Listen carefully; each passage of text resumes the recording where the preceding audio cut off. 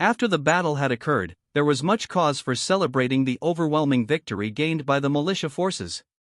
Having gotten their first battle out of the way with the new weapons, the men comprised of Berenger's forces were entirely confident of defending their territory from any invading force, and more importantly, in Berenger's command. The fact that the young lord stood at the front lines facing down wave after wave of enemies alongside his troops would be spoken throughout the villagers of Kufstein for months to come. Berenger, on the other hand, promised a great celebration after they cleaned up the battlefield. They could not very well allow hundreds of corpses to lie on the fields to rot. As such, after much effort, the militia had dug a series of mass graves where they buried Ulrich and his forces. Berenger would have difficulty explaining his overwhelming victory to his father if he told the whole truth. Despite the desire to brag about his feats, he decided to lie about the battle and completely downsize the results. Because the men-at-arms and knights had by now fled the confines of the barony of Kufstein, and the peasants who fought against them were round up, lined against the wall, and executed, there were no witnesses to the events that transpired aside from the forces loyal to Berenger, and as long as he gave the order to keep the telling of their war stories to what he had instructed, there should be no problems with the leaking of how effective his firearms were. The story Berenger told to his father about the attempt on his life by Ulrich, the mustering of his forces, how they built the defenses and defended the position from a few hundred peasant levies. The Lord's professional forces were very different from reality. Berenger spun the events, making it seem like Ulrich was unaware of hand cannons, and foolishly attacked the hill with a few men. The missing peasants were explained by running away from their homes and families in fear of reprisal from the Baron. It was a stretch, but judging by the fact that the knights and men-at-arms also fled the region, Sighard had no choice but to believe it. After all, hand cannons were extremely effective against the peasant levies' light armor or lack thereof, and frightening to those who were not accustomed to the sound. As for the death of Ulrich, Berenger made it seem like a stray shot had pierced his skull when the visor to his helmet was open. With the Lord's death, his forces collapsed and routed. Sighard sent a team to investigate the fields to confirm this information was true, but found no traces of the mass graves and only the small ones Berenger had used to mislead the Baron and his brother Lambert. As far as anyone was aware, the battle was quite small and was set between 200 of Berenger's militia dug in at the mining town and armed with hand cannons against 300 of Ulrich's men who fled with the accidental death their lord. After all, in this feudal world, it was considered unacceptable to kill a nobleman outright if it could at all be avoided. Men of higher birth were afforded the privilege of ransom. There was no mention of the use of cannons due to Berenger's previous misinformation. The cannons were considered to be static weapons and largely immobile by the uninitiated. Thus he did not want to reveal how effective they really were. After Ulrich's untimely demise, his son and heir, who was only a small child, was named Lord of Wildschna. As he was so young, he needed a regent, which Sighard placed from a dedicated member of his own court to ensure the loyalty of the young lord who was now his vassal. He would not allow the grieving widow of the boy's traitorous father to skew the future lord's allegiance to his liege. As for the foreman who was captured, he was Berenger's only viable witness in Lambert's schemes against him. However, unfortunately, as the man was led to the dungeons of the castle of Kufstein, he was shortly thereafter found dead from asphyxiation. It was ruled a suicide as the man had supposedly choked himself to death with the chains that bound him. Berenger, however, knew that this was clearly the work of Lambert and his allies cleaning up their mess. The only witness he had to his brother's ploy was Linde, and Berenger refused to play that card. She was a valuable spy not only against Lambert but her father as well. He would not expose such a precious asset against his enemies in a rash attempt to expose Lambert's machinations. It became apparent that his father's army and the guard had been compromised. Clearly, there was a faction loyal to Lambert among them, and such a force would need to be purged when Berenger finally came to power. It took a long time for Berenger to explain the volatile situation that had occurred to his father. By the time he was finally able to wash the dirt and grime off of his filthy body, it was late into the night. His paranoia that he had developed from being trapped in the darkness of the mine shaft for days began to take hold as he sat alone in the bath during the twilight hours. As he heard the door creak open and the light taps of footsteps approach his location, he felt like another assassin was nearing by. When the footsteps finally reached his vicinity, Berenger launched a surprise attack on the would-be assassin, dragging them into the pool of water and pressing their head beneath its surface. For whatever reason, it never occurred to him that Linde was entering his bath to be with the man she loved. After all, she had been beside herself the past few days as she waited for news of Berenger's situation. Every day that Berenger was trapped, she was overcome with anxiety and despair, to the point where she could barely maintain the facade of Lambert's ally. It took a few moments for Berenger to realize he was in the process of drowning his own lover. When he finally came to his senses, he quickly released his hands and allowed the divine beauty to resurface from the filthy bathwater, where she struggled to breathe. Berenger looked upon her with shock and terror, as he had acted upon instinct, and did not recognize what he was doing until after he had harmed Linde. The girl's sky-blue eyes were filled with tears as she stared at Berenger in fear. She could not help but ask why she was so severely punished. "What the hell? Why would you do that?" Berenger, who was in the middle of a panic attack because of his actions, struggled to breathe, which was incredibly painful due to his fractured rib. As such, he grabbed a hold of his side and winced in pain as he struggled to give the girl an explanation. I'm sorry, I thought you were an assassin." Linde gazed upon the deep sense of dread that was spread across Berenger's immaculate visage and instantly forgave him. She could not imagine the sense of distress and agony that Berenger had suffered while being trapped in the darkness of the mines by his lonesome for days on end, wondering when he would finally enter death's embrace. As such, she approached him cautiously and wrapped her warm body around his, placing her head on his shoulder. "I'm here for you if you want to talk about it." It was only after he felt the warmth and love of Linde's heavenly body that he began to calm himself down and realized that he was not still in the cavern waiting for death. He was finally home, and though there were enemies in his midst, those who loved and cared for him far outnumbered them. Quickly, the sense of paranoia and dread was changed to one of intense wrath as he gained control of his emotions and began to plot his brother's downfall. At the moment, he still did not have enough evidence to bring charges against the treasonous little brat. He had been on the defensive for too long against Lambert, and now he would conspire against his own little brother and bring the little bastard to justice. Yes, justice, not vengeance. He could not very well kill his own brother and be labeled a kinslayer for the rest of his days. If Berenger so desired, he could easily have his little brother assassinated by Linde, though that would not be good for his conscience.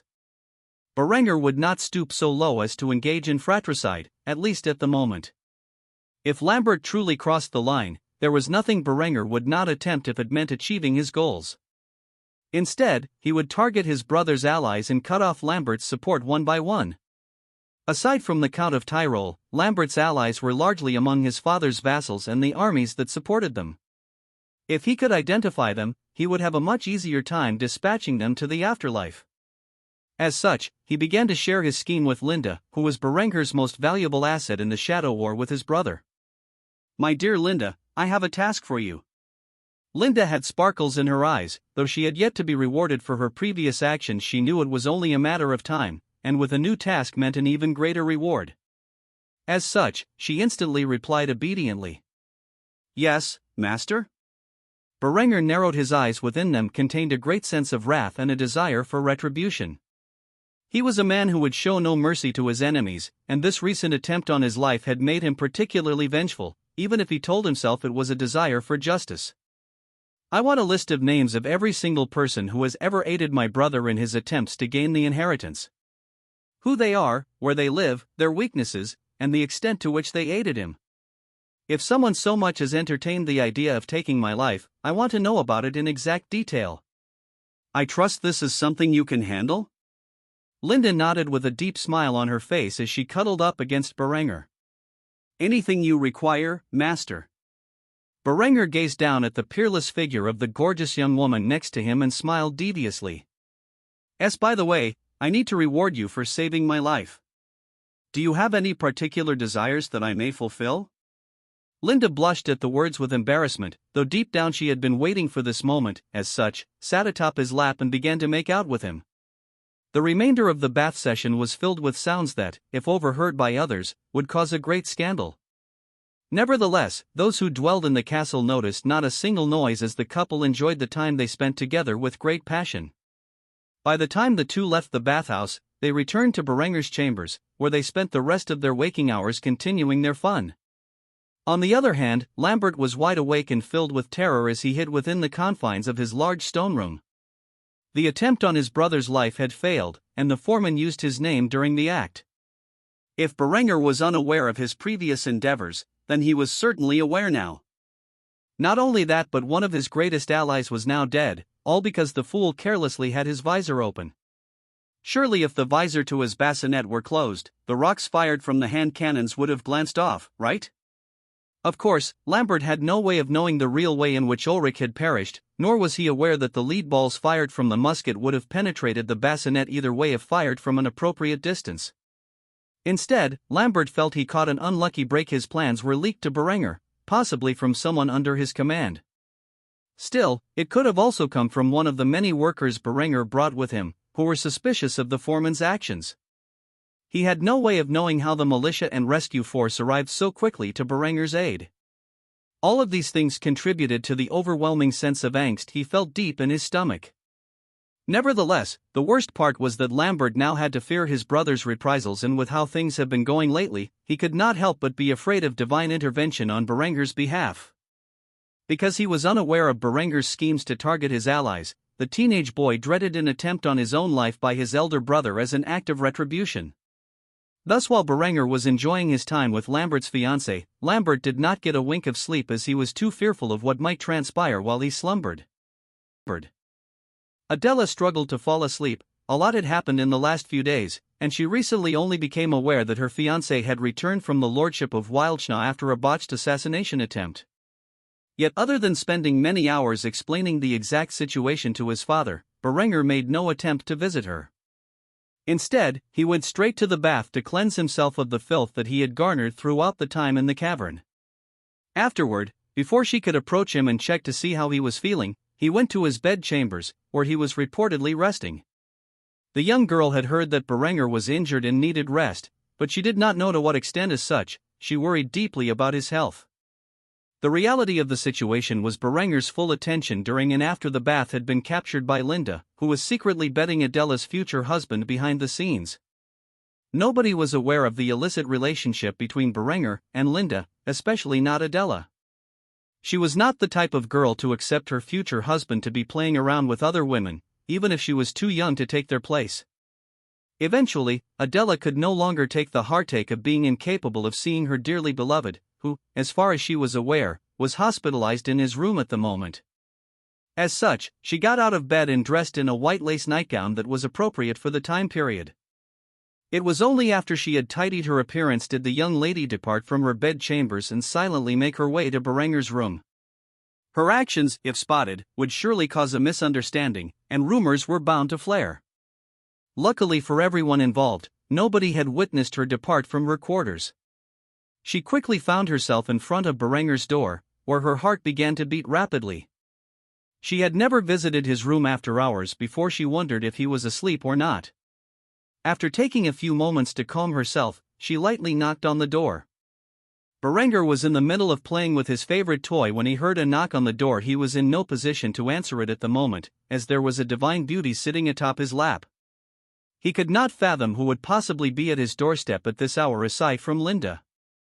However, he made sure to motion with his hand to Linde to cease her activity and stay silent. After making sure the girl's lips were sealed, he just about called out to whoever was at the door when he heard a soft feminine voice with which he was all too familiar from behind the door. "Berenger, are you awake?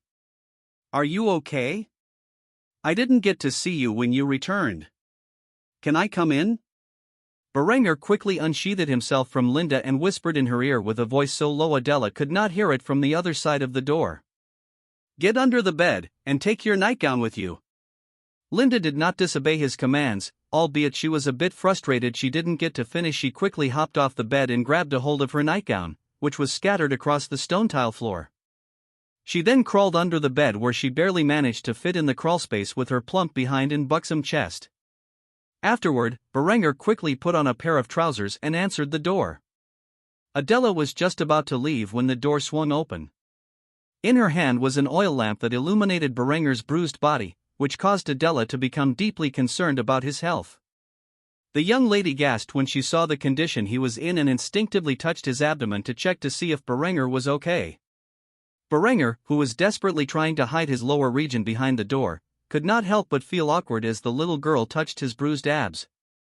Eventually, he could no longer contain it and broke the silence between the couple. "Ahem. You know you shouldn't be here at this hour." Upon hearing Berenger's voice, Adela quickly realized what she was doing and retracted her hand away, where she tried to hide her sheepish expression. I could not sleep knowing that you were injured. I wanted to check on your condition. Berenger looked at Adela as if she were a little angel. Unlike the vixen who currently lay under his bed, which ran him ragged despite his injuries, this young lady was too stressed to fall asleep knowing that her fiancé may be seriously injured. Luckily for her, he was fine, aside from a cracked rib and a few bruises. Personally, he has had worse and barely noticed the pain except for when he laughed or breathed heavily, but he would never admit that to a pretty girl who was concerned about him. Berenger smiled, and he explained his situation to the young girl, who was kind enough to check up on his condition even if it ruined her reputation. I'm hanging in there at the very least, it is nothing life-threatening. So you don't have to worry too much. Adela immediately felt relieved that her future husband was not in any danger and smiled endearingly at him. Well, that is good. Is there anything I can do to help? Berenger did not want to let the opportunity go to waste. It was a way to gain points with the little girl and tease Linde.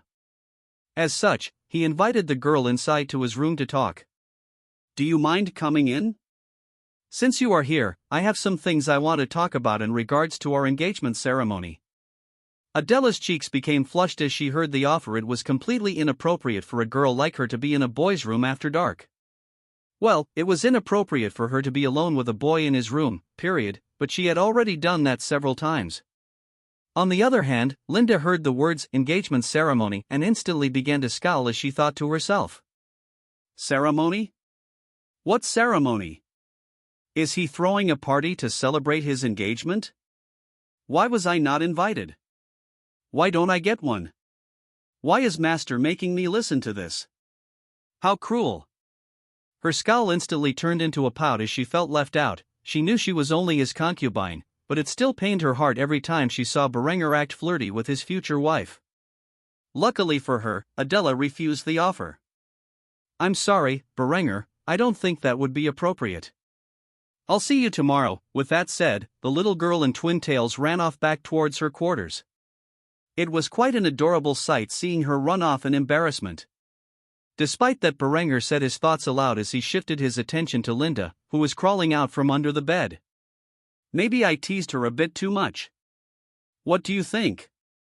When he saw tears starting to form in the girl's eyes, he could not help but laugh to himself. Did I tease you too much too? After he said that, he held the girl in his arms and carried her back to his bed, where he spent his waking hours making it up to the young woman. Before he knew it, a whole month had passed, and Berenger could no longer feel any pain in his ribs. Though he would still try to take it easy for the next 2 weeks, he was essentially healed from his injuries. During this time, things went as planned. The mines were overhauled completely and seized by the von Kufstein family in reparations for the attempt on Berenger's life. The von Wildschau family suffered greatly from the loss of the mines, their professional army, and 1,500 peasants, which, despite the rumors that they had all died at the skirmish at Mining Town, nobody had ever found any trace of the mass graves.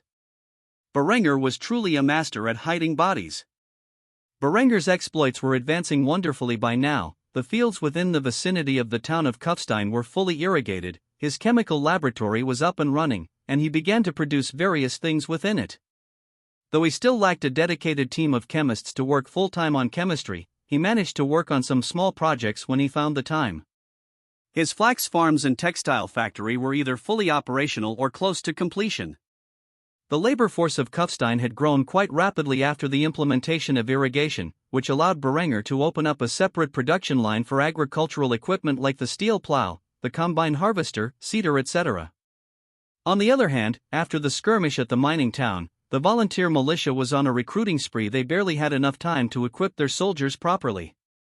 By now, Berenger's artillery battery was full, and he had a total of 800 infantry. He was getting very close to his goals.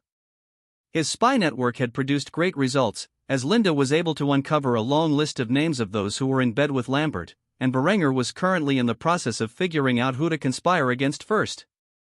Linde had even managed to spread the web that was his informants to the other regions of the barony of Kufstein. Rumors began to spread of the heroism Berenger showed in the face of death, how he was no longer a sickly lord, and how he was a benevolent lord to his people.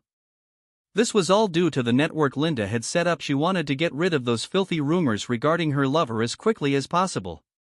Though they still prevailed among the nobility, many of whom had met Berenger in the past and had poor first impressions.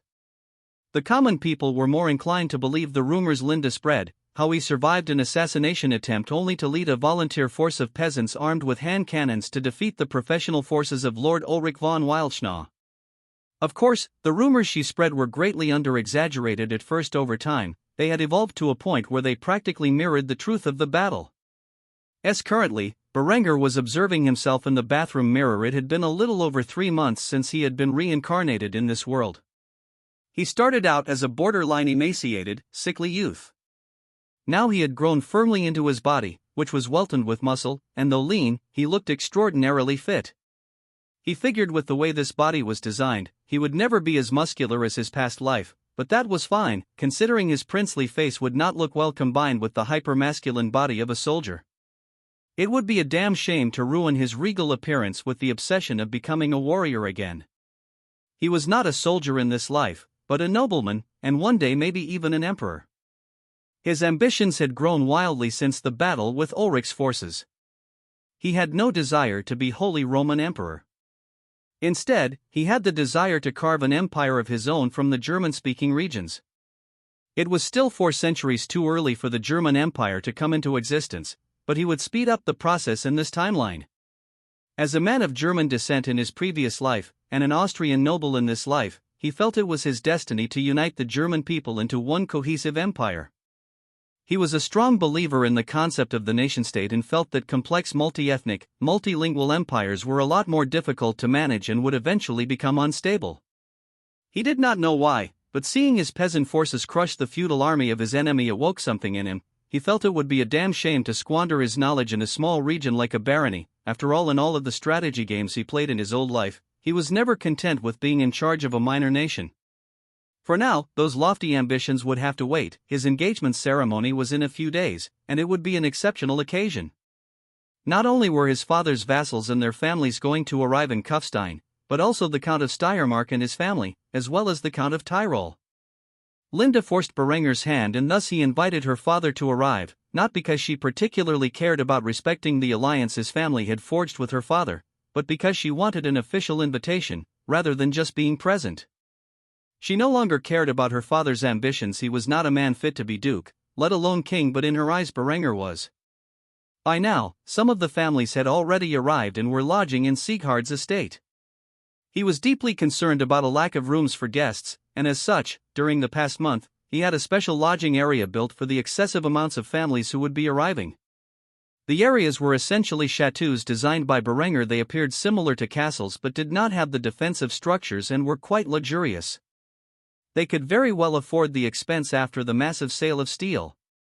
After Berenger had finished admiring his appearance in the mirror and gotten properly dressed in his opulent attire, he slicked back his hair with pomade and left the bathroom. Today was a new day, and he had many guests to greet alongside Adela. There were also many on the list of his enemies that appeared, and he would do his best to come to know their weaknesses in the following days. Not a single soul who plotted against him would escape his fury. Berenger was holding Adela's hand as he walked side by side with her into the dining room, where many of the guests visiting for their engagement ceremony were currently staying and enjoying a lavish meal. The noblemen and women of various stature could not help themselves from complimenting the chefs and the fine cuisine they had served to the guests. Of course, it was all of Berenger's favorites and the culinary knowledge he brought with him from his previous life. Though certain foods were missing from the dishes due to the inability to source them, the main staples of what would become German cooking were all spread out in a feast for the lord and ladies to enjoy at their leisure. When Berenger entered the room, he was wearing a fine black velvet doublet with golden embroidery. Worn over the doublet was an exquisite sleeveless black fur coat. His trousers were matching black velvet and were well tailored, and he currently wore knee-high leather riding boots, all of which were recently made. Atop his neck and over his shoulders was a golden chain embellished in black gemstones. His extravagant attire was recently manufactured in his fledgling textile industry and was in the style of the Tudor era, which had yet to exist in this timeline. To the medieval lords and ladies who gathered in the room, his Renaissance-style attire was new and luxurious. The moment the nobility laid their eyes upon the young lord and his unique fashion sense, they could not help but feel astonished and envious at the same time.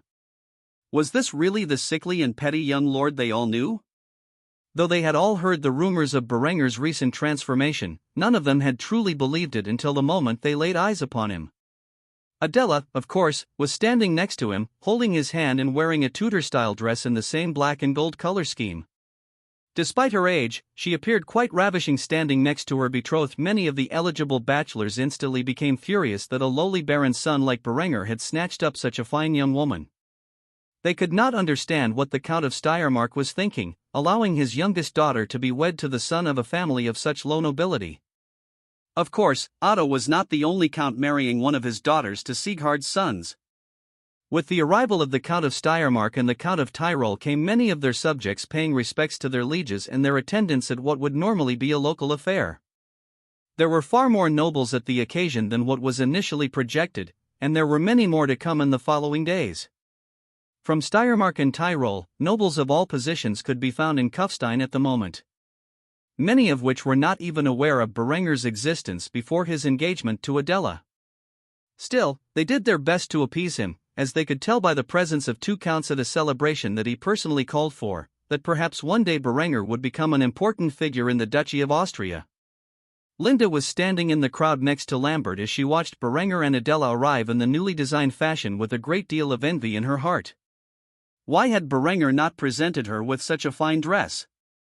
Obviously, she knew it would not be appropriate for him to do so, and if she waltzed around wearing such a fine dress, her father and fiancé would immediately become suspicious of where she had acquired it. Yet the young woman could not prevent such feelings as she gazed upon Berenger and his future bride standing in the middle of the dining hall basking in the glory. Just as Berenger had planned, the nobles saw the luxurious new outfits Adela and himself were sporting and could not help but approach the two and inquire about where they purchased such fine clothing. Of course, Berenger revealed that it was designed and manufactured in his family's territory within the new textile factories he personally owned. If the nobility wanted to purchase the new fashion designs for themselves, they would have to negotiate with him personally. Thus a new and lucrative trade was born on the spot. Through much effort and expense, Berenger had begun to grow flax and had imported a great deal of the material alongside silk to produce these designs. Though at the moment, the flax was still growing and had yet to be harvested. The factory was fully constructed. However, it was currently operating at minimum capacity, as only a single unit of each of the new inventions was set in the large building. Those inventions include the spinning jenny, the spinning mule, the flying shuttle, and the water frame. Considering his industrial district was built near the river and he had ample water power to use in both the steel and textile industries. As of now, he could only produce a small quantity of clothing, but it was more than enough to appease the nobles in front of him and their desires to buy the new style of fashion in which Berenger had personally introduced. Though now was not the time to talk business, instead, it was the time to build alliances and conspire against his enemies. Berenger and Adela spent much of the day socializing with the other nobles in this feudal era. Building alliances were important. Berenger sat at the head of the table as he associated with the other young nobles, drinking fine chamomile tea as he snacked on apple strudel and Lebkuchen cookies. The other nobles of his age were delighted by the delicacies in front of them, which Berenger boasted of being the invention of the local chefs. He would not take credit for too many things, else nobody would believe him. A young lady who was quite attractive could not help but exclaim in joy as she tasted pfeffernuss for the first time. Adela, you are so lucky. I would be so happy if I could snack on such treats each day."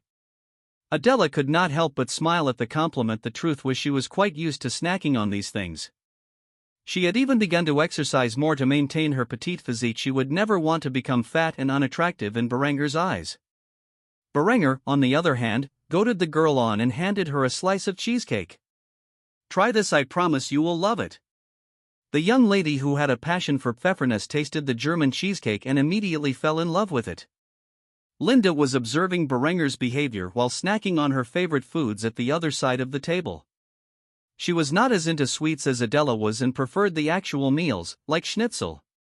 As long as she could get a good Jaeger schnitzel with a side of spätzle and a good lager to go with it, she was satisfied. That just so happened to be Berenger's favorite meal, too. Of course, a crucial component of the meal was missing, but Linde had no way of knowing it. The more Berenger ate his favorite food, the more he missed the potato pancakes and chocolate desserts that he grew up with as a staple in his previous life's household. He desperately wished he could speed up time to send out an expedition to South America and get his hands on cocoa and potatoes. However, patience was a virtue, and whether he liked it or not, he would have to wait until he had enough power, influence, and wealth to sponsor such a voyage. Thus he opted to enjoy the fine cuisine in front of him, as he was thankful he could dine on such treasures regularly. On the other hand, Lambert was surrounded by his allies, who all began to chat among themselves about the lack of a certain lord who was a core part of the alliance. A young man in which Berenger recognized as Sir Ingbert Heltzer was currently conversing with Lambert about Ulrich's absence. Is it true? Was Ulrich killed by a stray projectile fired by a hand cannon in the hands of a peasant? Lambert could not help but furrow his brows and facepalm at such a remark. He had no way of knowing if his brother's claims were true, as nobody could find Ulrich's body. Officially, Berenger was so disgusted with Ulrich's behavior that he left his body for the wolves. Though the men beneath Berenger's command all confirmed the story was true, there was no way of knowing precisely how Ulrich had perished in battle without a body. However, as far as his father was concerned, Berenger spoke the truth, and as such, Ulrich was condemned as a fool who had marched upon an entrenched enemy position and had met his fate at the hands of Lady Luck. The lordship of Wildschnell was in a rough state at the moment. A large portion of their workforce had disappeared overnight, they had no professional army to call upon in the event of a war. The von Kufsteins seized their largest source of income, and a small child was at the head of the household. The child lord was present for this ceremony, accompanied by his regent, who the von Kufsteins appointed. This said a lot about how the feudal overlords currently viewed the von Wildschnell family. Truthfully, they got off easy compared to others who have attempted something similar in the past. The fact that Ulrich's family was still in possession of most of their lands and their lives was a testament to the benevolent nature of Siegfried. Still, the result of Ulrich's attempt on Berenger's life made many of the other lords and knights in Lambert's corner hesitant to provide any more support than they already have. If it weren't for the Count of Tyrol backing Lambert, most of his support would have vanished after Ulrich's death. Despite supporting Lambert, the Count of Tyrol was absolutely livid at the boy's repeated failures to get the job done. Looking upon Berenger, how healthy he appeared, how graceful he was when talking with the other lords and ladies, and how prosperous his industries were becoming, the old count could not help but feel like he had backed the wrong horse. Who was the idiot who told him that Berenger was a sickly, idle fool? If he had known the truth about Berenger sooner, he would have engaged his beloved daughter to him instead. Damn that Lambert for deceiving him. However, the more Count Lothar watched Berenger, the more he came to realize that he desperately needed to install Lambert on the throne. Even if it were possible for him to switch sides now, he would not do so. Every word Berenger spoke to the other nobles was carefully chosen to present himself in a better light. The young man was cunning, too cunning. It was obvious to Lothar that even if he could marry his beloved daughter to Berenger, the young lord would not be so easily fooled into giving up Kufstein's iron reserves, in which Count Lothar desperately needed to achieve his greater ambitions. What Lothar needed was a pawn, and Lambert fit that role perfectly. The boy was exceptionally eager to give up his family's most valuable resources so that he could be with the count's daughter. It was truly and utterly pathetic, yet Lothar still agreed to the betrothal of his dearest daughter to the pitiful baron's son anyway, for he would never become Duke of Austria without Kufstein's iron reserves. As Count Lothar was inspecting Berenger with his discerning eye, so too was Berenger examining Count Lothar. Currently, the Count of Tyrol was the greatest threat to Berenger's existence. Though the Count's daughter had fallen under his control, and Berenger could expect to be one step ahead of the Count, and his brother, the young lord, did not feel safe knowing that such a powerful man was after his life. Nevertheless, he did not display a hint of his internal hostility towards the Count. As Lambert was discussing with his allies the loss of their partner in crime, one of the young ladies fawning over Berenger brought up the tale of his battle with Ulrich. By now the rumors had spread far and wide and had become greatly exaggerated. The rumor had now become so inflated that even his actual accomplishment no longer seemed so impressive. "S. Berenger, I heard that you personally commanded an army of 100 men while previously wounded from the attempt on your life against an army led by that dastardly Ulrich who had over 2,000 of his own troops. Surely the mad man must have emptied his fields to take your life." Berenger struggled to maintain his composure as he heard the absurd lengths the rumors had reached. He was good, but not that good. He had to correct this mistake while still making it seem like his feat was grand. Thus he decided to tell the whole truth, of course. To the many observers who were aware of the official numbers, what Berenger was about to say would seem like he was conceding ground, to appear humble while still greatly exaggerating the battle. I'm afraid I'll have to disappoint you. The reality of the situation was that I was facing 1,600 men, with 600 of my own. Still, with our hand cannons, we gunned down hundreds of their men before they finally broke ranks and fled like the cowards they were. The girl did not seem disappointed in the slightest. Instead, she had sparkles in her eyes as she heard the exact details of the battle from the man himself. Granted, he did not deny the part of him being grievously injured, despite only having minor injuries and dehydration. On the other hand, Lambert nearly spat out his drink when he heard his brother's wild claim. The way Berenger espoused such a hyperbolic tale was without a hint of dishonesty on his face.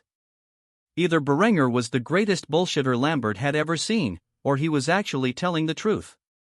The youth struggled to wrap his head around what was real and what was dishonesty. Ultimately, the meeting between the various nobles and Berenger was split into two factions sitting across the table as if battle lines were drawn. Those who supported Berenger tended to be of the younger generation, few of which had already succeeded their fathers. Most were heirs like Berenger or even second sons. The other faction supported Lambert, and most of them were of the older generation, those who were currently in a seat of power and had been for some time. If one were not aware of the deadly war of intrigue fought in the shadows of these two brothers, then they would not understand the full context of the seating arrangement that had occurred. Either way, the friendships Berenger made at this table with the younger generation of nobles from across Austria would one day become the backbone of his power base. Throughout the day, Berenger entertained his guests with his fiancée well nearby to make him look good. She was cordial and graceful in every regard, a proper partner to Berenger's natural charm. The two built quite the lasting impression on the nobles who visited the von Kufstein family's estate. He had begun to make progress in forming alliances with the capable youth of the younger generation. He had no use for an ally who could not pull his own weight. As such, Berenger would not waste his time with the indolent and frivolous young lords and ladies who could not even count to 10. Sadly, it appeared like they were the majority of the noble offspring throughout the realm. He, too, had once been like them, spoiled rotten and never using his brain. Most of the people Berenger entertained were either the offspring of barons or viscounts from throughout the counties of Steiermark and Tyrol. They were roughly in the same position as he himself and could provide sufficient support to his plans if he were to build an alliance with them. Sadly, there were not too many exceptional members of the lower nobility in this generation, and they mostly clung to the corner, forming a small social clique among themselves. Most barons who were not their direct liege would not give them the time of day due to their low status, let alone viscounts or counts and their families. Currently, Berenger did not have time to oversee his projects personally. As such, he left them in the capable commands of administrators he placed in charge of them. Ludwig, as per usual, was in charge of his burgeoning industrial sector, Gunther was tasked with implementing his many agricultural innovations, and Eckhard took personal command of the matters that pertained to the militia. As for the militia, their activities were suspended during the duration of the visitor's stay. Berenger could not very well have information leaked about the effectiveness of his weapons. Such a thing could prove disastrous to his plans. As such, the militia was given a slight reprieve from the arduous task of basic training. Though they had been victorious in a single battle, it was against mostly poorly equipped levies, who foolishly rushed a well-entrenched position. The troops in Berenger's battalion still had to complete basic and specialized training if they were to become an army fully capable of annihilating their enemies in the fields. Though they were far more accepting of their training and its methods after personally witnessing the results they had yielded during that fateful day when they slaughtered Ulrich's forces and rescued their commander. It was a story many of them would be telling their grandkids someday in the distant future. The next few days, he would be busy socializing with the nobility visiting for the massive party he was celebrating for Adela. He had a large surprise in mind for the young girl.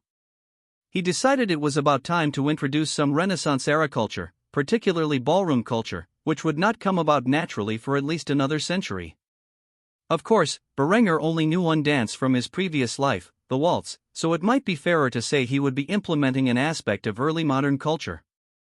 Berenger did not have time or permission to extend the castle to contain a ballroom. As such, he built a public platform in the town square for the occasion. Eventually, he would like to construct a more modern palace that would obviously contain such a necessity and do away with the castles altogether.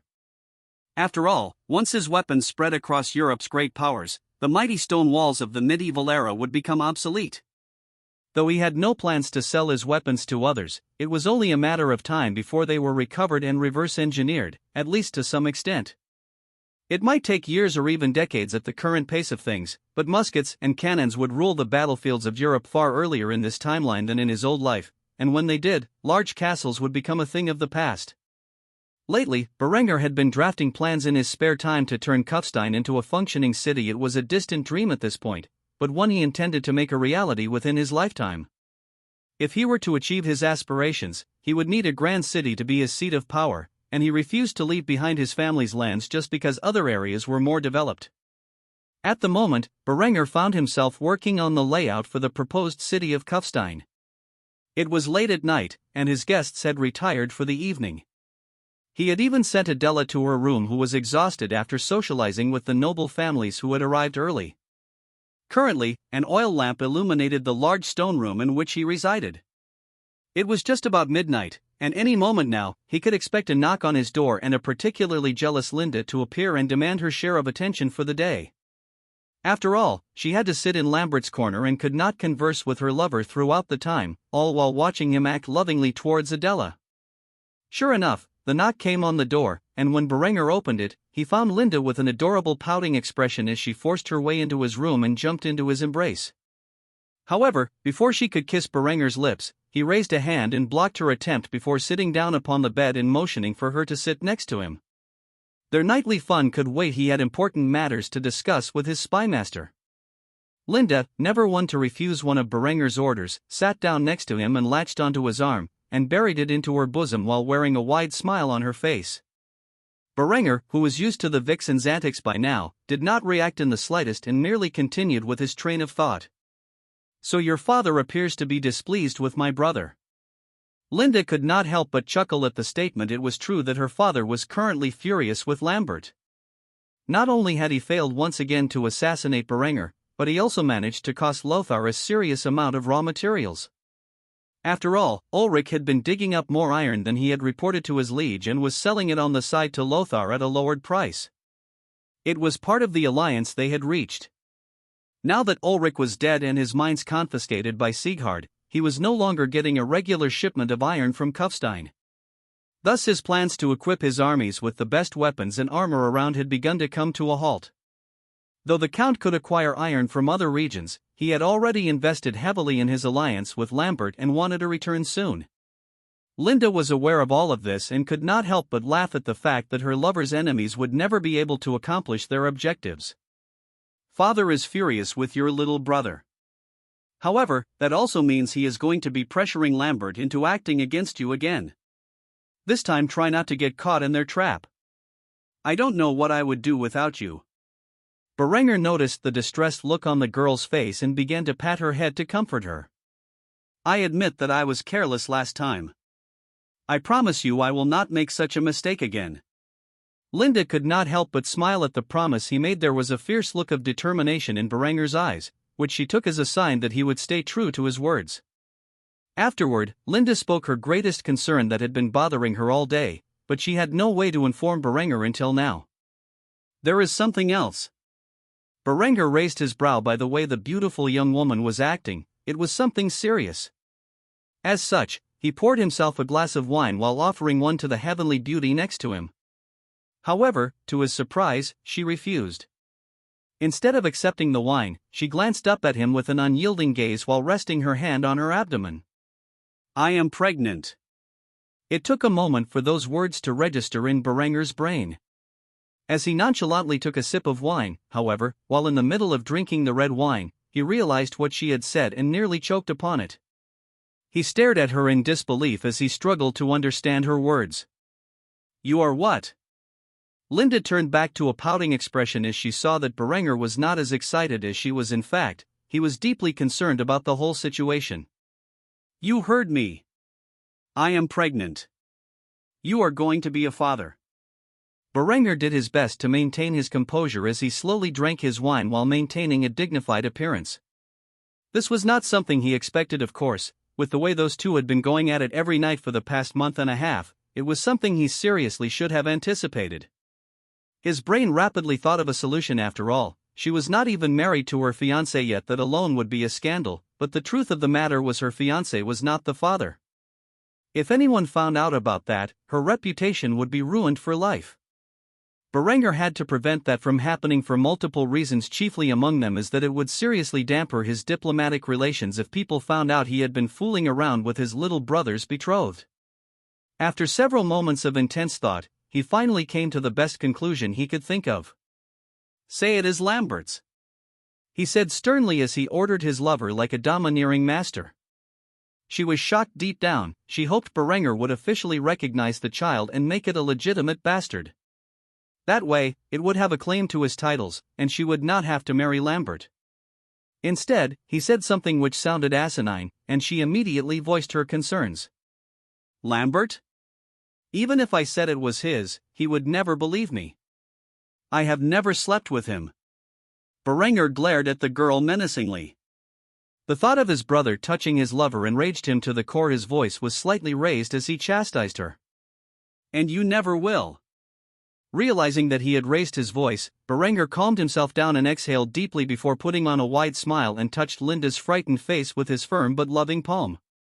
"You don't need him to sleep with you to make him think it is his. Get him really drunk, strip his clothes off and lie down next to him. When he wakes up in the morning, tell him that the two of you slept together. Make it look convincing, spill some blood on the sheets, so he doesn't suspect anything." Afterward, he kissed his lover for several moments before apologizing. "I'm sorry, I know your desires for the future of our child, but I'm in a precarious situation right now.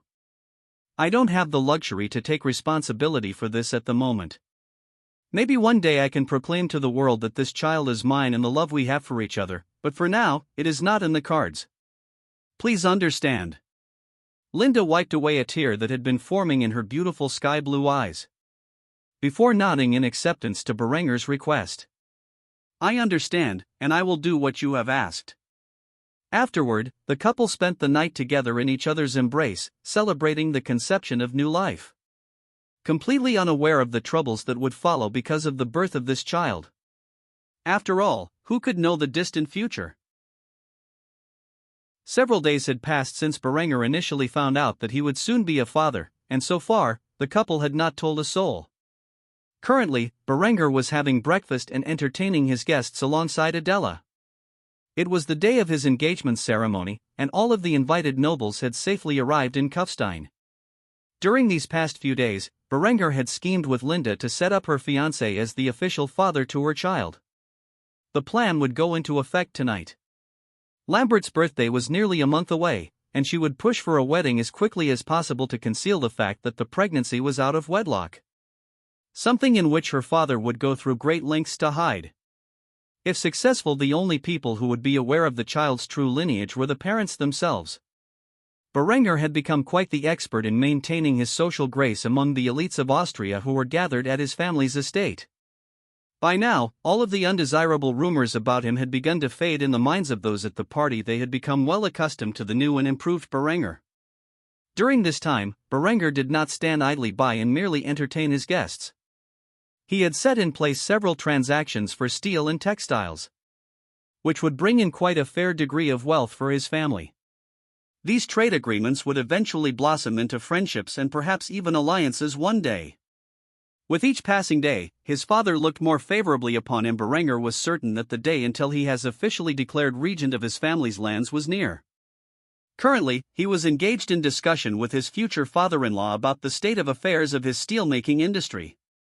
"Rest assured, Count Otto, we are working on improving the production rate of steel. We have already begun to implement a second production line in our industrial district. Before long, we will be able to produce twice the amount of steel that we are currently able to manage." Essentially, what Berenger meant was that more beehive ovens, blast furnaces, and Bessemer converters were currently undergoing production. With the decrease in needed farmhands, many unemployed farmers were actively transitioning to factory work or skilled trades. With each passing day, the town of Kufstein was transforming from a small agricultural town to an actual city, filled with a wide degree of diversity in professions. The Count smiled as he heard the news. He would continue to purchase steel from Berenger. After all, the quality and quantity of the steel Berenger produced far outmatched anyone else he knew of. Though Berenger had plans to use the steel in many aspects, he still sold off the surplus to those interested, and there were plenty who wanted a piece of the pie. The Count now decided to switch to a more personal topic to make sure Berenger was a good match for his youngest daughter. Are you attracted to my daughter? Berenger did not expect such a question. Nevertheless, he could not honestly say that she was too young for him to get excited over. Otherwise, Adela might take it the wrong way, and she was carefully observing his reaction. For some time now, she had been suspecting that Berenger thought of her as a little kid, or even worse, a little sister.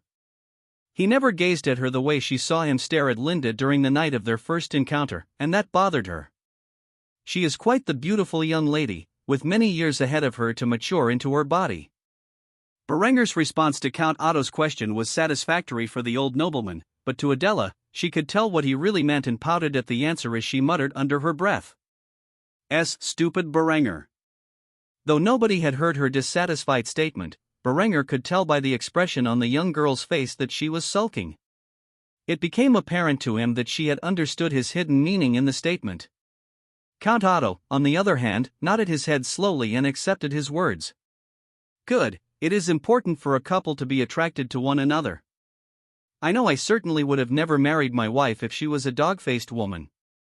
Berenger nearly laughed at the statement and the look upon his wife's face, who was sitting next to the Count as she heard her husband's words.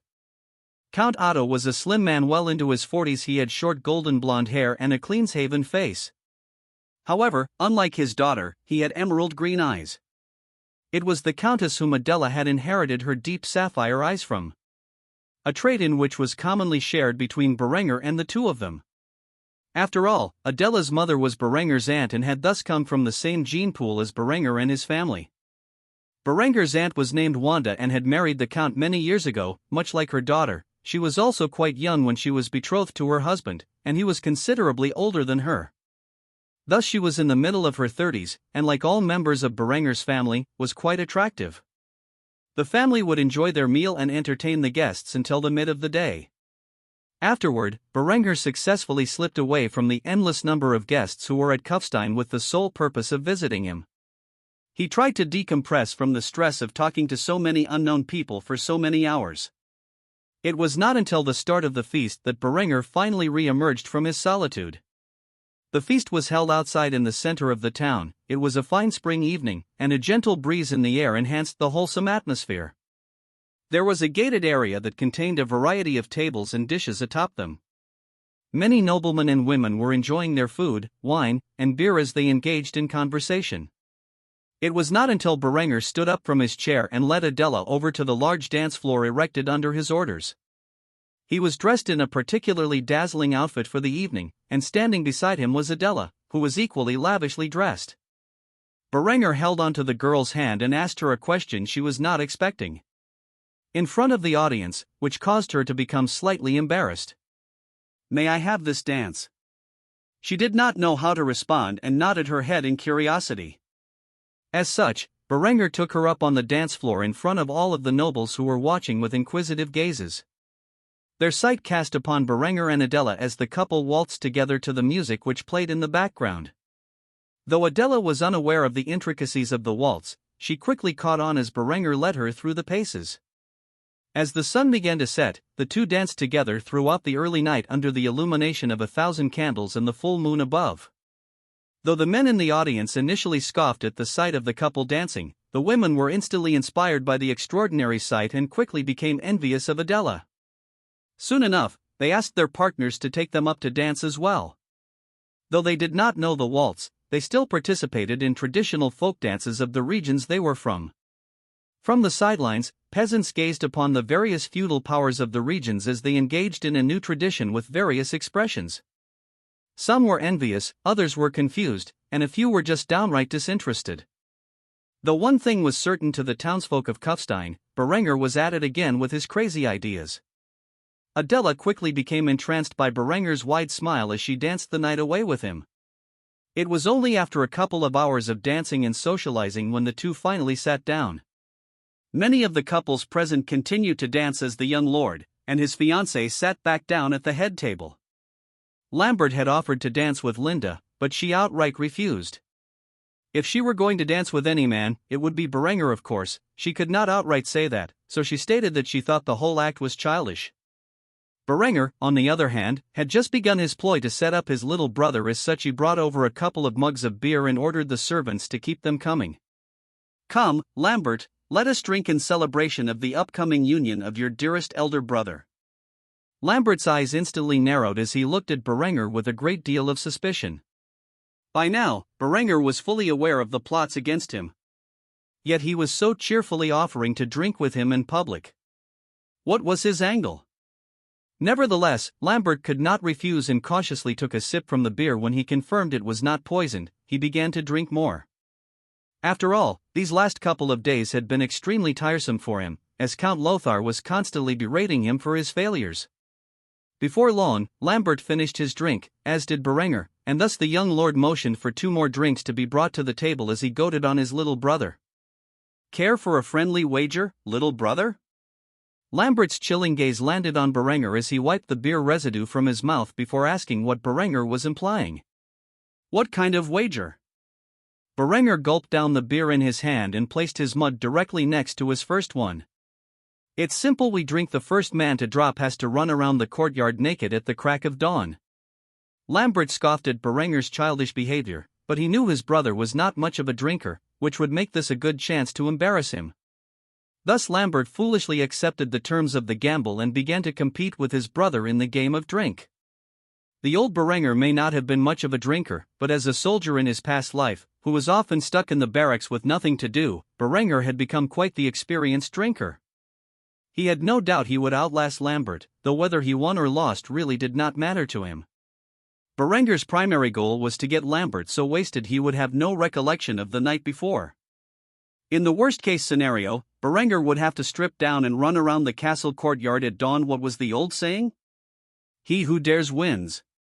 As such, the brothers began to drink beer like there was no tomorrow, which did not go unnoticed by the other partygoers who began to cheer them on.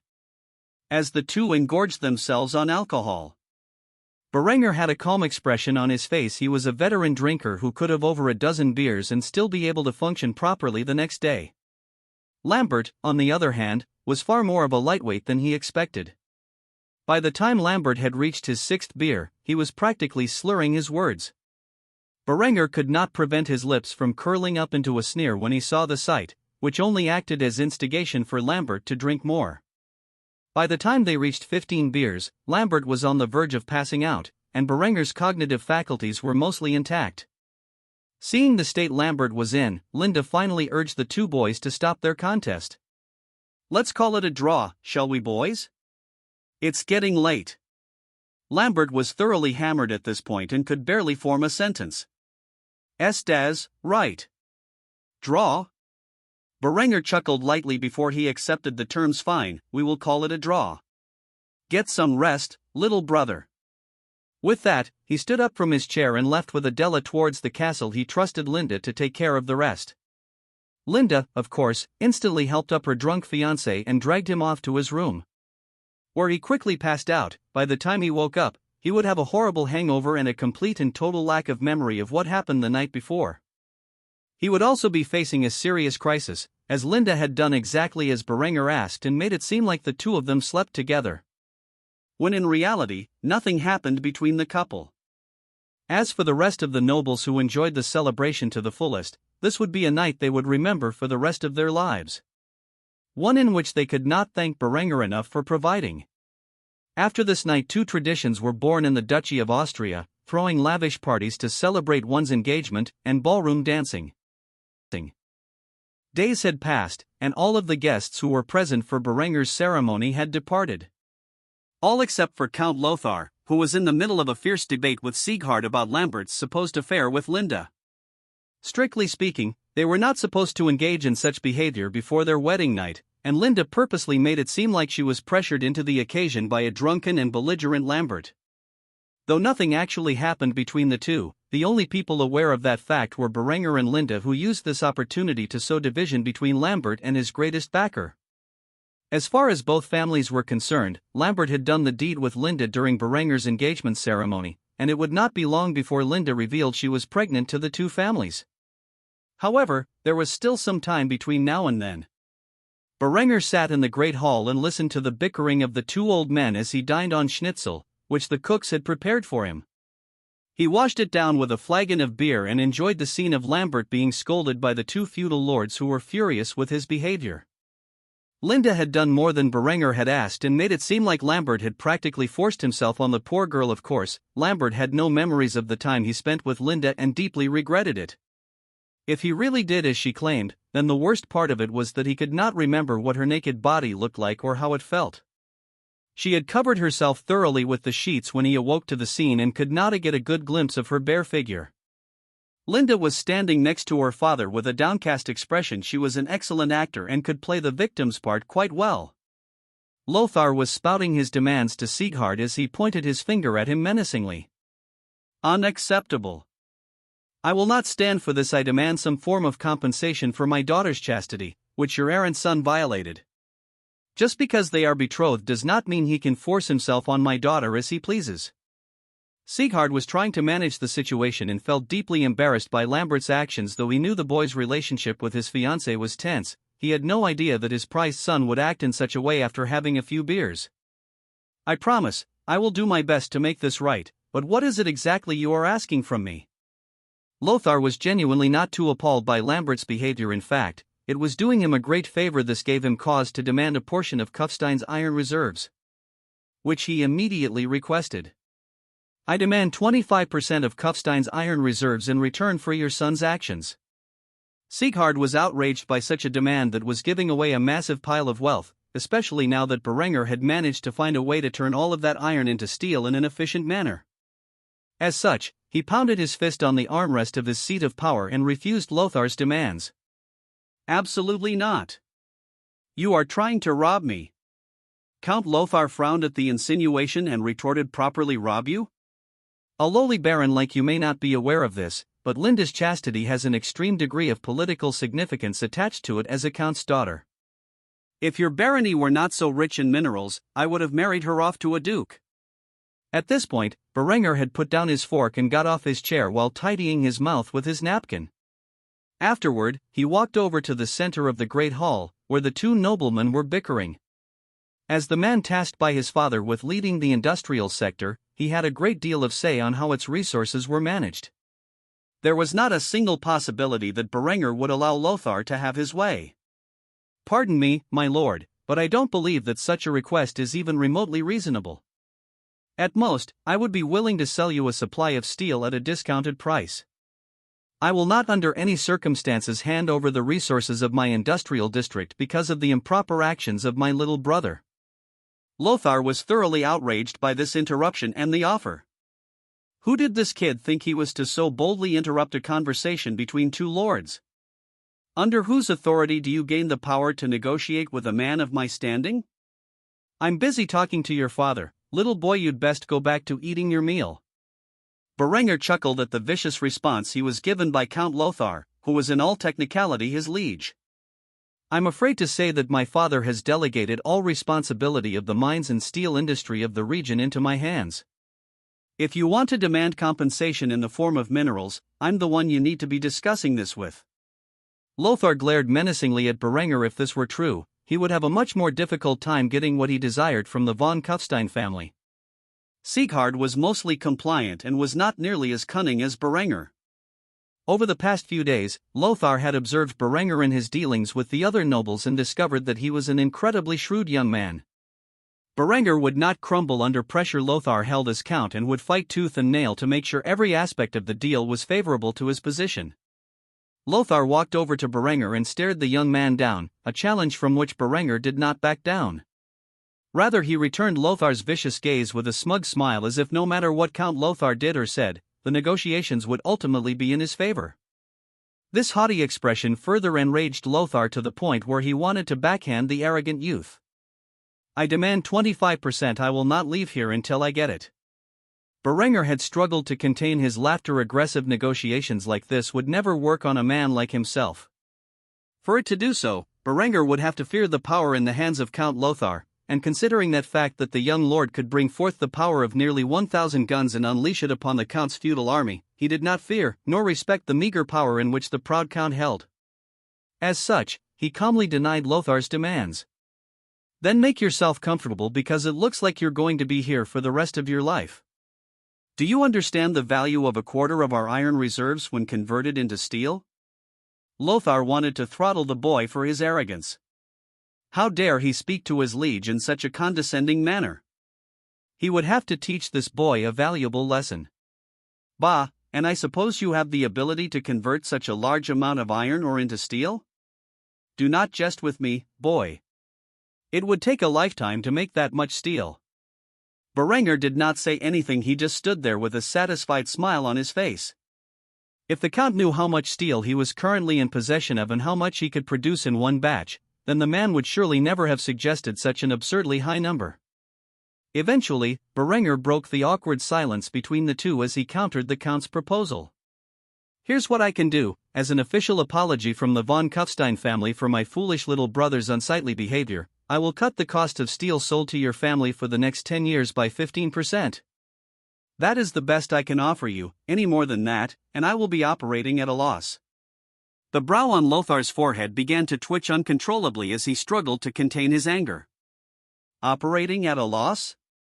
Your brother has stolen my daughter's chastity, and you're concerned about operating at a loss? Berenger did not say anything, he just smiled and nodded his head. Truthfully, he had not calculated the demands that Lothar would make into his scheme. He figured that his father would pay Lothar a small amount of gold and silver in compensation, which would be the end of it. However, Lothar had made a ridiculous demand that allowed Berenger to take control of the conversation. He now fully intended to make a profit off of framing his little brother. Lothar approached Berenger very closely and whispered to him in a voice that only the two of them could hear. Do you think your pathetic little barony could withstand the might of the county of Tyrol if I were to order my bannermen to march upon your house?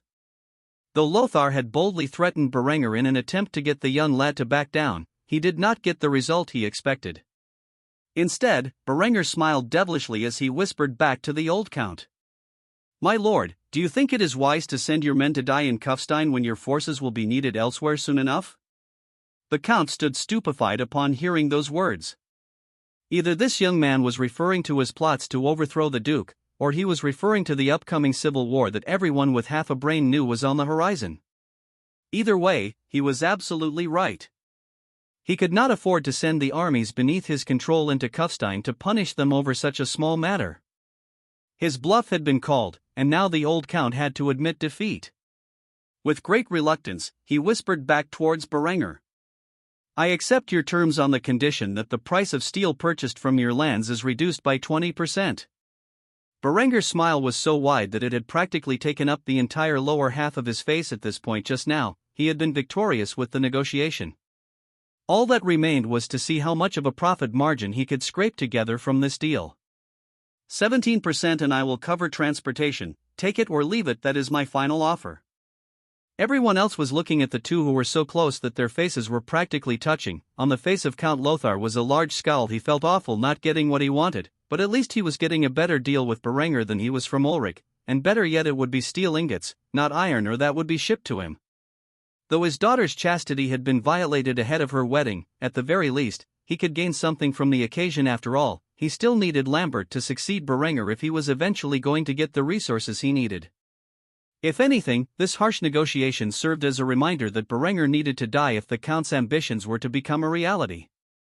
Little did the Count of Tyrol know that this whole scenario was a ploy from Berenger to pin Linde's pregnancy on Lambert. If Lothar were aware that not only was his daughter's chastity taken by Berenger long ago but that she was also pregnant with the scoundrel's bastard child, then he would have had the urge to draw his sword at that moment and drive it through Berenger's black heart. But he did not know, and as such, he pretended to be nice to Berenger as he accepted the young lord's offer. Deal. Afterward, Lothar turned away from Berenger and put on an act. You drive a hard bargain, Berenger von Kufstein. Out of the respect that I have for your family, I will agree to your terms. Come Linde, it is about time you return home. Berenger nearly laughed at the old man's poor performance. However, he instantly became aggrieved when he heard the last part of his sentence. There was no way he was going to allow this old bastard to seize his lover from him. However, before he could protest, Linde stood up to her father. I'm not going. Lothar stopped in his tracks as he turned around and glared at his errant daughter. What did you just say? Linde was no longer afraid of her father's fury now that she had Berenger protecting her. She knew there was nothing her father could do. However, she was also quick-witted and came up with a proper excuse to stay behind and spend her days with the father of her child. You need to have proper representation in whatever deal you just came to an agreement to with Berenger. I will stay behind and protect your interests. Count Lothar was initially furious that his daughter wanted to stay behind after everything that had transpired, and also downright confused. However, it turned out that she was looking out for the family's interests like she always had. Her explanation made perfect sense, and the more he thought about it, the more he did not trust Berenger somehow. That blackguard would screw him over, he could feel it in his bones. With Linde keeping a close eye on the boy, he had nothing to worry about. After all, she was clever enough to keep up with Berenger. Under those circumstances, I will allow you to stay. I will see you at your wedding. Linde smiled and bowed to her father like a proper young lady. Of course, father. I will see you then. Afterward, the Count departed from Kufstein, and thus the last guest on Berenger's list of invitations had left his family's regions. From now on, Berenger no longer had to entertain the nobility and could get back to his normal schedule. He had many things to take care of in the coming days, and he was just happy to have a bit of reprieve. After Lothar had departed from Kufstein, Berenger explained to his family the deal he had reached with the old Count. They were very pleased with the results, especially Sieghard, who was convinced that Berenger was fit to be his regent after such a performance. A storm was brewing in the capital of the Kingdom of Germany, and Sieghard feared it would not be long before the war had ravaged the lands. Soon enough, he would be called off to battle once more, and when that happened, he would need a capable leader to rule in his stead. Initially, he was planning on placing one of his counselors as regent. However, these past few months, Berenger had transformed into a formidable young lord, one in which he knew would one day make a superior baron to himself. It was such a pity that he could only allow his son to inherit this humble barony. Berenger's potential as a ruler was so much greater than anyone he had ever met. As such, Baron Sieghard von Kufstein had finalized the plans to declare his son the regent of Kufstein. If for whatever reason he was forced to leave the dominion of his ancestors, it would be his son and heir who would have control while he was away. Tomorrow, he would fully declare to the family and his counselors that Berenger was to be regent. For now, the Baron had to chastise his second son for making such a terrible mistake that, if not for Berenger's intervention, would have cost the family dearly.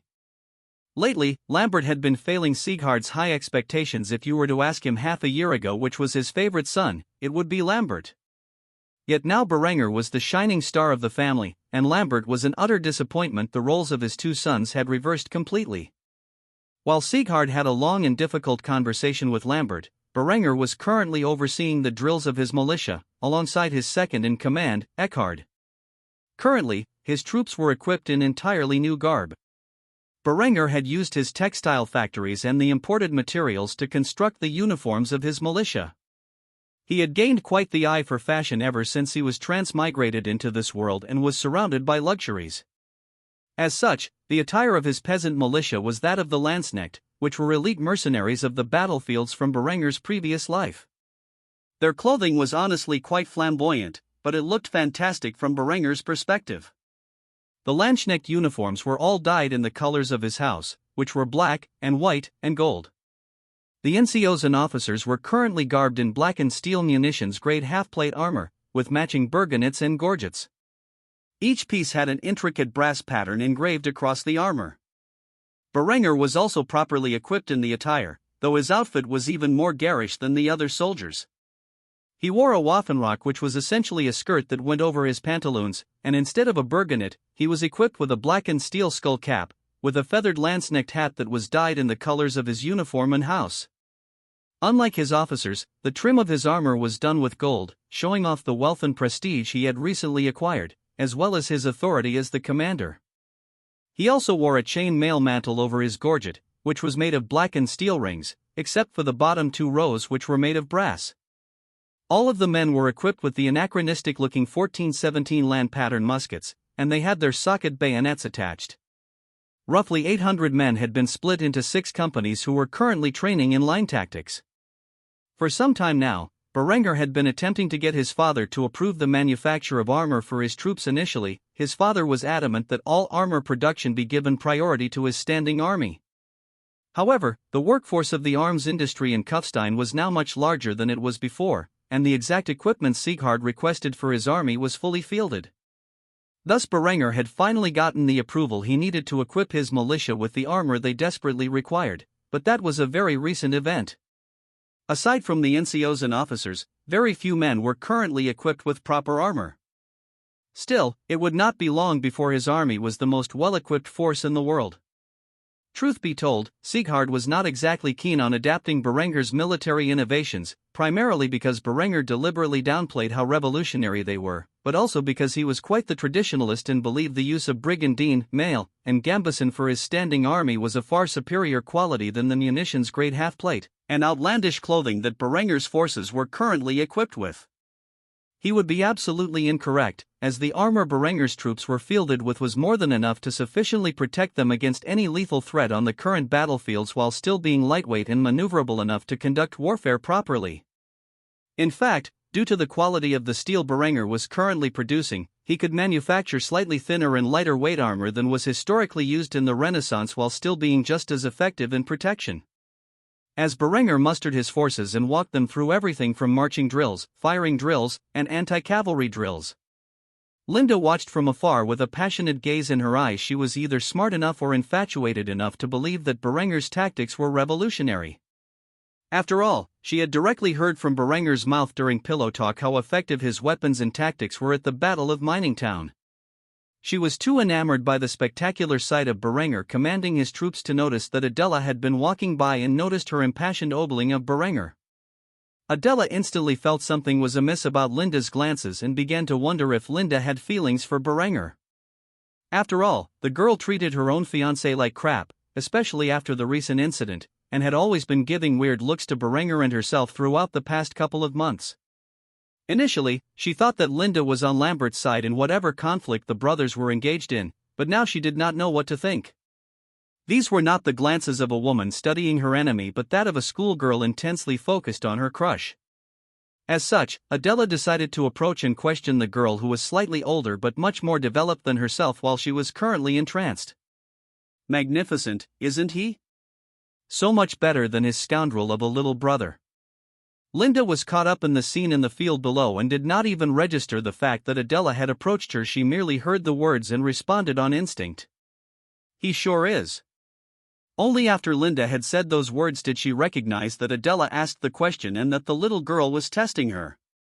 A look of horror spread across the beauty's face as she realized that she practically just admitted that she preferred Berenger over her own fiancé to Berenger's fiancé.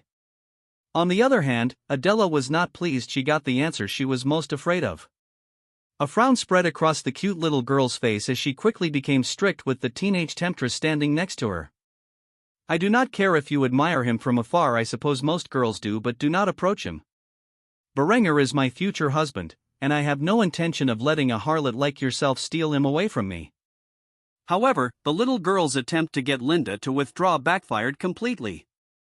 The corners of Linde's lips curved into a devilish smile. She slowly approached Adela with a smug expression on her face and whispered in the girl's ear. We will see about that. Afterward, Linde strutted away confidently as she left little Adela pouting in anger like a small child. Though Linde respected Berenger's wishes to not inform others of their relationship, she knew that someday Berenger would recognize their child as his own, and when that day came, if the heavens blessed her with a son, it would be her child and not Adela's who inherited the empire that Berenger would one day carve out of this land. As such, she was feeling pretty confident in the brief but heated exchange between herself and her lover's fiancé. Of course, the moment Berenger found out about this lover's quarrel, she would be punished severely, which also gave her a sense of excitement and anticipation. It had been a while since Berenger had been rough with her. Maybe she could finally invoke his ire with this incident. Adela, on the other hand, was in an extremely foul mood. Linde's response could only mean one thing, that seductress was going to try to steal her man. Adela would not let Berenger fall into the vixen's trap. After all, though he was a benevolent man, he was still a man and could easily fall for a woman's wiles. Especially one as gorgeous as Linde. She vowed in her heart never to allow that to happen. Of course, if she were aware that Berenger had long since been involved in an intimate relationship with Linde, she would probably tear her own heart out. As the thunderous sounds of shots were fired into the straw targets by Berenger and his forces, war was declared in his own backyard without him even being aware. This was not a war that would exist between men and their armies, but two young beautiful women and their claims on a particularly excellent young man. It was only after the militia was done with its daily training that Berenger returned to the village. He was standing alongside his troops in the town square. He had his family's cooks work all day to prepare a feast for his soldiers and himself. While the army was mustering in the fields, the chefs were preparing a banquet for the hard-working troops. When Berenger told his chefs that he wanted to prepare a surprise party for his troops who had fought side by side with him at Mining Town, they were more than eager to help pay respects to the many men who had saved their lord's life. As such, the best dishes they could make were piled into the town square, where the soldiers engorged themselves with food and drank from the endless amount of beer that was poured for them by many young women. After a while of drinking and feasting, Berenger tapped on his mug with a spoon, gaining the attention of his soldiers, who all looked upon him with respect. While still in his armor and just with the helm and cap removed, Berenger stood up from his table and began to give a toast to his men. "I told you all I would celebrate our magnificent victory over the traitors at Mining Town. Unfortunately, my damned noble obligations came up, and I was unable to celebrate with you men properly. Though it has been over a month since we stood side by side on the front lines, I wanted to dedicate this night to you all, the brave men of Kufstein who answered their commander's call in a time of need and brought down an army of traitors." Cheers! The town square echoed in cheers as the men celebrated their victory on this fine night. All of which were still in uniform. When the standing army and town guard gazed upon the hundreds of men in the town square in uniform, they began to feel a bit envious, and those who were a part of Lambert's faction began to feel fearful. Though they initially thought this peasant militia was nothing but common rabble formed on a young lord's whim, they had actually managed to win a battle with 0 casualties, which was beyond impressive. As such, Berenger spent the night drinking with his brothers in arms. It was not until 2 a.m. when Berenger returned to his bedchamber, where he found Linde waiting patiently naked on his bed. Berenger approached his lover and began to caress her body. The last words he remembered hearing that night came from Linde as she whispered in his ear seductively and with a devilish grin on her face, "Master, I've been a naughty girl and need to be punished." Though he had no way of knowing what she was referring to, he was too drunk to care. Thus he accepted his role and bound the girl with ropes as he began to punish her for whatever misdeed she was informing him about. It would not be until the next day that he fully became aware of what Linde had said to Adela and the feud it had started. By then, it was already too late to prevent the girls from fighting with one another for his affection, and he would have to endure the consequences of having 2 women by his side. Luckily, neither of the girls were wicked enough to try to take one another's lives. Berenger awoke next to the arms of his beautiful lover and with a splitting headache. He had drunk far too much with the boys the night before, but it was a victory celebration, and thus he felt his actions were justified. As such, he rose from the bed and decided to take things easy today. A day off from extensive exercise would not hurt him in the slightest, though he would never allow such an activity to become a regular occurrence. Linde awoke shortly after him and placed her arms around his body as she nibbled on his neck, giving the young man a love bite. It was her way of marking her territory and warding off potential predators of her man. In other words, it was a gift for Adela. Berenger laughed at how possessive the girl was this morning and shrugged it off as nonsense. He eventually pushed her down on the bed, thoroughly excited by her actions. He returned the favor and gave Linde a hickey on her graceful and slender neck. As long as she covered it up properly, it would not be a concern. The two engaged in some physical intimacy before parting ways for the morning. Now that Linde had a proper excuse to visit Berenger in the day, she would no longer need to avoid him openly. As long as she approached him under the guise of managing her father's transaction, she could spend time by his side at any point in the day instead of just secretly during the night. Finally, she would have more time with the father of her child. Something she desperately wanted to rub in Adela's face. Though she knew there was a limit as to the degree to which she could flaunt her relationship with Berenger to the little girl, else others might become too suspicious. She had already declared war on Adela and would not back down. Linde knew the little girl was too proud to release the details about their little dispute to the world. As such, she felt confident that she could contain any information regarding this love triangle between the three of them. Berenger, on the other hand, was blissfully unaware of the conflict brewing between his future wife and his lover. Thus he was dumbfounded by the malevolent gazes the two girls gave each other at the breakfast table. He began to think that something may have happened between the young ladies that may have soured their relationship, and he was not the only one to come to this conclusion. Lambert witnessed their intense rivalry as they gracefully consumed their breakfast, sitting across from one another with fierce gazes. Of course, Lambert did not really care for the reason, as he was sure it was just the trivial matters of women and did not concern himself in the slightest. As the two girls feud over Berenger without anyone else's knowledge, Sieghard decided to break the awkward silence. "I am formally requesting the presence of my family and counselors in the Great Hall after we finish dining. There is an important announcement I would like to make that regards the safety and prosperity of our family and our realm." After saying that, everyone's attention was shifted to the Baron as he spoke in an authoritative voice. Noticing the presence of his future daughters-in-law, he decided to address them personally. "My ladies, your presence is not required, but if you would like to attend it, you are more than welcome to." Berenger sighed in relief when he noticed the two women nod at one another with stern expressions. He did not know why the girls were fighting, but he was certain he would find out soon enough. At least for now, the tension was released. Lambert, on the other, appeared visually nervous. If his father was making a formal declaration, it must be something important. He began to fear that the favor his father had shown him was beginning to wane and instead be shifted upon his older brother and rival. Whatever this announcement was about, it surely pertained to Berenger's recent rise in power, which was not good news for him. Berenger sat in silence and continued his meal. Now that his women were not fighting one another, he felt much more at ease and could finally enjoy his breakfast. However, internally he was quite excited. There was only one thing that he could think of that Sieghard would announce after they finished eating, and if it pertained to his thoughts, then it would be great news for the young lord's aspirations.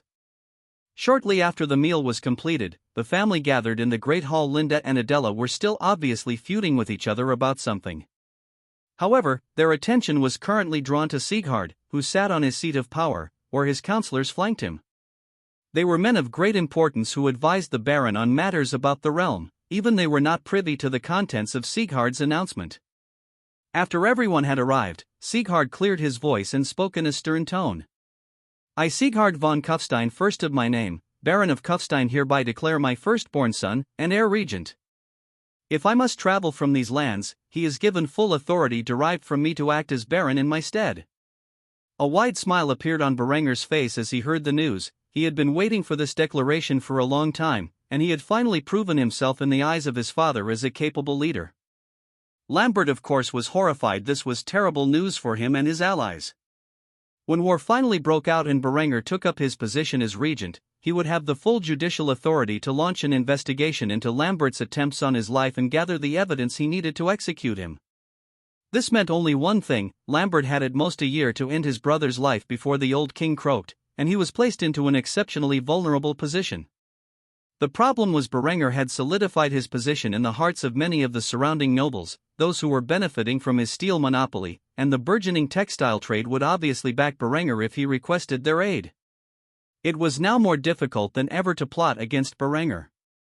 On the other hand, the girls both reacted to the news with satisfied smiles on their faces. This was good news not only for the man they loved but also for themselves, whose positions would become more favorable when Berenger became regent. Although when they realized that they both had the same satisfied expression on their faces, they immediately shifted back to a feuding state. The reactions of the counselors to this monumental announcement were varied. They were all aware of Berenger's recent transformation and his formidable capability of presiding over the realm. Thus, many of the counselors were excited by the news, as they could not think of a better man to take up the position. However, a quarter of the counselors were backers of Lambert's attempt to gain power, and thus they were quite miserable at the announcement. If they allowed Berenger to come to power, it would only mean their removal from office at best and their deaths at the worst. Henrietta and Gisela were both delighted by the news, and Sieghard had a satisfied smile on his face. Though they did not know it, battle lines were immediately drawn when this news was announced, and his two sons would increase the brutality of their war of intrigue. Berenger made sure to keep note of the expressions of the councillors who were either indifferent to the news or outright dismayed. It became immediately apparent that they were either on the fence about the issue or outright supporters of his brother. Thus Berenger figured he would get rid of his brother's most immediate backers before taking out any of the other local nobility who supported him. After all, these noblemen who advised his father held significantly more power than those who would answer his call to arms once every blue moon. Later that night, Berenger would get his spy network to acquire the materials he would need to manufacture a particular poison that was virtually undetectable in this medieval world. The target of his new ploy would be the Marshal of his father's forces. The man was clearly the most disturbed by the news and even eyed Lambert for his reaction. Berenger did not doubt within his mind that the Marshal was in bed with Lambert. As the commander of his father's forces, he presented the biggest threat to the security of his regency and needed to be removed before Berenger seized power. However, that was a task for later. After the declaration was made, Berenger was congratulated by many people, including his future wife and lover. Even Lambert was shocked when Linde approached Berenger immediately after the announcement and fought with Adela over who would pay their respects first. At this moment, Berenger instantly realized what was going on between his two women, and he knew that Linde had said something to Adela to antagonize her. Now her words from the previous night began to make sense, and internally he was furious. When the two were in the middle of bickering, Berenger raised his hand, and the two immediately became silent. "Adela, you are my fiancée, you may tell me what you wish to say first." Linde immediately became flustered as she was denied the right to speak with her lover first. Still, she understood his reasoning and let it slide. "Congratulations, Berenger. I know you will do your family proud." The little girl then eyed Linde with displeasure and whispered in Berenger's ear, "I need to talk to you about something later." Judging by the look on her cute little face, Berenger was certain that she was unaware of the extent of his relationship with Linde, which was a good thing, but he definitely needed to figure out what had been said between the two. He nodded and smiled at his future wife as he held on to her hands. "Thank you. That means a lot coming from my fiancé." While saying that phrase, he eyed Linde with an expression that said, "I know what you did, and I'm not happy." Linde immediately flinched when she was the vicious gaze Berenger had given her. She began to think that maybe she should not have openly declared war on Adela so soon. She was definitely going to be punished far worse tonight, which made her dreadfully excited. Of course, she was skilled enough at acting to mask her desire with a look of indifference. After Berenger had accepted Adela's respects, he moved on to Linde, who bowed respectfully and said formally, "Lord Berenger, I would like to congratulate you on your latest title. I trust you will be a benevolent and efficient regent in the future." Lambert was extremely agitated by the sight of his fiancée paying respects to her older brother, but judging by the lack of informality in her tone, it was merely her fulfilling her social obligations. As such, he never suspected she was romantically involved with Berenger. Instead, he felt even more sure of his previous thoughts that she was bickering with Adela over something frivolous and thus did not pay any more attention to her actions. It went on for some time, but he had to entertain many people paying respects to him. When he was finally done with his noble obligations, he thanked his father for the trust he had placed with him and left the great hall. Adela was in tail following her fiancé. When they were finally secluded, he could not prevent himself from asking the little girl what exactly was the nature of her grievance with Linde. "So, are you going to tell me what happened?" Adela tried to fake ignorance, as she did not want to discuss her war with the temptress for his affection. "I am sure I do not know what you are talking about." Berenger laughed at the young girl's cute face as she tried to pretend like she did not understand his question. "Come on, it is obvious that you are fighting with my brother's fiancé. Even my father noticed it, and he isn't exactly the sharpest tool in the shed when it comes social circumstances." Adela let out a deep sigh and told Berenger the truth of her encounter with Linde and how she felt about it. Needless to say, she was not happy. Berenger was an excellent actor and laughed it off as if it was a joke. He really needed to salvage the situation, and he did his best to do so. "That's it? She's obviously angry with Lambert for his drunken antics and is trying to make him angry by pursuing his older brother. If she really has any intentions to steal me away from you, I'm afraid it's too little too late. You have nothing to worry about." Adela looked at Berenger with a sheepish expression as she asked him with tears forming in her eyes. "Really? Berenger, of course, instantly felt intense guilt for lying to his fiancée about the true nature of his relationship with Linde, but he could not well afford to reveal it at the moment. Granted, he felt justified in his actions and did not feel the slightest guilt for the act of having a lover on the side. However, he did not let any of those complex emotions show on his face, as he masked his emotions with a very convincing facade. Of course. Do you think I would throw you a lavish engagement ceremony like I did if I did not have the intention to marry you? His words made sense, and Adela slowly wiped the tears from her eyes. A smile spread across her face before she reached around Berenger's neck and pecked him on the cheek. Afterward, she ran away in embarrassment. Though she had kissed his cheek many times, it was still too much for the little girl to face him afterward. Berenger told the truth when he said that last part he had no intention to marry Linde. He had developed her into the perfect mistress, but that did not mean that she was wife material by any means. That was not something that could be cultivated in a woman past a certain age. By the time she was physically mature, she was either a wife material or she was not, or so Berenger believed. The young lord had personally witnessed too many men's lives ruined in his past life by the full-grown women they tried to change into housewives and the court system which favored the women after they no longer wanted to be married, no matter what atrocious things they may have done during their time of marriage. Luckily for him, divorce was a rare occurrence in medieval times. She would essentially need the Pope's approval. Even then, it would require special circumstances.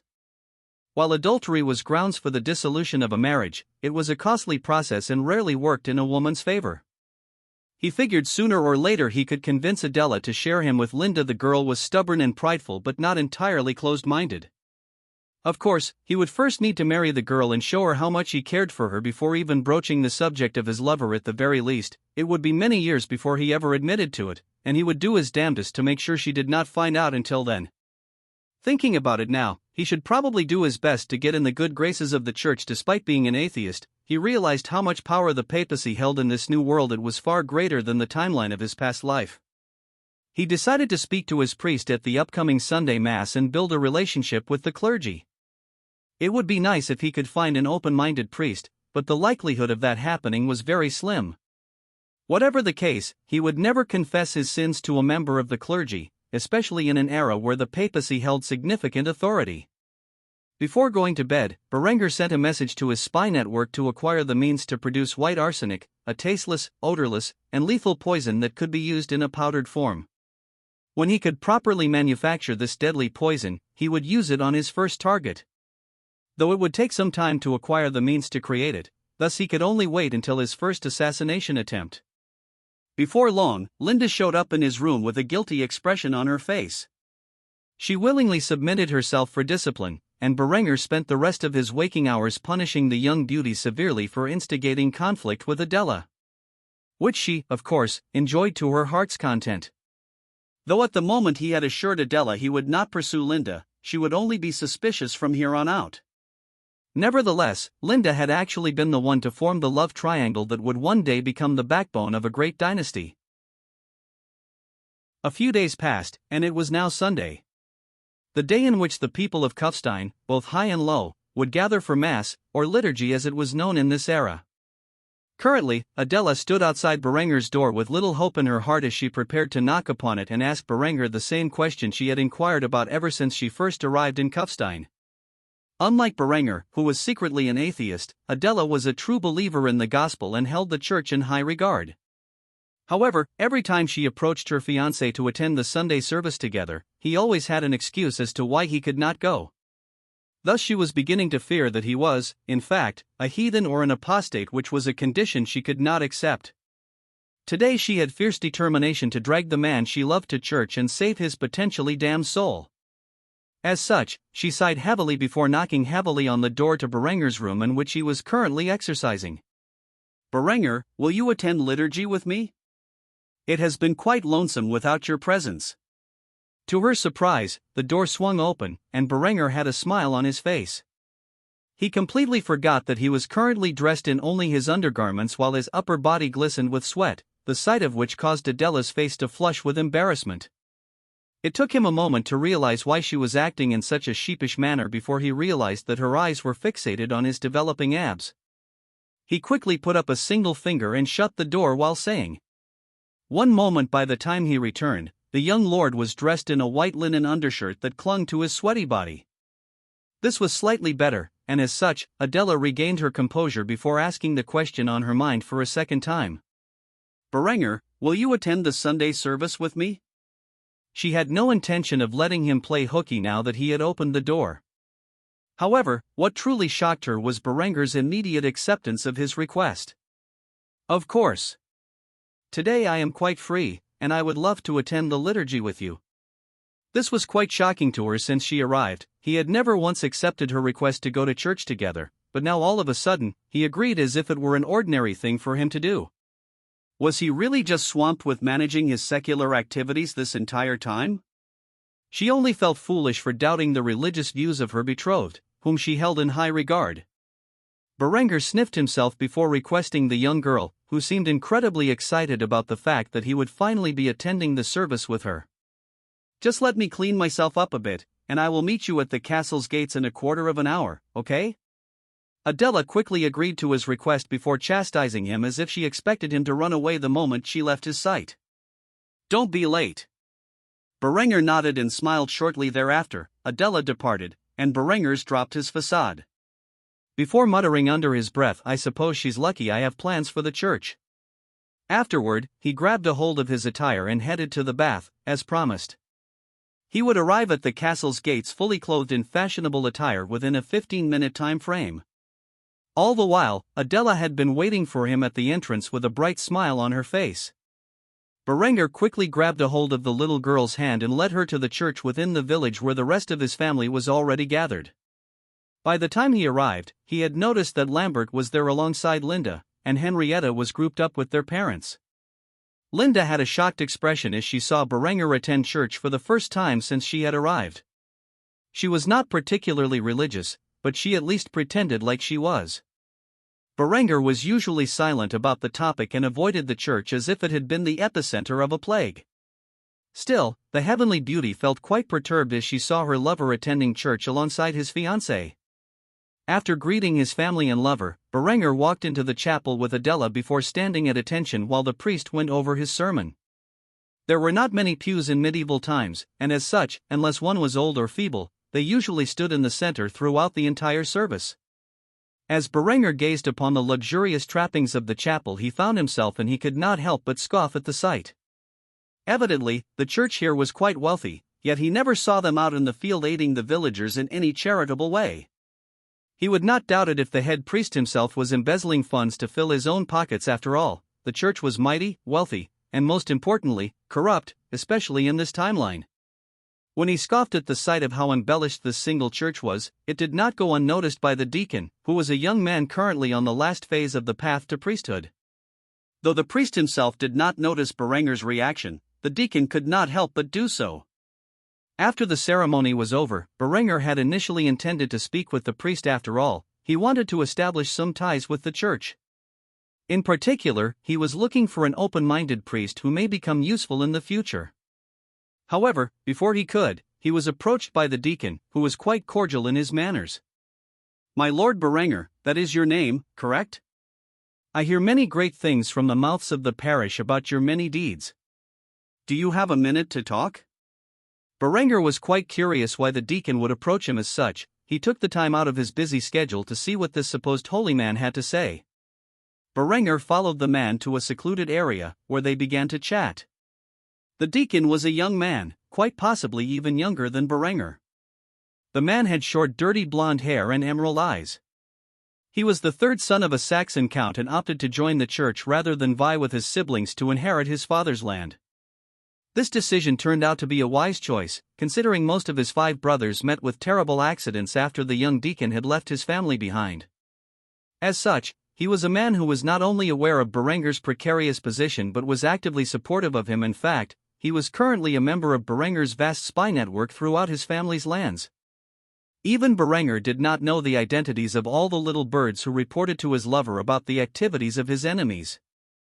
The young man was eager to greet the Baron's son and heir, whom he had already aided with great effort in countering Lambert's schemes. As such, he bowed before Berenger respectfully and said his piece. "My lord, I doubt you are aware of who I am, but I am one of the many members of your web of intrigue, and I know why you are here. You seek to establish ties with the church, is that correct? Berenger was shocked that a deacon would belong to his network of agents, and as such, he proceeded with caution. Testing the young deacon with a question only someone directly reporting to his spymaster would know the answer to. I'm afraid Adela has never mentioned you to me. The deacon was a bright man and knew instantly he was being tested by Berenger. If he were fake, he would most likely nod his head and recognize Adela as his spymaster. Yet, that was not the case. Instead, the young man grinned and gave the correct answer. Funny, I remember speaking to a young woman with strawberry blonde hair and sky blue eyes, not to mention her magnificent bust. Berenger's expression was indifferent, but he was really excited. He already had a member of the church working for him in the shadows. As such, he clasped the man's shoulder and apologized for his test. I apologize for my rudeness. It appears you really are a supporter of mine. One can never be too careful these days. What is your name? The man smiled greatly after hearing Berenger apologize for testing him. He truly was a man of character, as he had heard. I am Ludolf, a deacon of this church. Berenger walked around the area with Ludolf and picked up a golden chalice once more. He decided to test the youthful deacon and see if he could be fit into his plans for the future. Tell me, Ludolf, what are your thoughts of the garish embellishment we see around us? Gold crosses, chalices, chandeliers, and even rosaries. Is this not a waste of the church's funds? Ludolf smiled once more upon hearing Berenger's views of the church's wasteful spending. I could not agree more, my lord. Unfortunately, the priest of this chapel and the Bishop of Innsbruck care more about appearances than helping the common folk. Something I have heard that you accomplished quite well in our stead. I'm afraid no matter where I go, that seems to be the current status quo of the church. Sucking money away from the people like leeches with promises of salvation in return for their hard-earned coinage. Using it to build lavish chapels like this one. Such wasteful spending, if you were to ask me. Berenger's lips began to curve into a smile. Though this young man may not seem like much, he had the potential to become the Martin Luther of this world. With the right guidance and support, he may very well break the papacy's stranglehold over the kingdoms of Europe. Something which Berenger greatly desired. If his aspirations were to become a reality, then he could not have the church wield unrestricted power throughout Europe as it currently did. He would need to start a revolution from within, and it just so happened this young deacon named Ludolf already had some revolutionary ideas. If pushed in the right direction, he could prove to be a powerful ally against the authority of the church. Thus Berenger decided to act like the devil on the young man's shoulder and guide him in causing a major schism within Christianity. Ludolf, I share many of the same sympathies. It is the reason I have not been attending service lately. Would you like to go for a walk? I would very much like to discuss my concerns about the direction the church is heading in.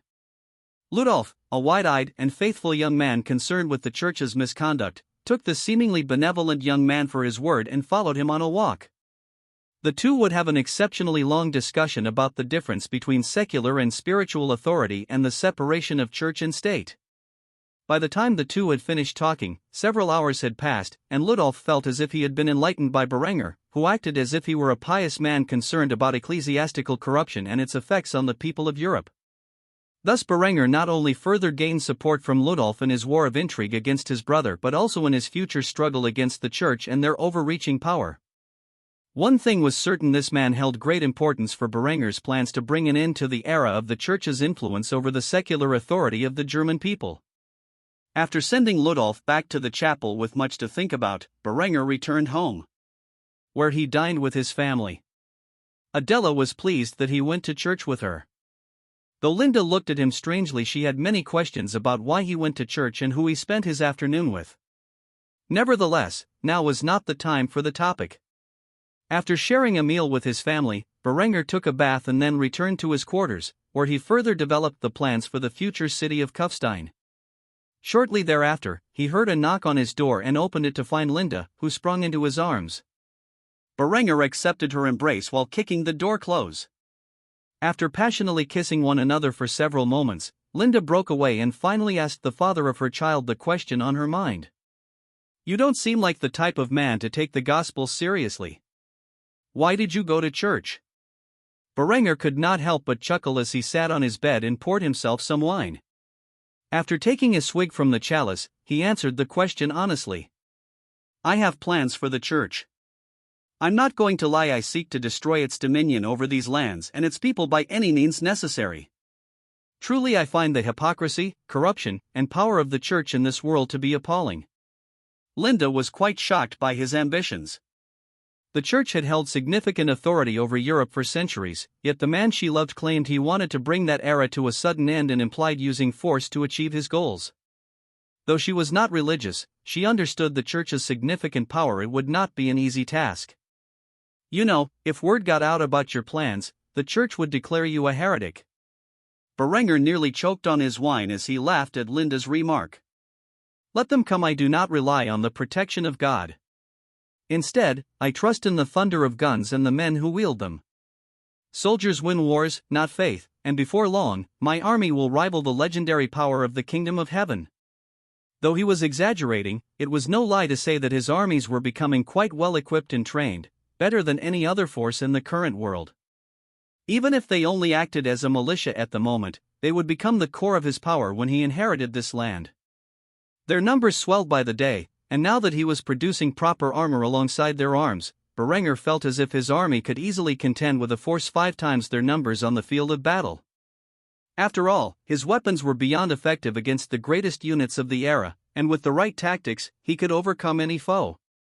With time his weapons would be even more efficient, and by then, nobody could stop him.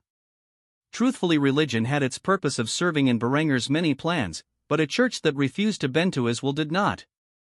Berenger would make use of scripture and the concept of divinity in his future efforts of propaganda. Though he personally did not believe in such things, he realized that religion played an important role in functioning society. As such, he had plans for a reformation of the church, the extent of which would rely on Ludolf and those who would support his future efforts. As for Catholicism and the Pope's authority over secular affairs, he would never recognize such a thing.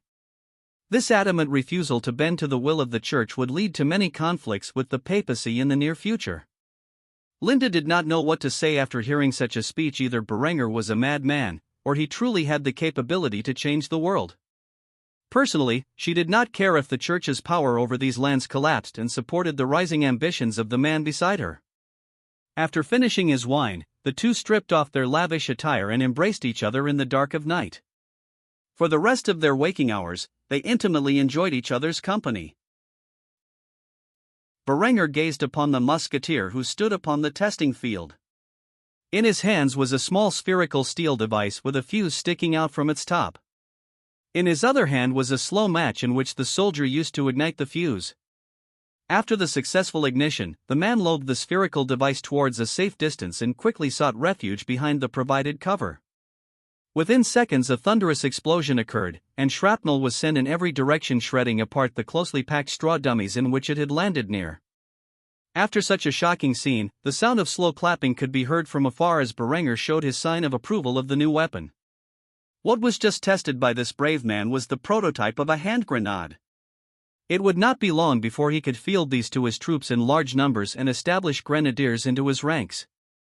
However, this revolutionary weapon of war was not the most exciting innovation being tested to this day. Eckhard was filled with anticipation as the artillery crew loaded a strange-looking device into the bore of the 1417 pattern 12-pounds cannon.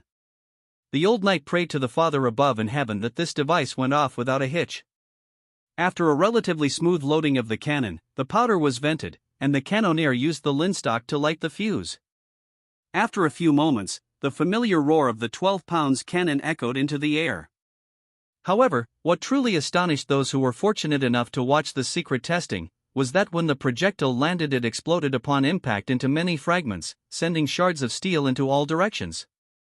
The result of which was far more destructive than the hand grenade, which was tested previously. This time a thunder of applause rose from the bystanders as they watched a new era of artillery being born before their very eyes.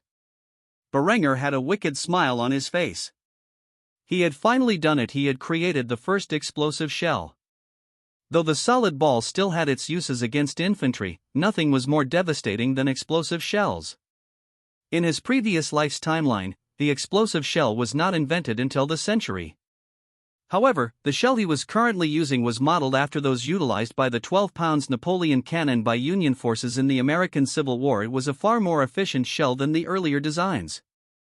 Eckhard saluted Berenger and congratulated him on his newest innovation. With this, their militia was even more fearsome than they were a month ago at the Battle of Mining Town. "Commander, let me be the first to congratulate you on the success of this truly revolutionary design. With these shells, our artillery will rule the battlefields." Berenger smiled and returned the salute to his second-in-command. However, one thing was noticeably missing from his forces: the third branch that comprised all early modern armies for centuries. Cavalry, though he would not be able to raise cavalry for his militia until after he took over his father's position, either as a regent or as the Baron himself. Nevertheless, this was truly a monumental occasion. With shell and canister being fired out of his cannons, he could engage forces far larger than his own on the field of battle. As his militia further completed their training and outfitted themselves with better equipment, Berenger believed it would not be long before he could begin his conquest of Germany. It might take a few years for him to succeed his father in his eyes. The Baron of Kufstein was not likely to survive the upcoming war. By the time the war was over and the various feudal powers of the kingdom exhausted themselves in bloody conflict, he would rise from the ashes and stake his claim with his superior army. By right of conquest, one day, he would be emperor of the German people. After testing the new weapons, Berenger wanted them mass-produced as quickly as possible. As such, he put in priority order: he would have his artillery trained to use the new shells effectively and would establish the strongest and most elite of his infantry forces into grenadiers. Of course, all weapons operations were strictly confidential. As such, it would have to use the new testing field Berenger had set up, out of the sight from unwanted eyes. After testing the weapons successfully and giving his new orders, Berenger returned to the castle, which took a while, seeing as he had to travel from his secret testing facility. When he returned, he saw Adela and Henrietta playing in the castle corridors. They were not too far apart in age and were getting along splendidly. On the other hand, Linde had a tense relationship with Henrietta. The little girl had good intuition and had a feeling something was going on between Lambert's fiancée and Berenger. A sense of intuition that the men of the family desperately seemed to lack. As such, the little lowly constantly ran away from Linde whenever she tried to get along with the family. Of course, Linde's most strained relationship was with his Berenger's mother, Gisela. Gisela was a shrewd and proud baroness who had long suspected an affair between Berenger and Linde, practically since the first night when Linde arrived at the castle. However, she saw how Linde treated Lambert and saw this dirty secret as a way to break her second son's betrothal. If Berenger wanted a lover to hold him over until he married Adela, then she would allow his selfishness, so long as she could later use it as a means to get rid of the young vixen once and for all.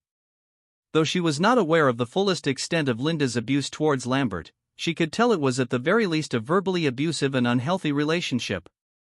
Especially since the night of Berenger and Adela's engagement ceremony and the alleged actions Lambert had engaged in. The growing closeness between Berenger and Linde under the guise of Count Lothar's transaction did not ease the Baroness's animosity toward the young woman.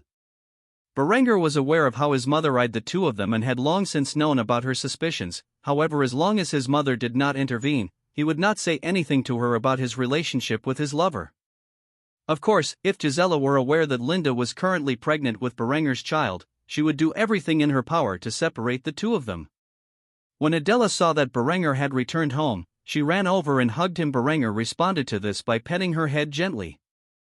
It was nice having two women with completely different personalities to care for him. He vowed that he would never give up this lifestyle and never complicate it further by adding more women to the mix. He cared for both of his women equally, as they both served their own unique roles in his life. After a while, Adela let go of Berenger and asked him the question on her mind. "Are you done with work for the day?" Berenger smiled and nodded at his little fiancée before noticing Henrietta come over to him with a sheepish expression. "Big brother, will you play with us?" Berenger chuckled lightly as the little lowly grabbed a hold of his torso and hugged the other side of him.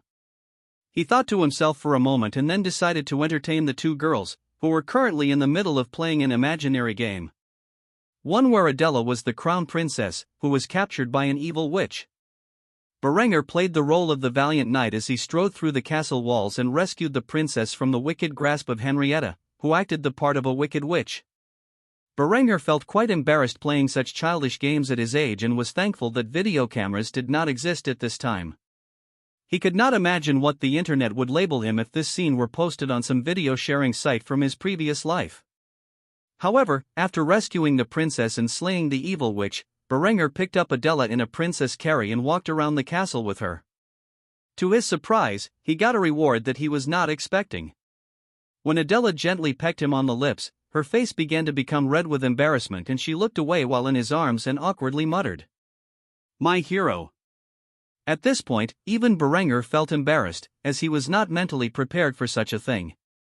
He did not know what to say, so he chose some cheesy one-liner and smiled at Adela and said in a serious tone, "I will always protect you, my little princess."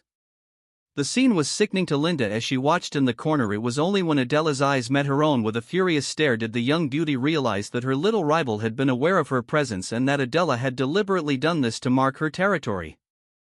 Linde thought it was cute that the little girl considered that slight peck on the lips to be considered a kiss. Obviously, Linde would have to leave her own mark on Berenger later that night to make up for it.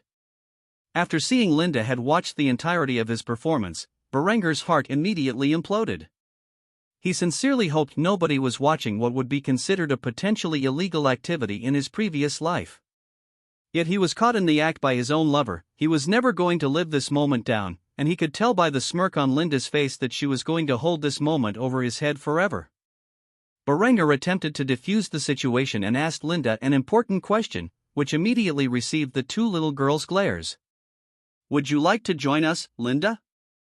The heavenly beauty immediately scoffed at the idea and glared at Adela. "No thanks, Berenger, I've long since matured beyond the need to play such childish games.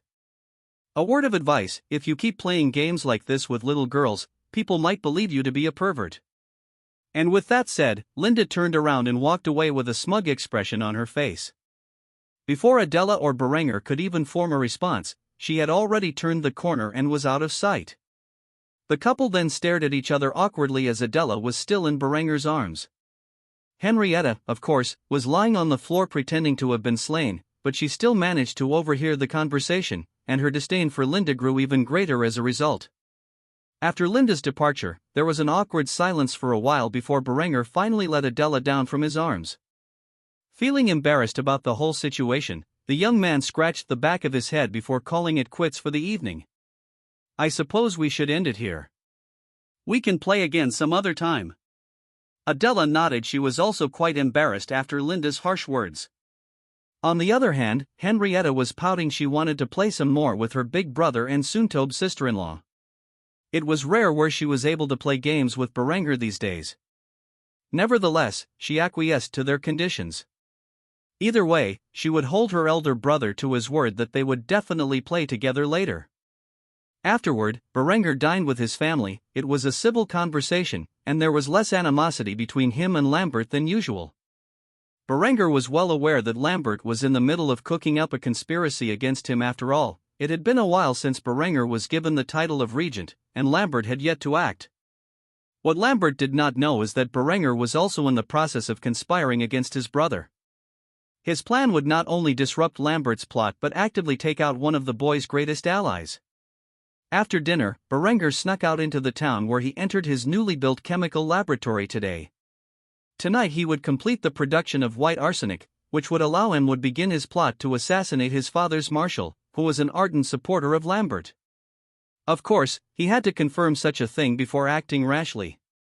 While some of his spies were acquiring the materials to create arsenic, others were gathering intel about any potential alliance with Lambert. In the process, Berenger uncovered Lambert's plot to act against Berenger, and frame him and his militia for multiple crimes, and used the Marshal as a witness. Unfortunately for the teenage boy, the Marshal would soon become very ill and pass away from this world. Berenger began to laugh sadistically as he saw the powdered arsenic that was created overnight. He would give his many spies strict instructions to lace the Marshal's wine with the poison in small doses for the next week. Once the man became dreadfully ill, Berenger would increase the dose, effectively ending the man's life. As far as anyone was concerned, the Marshal would have fallen ill and passed away from said illness shortly after. Even if someone expected an assassination, nobody would be able to prove it. Just like that, Berenger had taken this war of intrigue to the next level. Lambert would soon enough be left alone, cut off from any support, and when Berenger finally had his scoundrel of a little brother by his lonesome and the authority to pursue justice, then, and only then would he put an end to this war of intrigue once and for all. After distributing the poison to his assassins, Berenger quietly returned to the castle. He made sure that his absence went unnoticed. When he finally returned, he saw the familiar sight of Linde waiting for him. She immediately ran into his arms and kissed him passionately, as if she was trying to remove the mark upon him that Adela had left previously. Just like that, Berenger and Linde spent the remainder of the night enjoying each other's passionate embrace. A month had passed, and Berenger awoke once more at the crack of dawn. Lying next to him was Linde, who was sprawled about under the sheets. Her silky strawberry blonde hair glistened under the light of the sun. She was still asleep and lately had slept through his morning exercise. She was now roughly 2 months pregnant at this point, and as such, Berenger allowed her some much-needed rest, as he knew that nobody else in the castle would be up at this hour. However, he quickly got out of bed and started his daily workout. Today was a chest-oriented day, so he used his bench press. Though he recognized that he would never be as physically strong as he was in his past life and this life. Berenger still tended to exercise 4 to 5 days a week. After spending half an hour lifting various weights, Berenger quietly exited his room and went for his daily run. He liked to run at least 10 miles a day during the days of the week he exercised. As such, he ran around the village in loose-fitting clothes early in the morning when the farmers began to get to work. Due to the recent industrialization of the region, many of the commoners had proper working hours and were still resting at this time. Thus the number of people up at this ungodly hour was constantly dwindling. Berenger would wave and say hello to the common folk, but his primary focus was on his run. The only other people who were up at this hour were the militia members in basic training. When their commander ran by, getting in his morning run, they all saluted him at attention. He returned the salute as he continued to run. The fact that the men could see their lord and commander up at the same hour, engaging in an exercise routine like themselves, boosted their morale, as well as their trust in Berenger. He was a man who led by example and refused to get any more sleep than his men did. Berenger also never truly had a day off from his work. He was so busy maintaining his region's industrial, agricultural, and military sectors that he felt like he did more work than his father did. In fact, his father, the Baron, had deliberately pushed in excess of his workload onto Berenger, expecting him to break from the stress. Still, Berenger took it in stride and exceeded his expectations in every way. This was one of the reasons Sieghard gave him the prestigious title of regent. Berenger thrived when he was busy. He was not a man who could handle idle time well. When Berenger had downtime, he was bored, and he always found something to do when he was bored. Preferably something productive. As such, he worked harder than anyone he knew. This was a trait from his previous life, where he had to work hard for everything he owned. His family was not particularly wealthy growing up. Both of his parents worked full-time jobs with excessive overtime. From a young age, he found himself helping around the house to alleviate the stress on his parents' shoulders. That was one of the reasons he knew all of his family's cooking recipes by heart. As the son of German immigrants, his youth was filled with German cuisine, and when he reached a certain age, he handled the cooking and cleaning of the house when his parents were at work. By the time he was an adult, he had entered West Point, and after graduation, was an officer in the military. As such, he spent much of his downtime looking busy. In his mindset, if you are looking busy, you might as well be productive. After finishing his run in roughly an hour and a half, Berenger returned to the castle, where he washed the sweat away from his body in the private bathhouse the family had constructed within their castle. After getting out of his bath, over 2.5 hours had gone by since the time he woke up, and he planned to get some work done in his chambers. He returned to his room to find that Linde was still asleep by now. The servants were wide awake and active throughout the castle. Even his family members were out and about. The fact that the young woman was still in his room meant there was a great risk involved with returning to her quarters at this point. Berenger walked over to the bed and got inside with Linde. He decided to tease the girl and caress her bare body until she woke up. She immediately felt him grabbing onto her heavenly bust, and a smile spread across her face as she pretended to sleep. However, when Berenger whispered in her ear, "It's already past 730. If you continue to sleep in, my family will find you here." Linde immediately got up and out of bed, while shaking his hands away from her breasts. "Master, why didn't you tell me it was so late already?" Berenger chuckled as he watched her get dressed in her nightgown from the night before, with a big grin on his face. "You need your sleep, so I decided to let you rest." After getting dressed in her nightgown, the girl kissed him on the lips before absconding from his room in secrecy, cautiously returning to her own quarters while making sure nobody was aware she had spent the night with Berenger. If Berenger had not awoken her, she would have surely slept in long enough to cause a scandal. Thankfully, her lover was looking out for her. After Linde had left his room, Berenger spent the remainder of his morning going through his progress. By now, the formation of 2nd Artillery Battery was taking precedence over the infantry battalion's ranks. Most of the new recruits were placed into the 2nd Artillery Battery, while the arms factory had begun to spam 12-pound cannons. He now had more cannons than cannoneers, which he supposed was a good problem to have. Due to the increase in workforce, he was able to form the 2nd steel production line in half the time of the 1st, and it was now fully operational. With the increase in productivity of the mines after the von Kufsteins seized them from Ulrich's family, the steelmaking factory could double its output. Any steel that exceeded their production capability was sold at a fair price to the contacts he had made during his engagement ceremony. The armor he designed had been produced in massive numbers for his troops, and a total of 14 of his soldiers were now equipped with munitions-grade half-plate armor. After investing in importing materials and establishing the use of inventions like the spinning mule, he was now able to make clothing for peasants and nobility fetching a fair price while relying mostly on local production. It was only the super-luxurious fashion that cost him a pretty penny to make. Luckily he was still able to sell them for quite the profit, thus expanding the already filled coffers of the Barony of Kufstein. Today was an important day for Berenger. Two of his schemes would fully come to fruition this day. Over the past month, the Marshal had been slowly poisoned by the young lord's spies to the point that he was very near death. A slight overdose today would rid the world of one of Lambert's most powerful allies. Though physicians had checked on the man, ultimately, they could not find out the cause of what ailed him. The second scheme was far more important in the long run and would come to fruition this day. Linde would be informing the family that she was pregnant with Lambert's child when in all reality, it was Berenger's. Since the night of Berenger and Adela's engagement ceremony, she had avoided Lambert as much as possible. The boy had approached her several times requesting that they sleep together, but she kept refusing him. As such, Berenger arrived on time at the breakfast table, where he waited patiently for Linde to break the news. After the family enjoyed their meal for quite some time in peace, the young woman finally dropped the bombshell on the family. The girl's face instantly grew flustered as she spoke her words. "I have an important announcement to make." After a slight pause which aroused everyone's interest, Linde looked at Berenger, then at Lambert, and then back down to the table where her meal was laid out. Finally, she blurted out what she was instructed to say, minus a very critical detail. "I'm pregnant."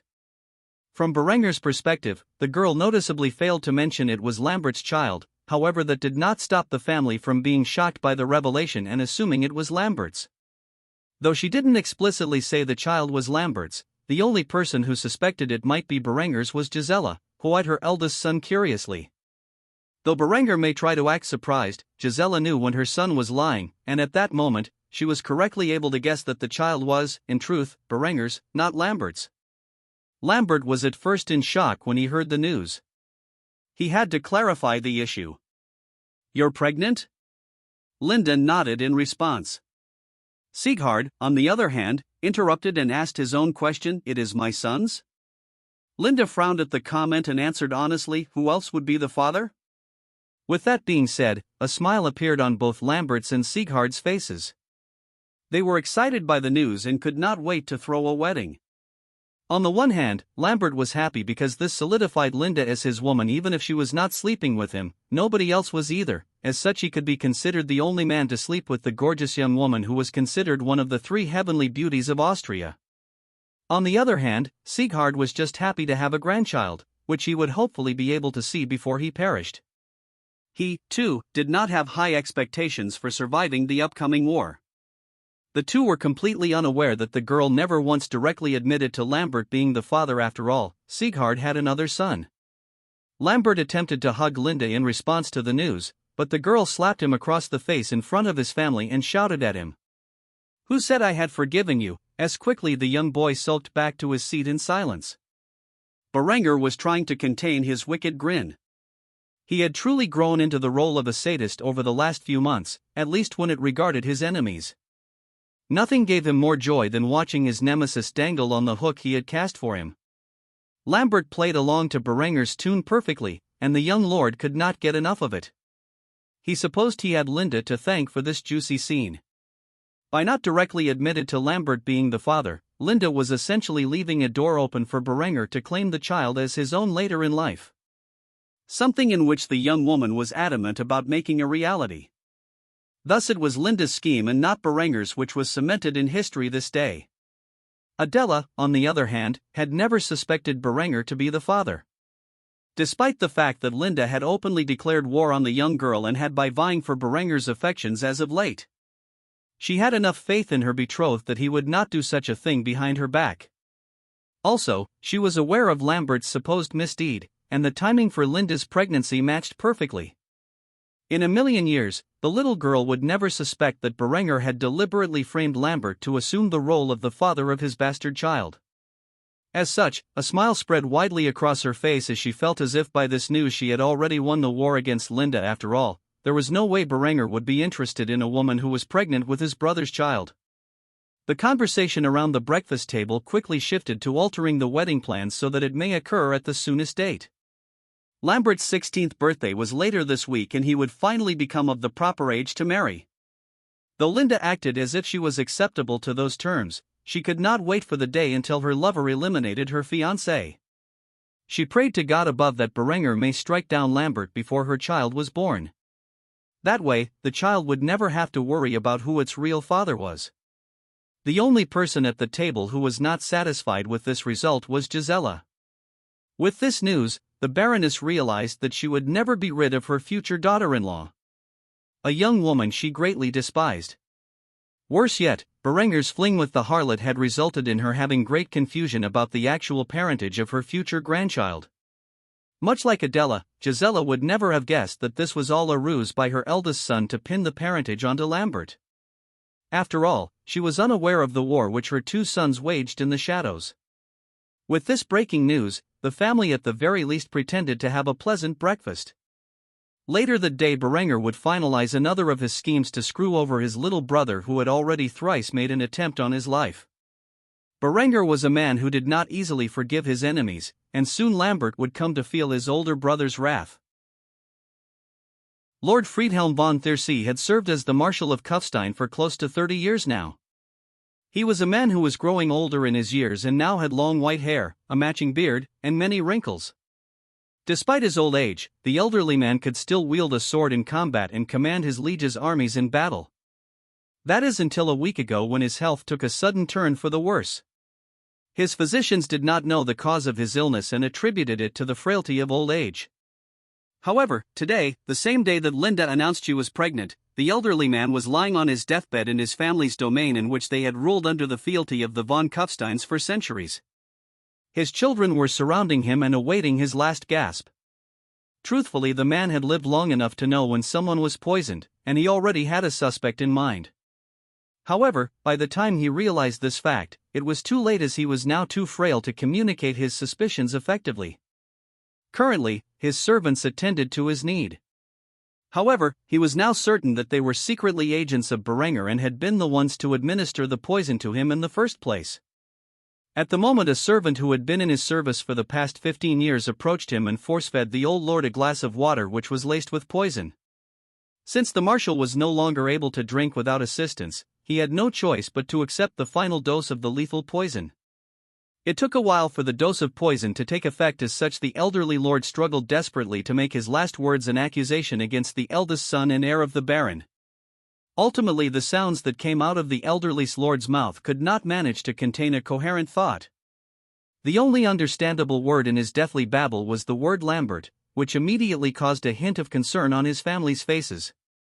Why would the old man's last word be the name of the second son of the Baron? However, before they could ask the old man what he meant by using the name, the Marshal drew his last breath and exited this world. Ultimately, this left a hint of suspicion on several of the more clever family members' faces. They would even investigate if Lambert had something to do with the old patriarch's sudden illness. Ironically, by trying to get his family to warn Lambert that his brother was the most likely suspect with the Marshal's untimely death, Lord Friedhelm instead thrust the suspicion onto Lambert, which would ultimately result in his family siding with Berenger in the war for the title of Baron. Of course, at the time, Berenger had no way of knowing that his assassination of the Marshal would provide key evidence in his later attempts to eliminate Lambert as a threat. Thus on that night, the lordship of Thiersee mourned the loss of the mighty and efficient lord who had presided over them for decades. By the time Berenger and his family heard the news of Lord Friedhelm's passing, it was already late into the next day. This was shocking news for Sighard, who suspected his Marshal to be having a brief bout of illness. He had never expected the elderly lord to die from what ailed him. As such, Sighard immediately called for a grand funeral to honor the memory of his loyal Marshal, who had served his family for so many years. On the other hand, Lambert was horrified by the news. He had only recently become aware of his ally's illness and chalked it up to the troubles of the elderly. However, with his passing and Berenger's smug expression, he knew instantly that his brother had conspired against a key ally in his fight for the inheritance. Without the Marshal on his side, he would have difficulty rallying the town guard against Berenger when his father eventually departed for war. Even if Lambert did not truly understand how efficient Berenger's militia was, if Lambert acted quickly enough upon their father's departure, he could seize power and imprison his brother before Berenger's militia could enter the castle's gates and secure the young lord's regency, which he had been a critical point in Lambert's plans for the future. Without the forces already stationed in the castle backing him, Lambert now had little chance of achieving such aims. Nor could he form his own militia, as Berenger clearly had won the hearts of the common folk, and rumors had spread around of Lambert's character being more wicked than he displayed in public. In fact, despite the period of mourning, Sighard needed to declare a new Marshal. The only problem was there were not many men as experienced as Friedhelm in the ways of war. The position of Marshal was critical for a lord, as they essentially commanded all forces of the realm in the stead of the feudal lord. However, Sighard personally enjoyed commanding his forces under his reign. The Marshal had always been more of an advisor on strategy and tactics, as well as the chief of his law enforcement. As Sighard was not expecting to survive the upcoming war, he had to consider someone capable of advising his son and heir on the matters of law enforcement and warfare in the future. What Sighard did not know is that Berenger had already found such a capable man to fulfill the role and would eventually replace whoever Sighard had chosen for the position of Marshal. Currently, Sighard was in a meeting with Berenger discussing the role of Marshal and who should be appointed. Berenger was surprised that Sighard was now taking his opinion into account. It could only mean one thing: Sighard was preparing for his eventual death on the battlefield and his son and heir's transition to power. However, he had to confirm such suspicions and thus asked his father outright. "Father, I know that there is a storm approaching and that soon this land will be embroiled in civil war.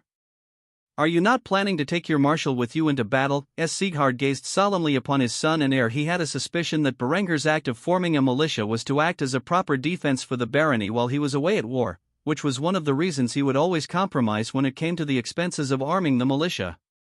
"I won't lie to you, son, what you say is true. Shortly, I will be called to war by the Count of Tyrol. I do not anticipate coming back from this conflict alive. It may take years, but sooner or later, I will perish on the battlefield fulfilling my duties to our liege. What I want is to put someone capable in charge of barony's defenses and law enforcement. Someone who can guide you best on how to defend our land in my stead." Berenger tried not to smile as his suspicions were confirmed. His father knew he was no longer fit to be Baron with how efficient Berenger had proven himself as a ruler. Now that his children were old enough to survive without him, he was looking for a way out. This meant that in a handful of years, Berenger would be Baron and could fully enact his plans to conquer the German-speaking regions, rather than waiting for his father to die peacefully in his sleep in a few decades. Berenger was ruthless to his enemies, perhaps even cruel, but he was not a psychopath. His father had shown him nothing but benevolence and patience as he grew up, and Berenger had no desire to harm his father to accomplish his goals. At most, he would have mustered his forces and forced his father to abdicate if his reign went on for too long. With his father's goal to assign a Marshal who can aid Berenger, he had no choice to voice the candidate he already had in mind. "Father, I know of a man who is perhaps greater material for a Marshal than the late Friedhelm. Sieghard looked up from his list of candidates and stared into Berenger's eyes. He was personally not aware of such a man in his realm. You do? Berenger nodded as he proceeded to make his suggestion. Eckhard, he is an anointed knight and a veteran of many battles. He has quite the mind for strategy and tactics, and I'm certain he can quickly adapt to the role of law enforcement. He's the second command of my militia and was instrumental in the defeat of Ulrich's forces at Mining Town. A wide smile spread across Sieghard's face. It turned out his son had already found a capable marshal who was loyal to him. This was good news for the realm's future. As he thought about it, he began to smile more. This essentially meant that Berenger's militia could be incorporated into the town guard and act as a military force, with police duties among the civilians. In Berenger's previous world, such a force would be referred to as gendarmerie. It would be quite the efficient force in defending his family's territory when he was off at war. As such, he immediately accepted Berenger's suggestion. Very well, I will name Eckhard Marshal of the realm after Friedhelm's funeral. We will incorporate your militia into the town guard, and it will act as the defensive force of the barony and as its law enforcement. Berenger was extremely delighted by this news. By eliminating Friedhelm, he had guaranteed that a unit of his forces would be stationed in the castle and loyal to him. If Lambert attempted to cause trouble upon the start of his regency, it would not end well for his little brother. With a single assassination, Berenger had greatly weakened Lambert and his allies' ability to harm him. Slowly but surely, the tides were turning in his favor. Soon he would be able to finish this war of intrigue and secure his reign. With Eckhard's appointment as marshal, he could root out any supporters of Lambert within the ranks of the town guard and have them expelled from its forces under false charges, thus ensuring the only armed force within the barony of Kufstein after Sieghard's departure was loyal only to Berenger. This also would mean that Berenger would now have the authority to raise cavalry forces and add them to his ranks, albeit in small numbers. He believed he would start with a unit of demi-lancers type of cavalry that would one day replace the heavily armored knights of this era. The establishment of such a force would have to wait until after Eckhard's appointment to marshal, which would take at most a month and a minimum of a fortnight. Nevertheless, things were looking bright for Berenger's future as his path to power was slowly beginning to come together. After conversing with his father about the details of the appointment for some time, Berenger returned to his room, where he began drafting the plans for the establishment of a demi-lancer company, which would be outfitted with 3/4 munitions grade plate armor and lances. After a while, he heard a knock on his door, and when he opened it, he saw Adela standing before him in a beautiful dress in the colors of black, white, and gold, which were the colors of his house. She looked ravishing in such attire. In her hands was a tray full of cookies and milk. The young girl had quite the sweet tooth. "May I enter?" Berenger would not deny his future wife entry into his room. As such, he made way for her approach, and the two sat down next to each other while snacking on the treats. Though Berenger enjoyed them, he did not enjoy the sweet desserts quite as much as Adela did. Still, he could not prevent his mind from thinking about chocolate. Unfortunately, it would be a long time before he could send an expeditionary force to the Americas to claim potatoes and cocoa. Nevertheless, it was one of his greatest goals in this life. The establishment of a colonial empire in his mind was a necessity. However, the reasoning was more for the wide variety of crops and spices it could bring back and less for the territorial expansion. Nevertheless, when he was able to do so, he fully intended to take advantage of the European powers' lack of knowledge of the rest of the world and lay claim to territories in the Americas, Africa, and Asia. With the power his armies would wield by then, nobody could stop him. To achieve this, he would first need to unite Germany and gain some coastal territories. He wanted major naval bases in the Baltic, North, and Adriatic seas. Then he would need to build a mighty navy to maintain colonial power. Either way, it was many years, if not decades, away from where he currently stood. Nevertheless, he would do everything he could to establish his empire as the world's preeminent power.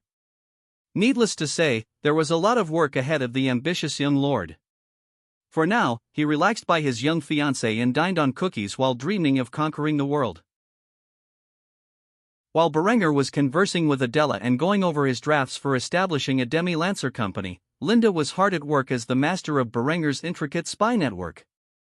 What started as a small group of peasants watching and listening to potential threats and reporting them to Berenger turned into a massive spiderweb that infiltrated every noble house within the barony of Kufstein under Linde's management.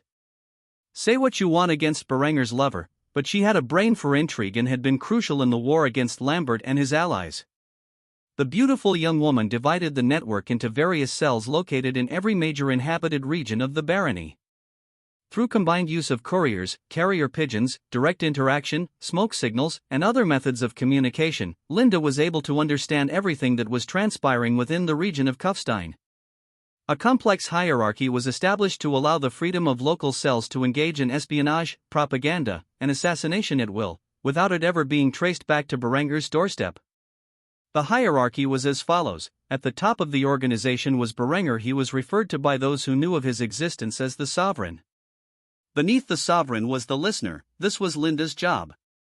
She would listen to Berenger's orders, if he had any, and relay them to the speakers, who were the leaders of every cell. The speakers would then relay these jobs to the eyes, ears, mouths, and hands. Each was tasked with a different specialty in intrigue.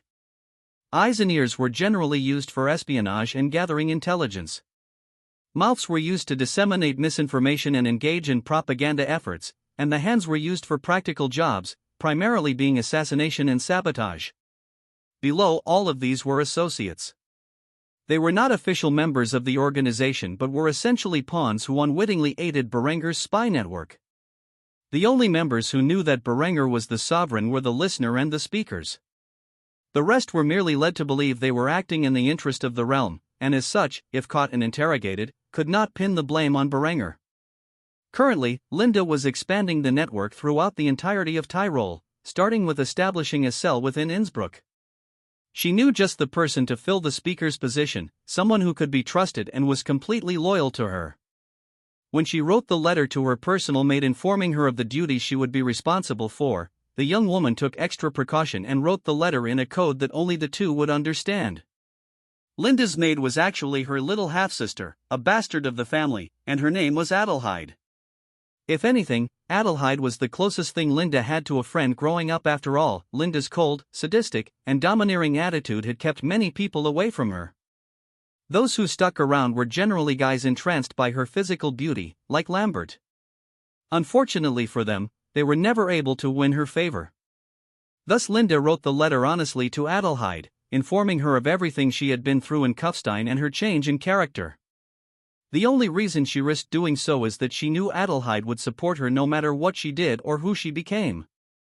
The letter contained some deeply personal information, including that she was currently pregnant with Berenger's child and had framed Lambert into being perceived as the father. After writing about past events, she concluded the letter asking for Adelheid's help forming a spy network throughout Innsbruck.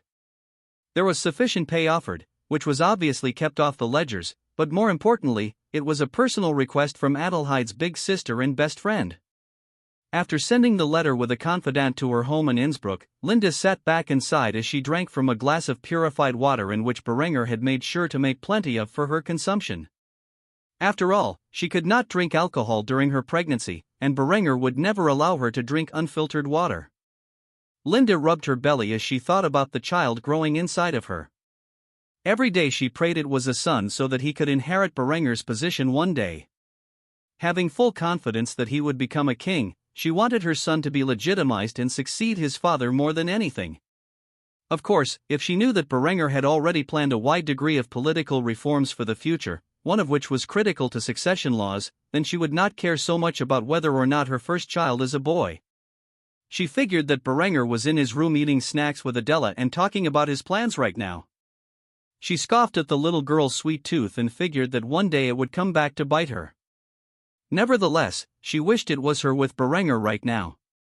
However, she could not very well intrude on their private time after all. She would have plenty of it for herself later, and though she was competing with Adela for Berenger's affection, she had no plans to monopolize him for herself. She had become quite accepting of her role as his lover. In the meantime, she was trying on dresses that Berenger had made for her. They were all in the colors of his house, which she took as a sign that he truly thought of her as family. If anyone asked where she acquired them from, she would say she purchased them from Berenger. Nobody needed to know that the Baron's son and heir showered her with gifts, everything from fine jewelry to exquisite dresses and shoes. Berenger made sure that both his girls were basking the most luxurious of clothing and accessories available. She looked in the mirror gauging her appearance and knew that Berenger would be delighted by her stunning beauty. She could not wait to show him how she appeared in the attire he had made for her. However, that would have to wait. For now, she passed the time mixing and matching her outfits and accessories until she found the perfect looks for each of them. As Berenger was sitting in his room eating snacks with Adela for whatever reason, the young girl decided to feed him the treats herself. He found the idea to be a bit ridiculous, but thankfully nobody was nearby to see the embarrassing scene. As such, he closed his sapphire eyes and accepted the treats his young fiancée fed him. For some reason, he could not help but feel like he had reached the pinnacle of life at this moment.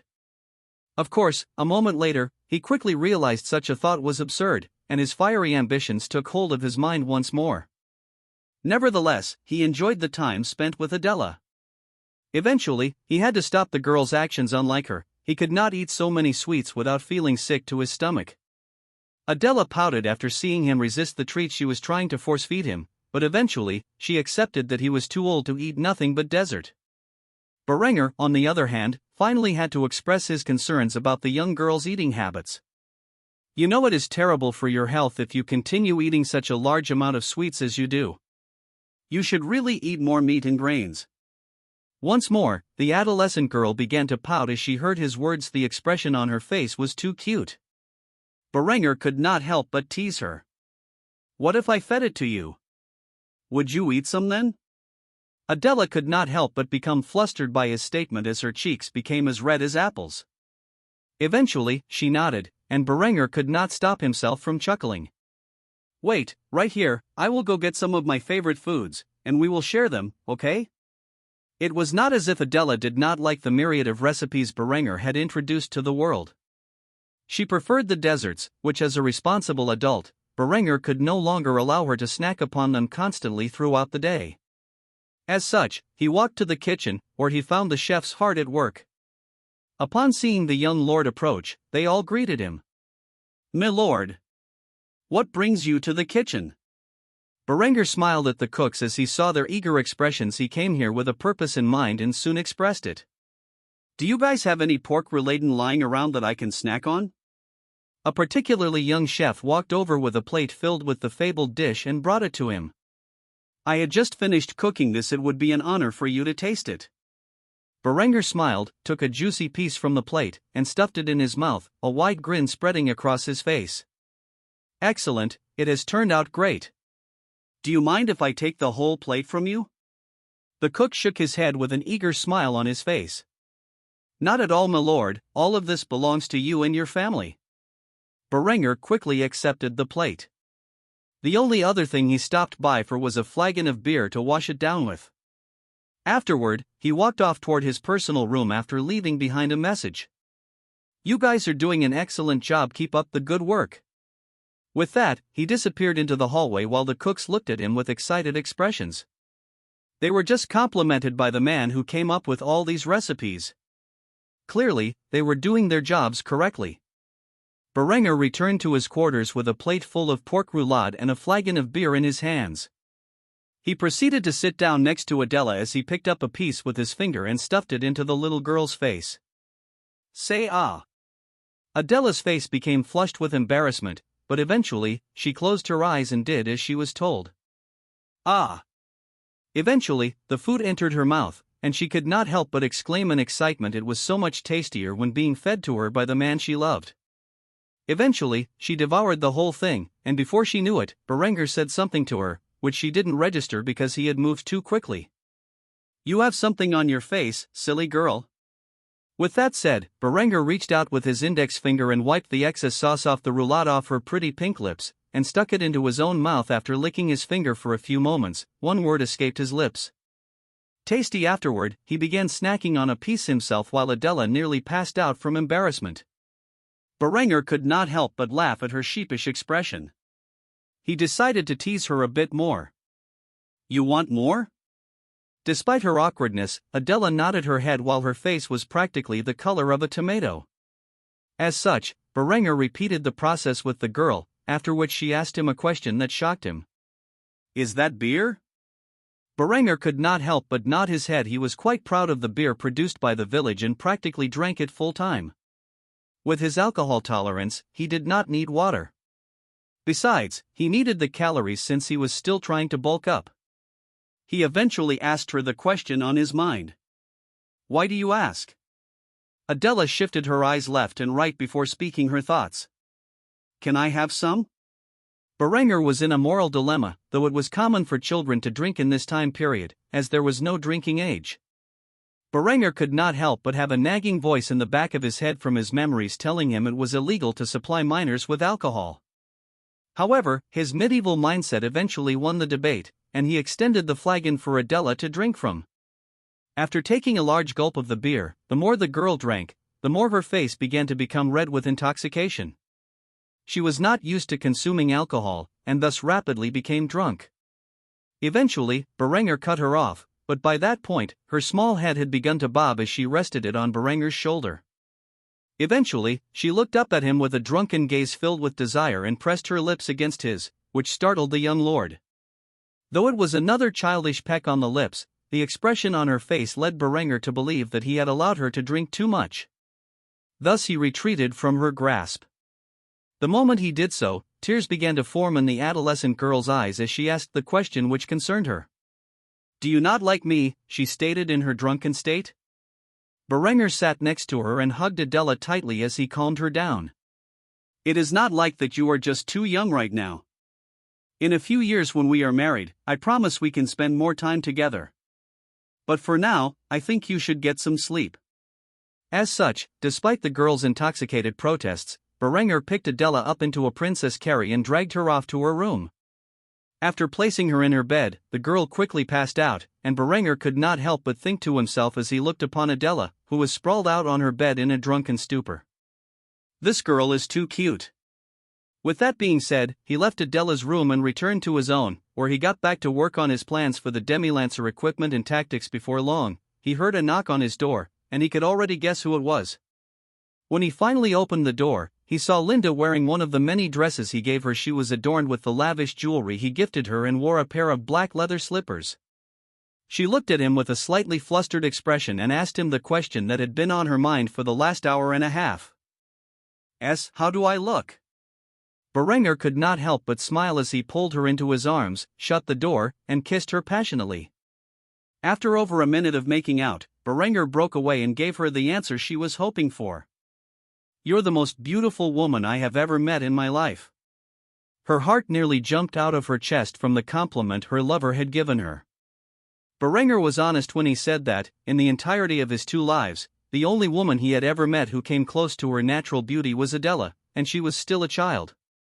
Maybe one day she could rival Linde, but for now, the young woman before him was the only woman on his mind. After spending an ungodly amount of time undressing Linde, Berenger finally got her onto his bed, where the two spent the night together, enjoying each other's warm embrace. Despite being already pregnant, Berenger tried his best to give her another child that night. After a night filled with passionate lovemaking, the two finally fell asleep early in the morning. It would not be for several hours before they awoke once more and began their daily routines. Berenger was currently in a sparring session with Eckhard with wooden swords.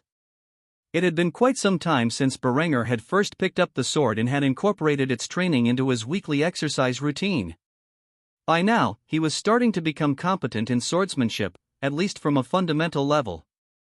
Though Berenger still vastly preferred the use of a bayonet, he felt it was still necessary for him to master the fundamentals of swordsmanship. You never know when you might be forced to wield a sword in combat. Eckhard cut down with a vertical slash towards Berenger. The young lord quickly parried the blow before swiftly counterattacking. Ultimately, this action was dodged by Eckhard, who unleashed a flurry of blows that Berenger struggled to keep up with. After a few moments of intense sword fighting, Berenger was tripped to the ground, and Eckhard pointed his sword at the young lord's vitals. Berenger was at a loss and yielded to his opponent. Damn it! I yield once more. Eckhard chuckled as he stripped off his training gear and assisted Berenger up from the ground. After the two stashed away their equipment, they headed to the kitchen, where Berenger procured a liter of beer for each of the men. As a man of refined tastes from his previous life, Berenger was extremely dissatisfied with the quality of alcohol in this world. Aside from distilling alcohol for medical practices, he had recently begun distilling spirits for regular consumption. In fact, he had recently obtained a plot of land from his father to make a large and dedicated brewery with the intent to mass-produce a variety of beers and spirits. The fact that his favorite beers being Doppelbock and Oktoberfest did not exist yet in this world was a damn shame. Unfortunately, it would take him at least a year to brew the first batch of Doppelbock and close to it for Oktoberfest. Thus, for now, he regularly consumed light beer, which was common in this world. It was hard to enjoy his favorite meals to the fullest extent without his most treasured alcoholic beverages and the missing dishes that utilized chocolate or potatoes. Still, it was acceptable for now. He just feared that he would have to wait many years before he could once more taste some of his most favored cuisine that was sadly absent from his meals. After sharing a drink, the two men walked down to the training field, where they quickly got dressed in their combat attire and began to lead the troops for combat drills personally. Berenger commonly carried a flintlock musket, pistol, and a side sword. If he lost the use of his primary weapon for whatever reason, he wanted a backup in case he was in immediate danger. Berenger's kit was relatively unique. He had a black leather bandolier that held 2 flintlock pistols and a sword belt that contained a simple side sword. It was not the elegant sword that would later be his wedding gift from Ludwig and his workers. Instead, it was a rudimentary design that worked as an additional sidearm. His belt also contained the cartridge pouch which held his paper cartridges for the musket. When you took into account his extra garish attire, he easily stood out from the other soldiers in his army, which was both good and bad. It made it easier for his troops to understand where their commander was, but it also made him a more noticeable target to his enemies. Nevertheless, the young lord stood by his troops and conducted firing practice with them. By now, the earliest troops had graduated basic training and were going through specialized training. The training field was constructed with makeshift buildings and barriers acting as a simulated village for when they were in urban combat. The grenadiers would clear buildings by lobbing their grenades inside and waiting for the blast before storming in with their muskets loaded and ready with bayonets affixed. Berenger did not care about civilian casualties in a war zone. He only cared about how efficiently his army could handle the task with minimal casualties on his own side. As such, the tactics he used would be deemed excessive and possibly even war crimes in his past life. However, there were no such things in this feudal era, and he was free to conduct warfare as he saw fit. Line tactics, anti-cavalry tactics, urban warfare tactics, siege tactics, these were all things he wanted his men well accustomed to. The peaceful days he had lived in were quickly coming to an end, though Berenger had not received any recent updates on the king's status. It would not be long before the German-speaking regions found themselves embroiled in a bloody conflict for the succession of the title. It was even quite possible that the war could spread to the other regions of the Holy Roman Empire. Nevertheless, to an ambitious young man like Berenger, this war was an opportunity to seize power. When all was said and done and the war was over, the feudal powers of the German regions would be weakened, and he would have the opportunity to rise like an eagle. As such, the young lord had a cruel smile on his face as he watched his men perform the tasks he required of them with ease. Soon a new era would rise, an era of steel and shot, an era of industry. After a long day of arduous training, Berenger returned to the village where he visited Gunther, who was overseeing his agricultural implementations. When he visited the man's farm, he saw that all of his advancements had been implemented and that Gunther's farm, in particular, was extraordinarily prosperous. With the introduction of animal-powered mechanization, the nearby farmlands were incorporated under his supervision as their previous workers began to shift to the industrial workforce. So many families working one plot of land was no longer necessary. Though these tools had not yet been mass-produced nor had they been outfitted to all of the farms across the village of Kufstein, the fact that Gunther and his large family alone were able to take care of such a large farm was a good sign of the future. When Gunther noticed Berenger's approach, he immediately stood at attention and smiled as he addressed the young lord. "Milord, the harvest this year is sure to be bountiful. The livestock is also growing in numbers now that they can be bred year-round." Berenger clasped the man on the shoulder as he greeted him. It had been some time since he checked up on his progress in person. "It is good to see you, old friend. That is excellent news." Gunther smiled and accepted Berenger's greeting. "So what can I help you with, milord?" Berenger smiled and began to walk around the farm, inspecting its progress in person while Gunther followed behind him. Tell me, how is the implementation of the four-field system, phosphate fertilizer, and irrigation going across the barony's many farmlands?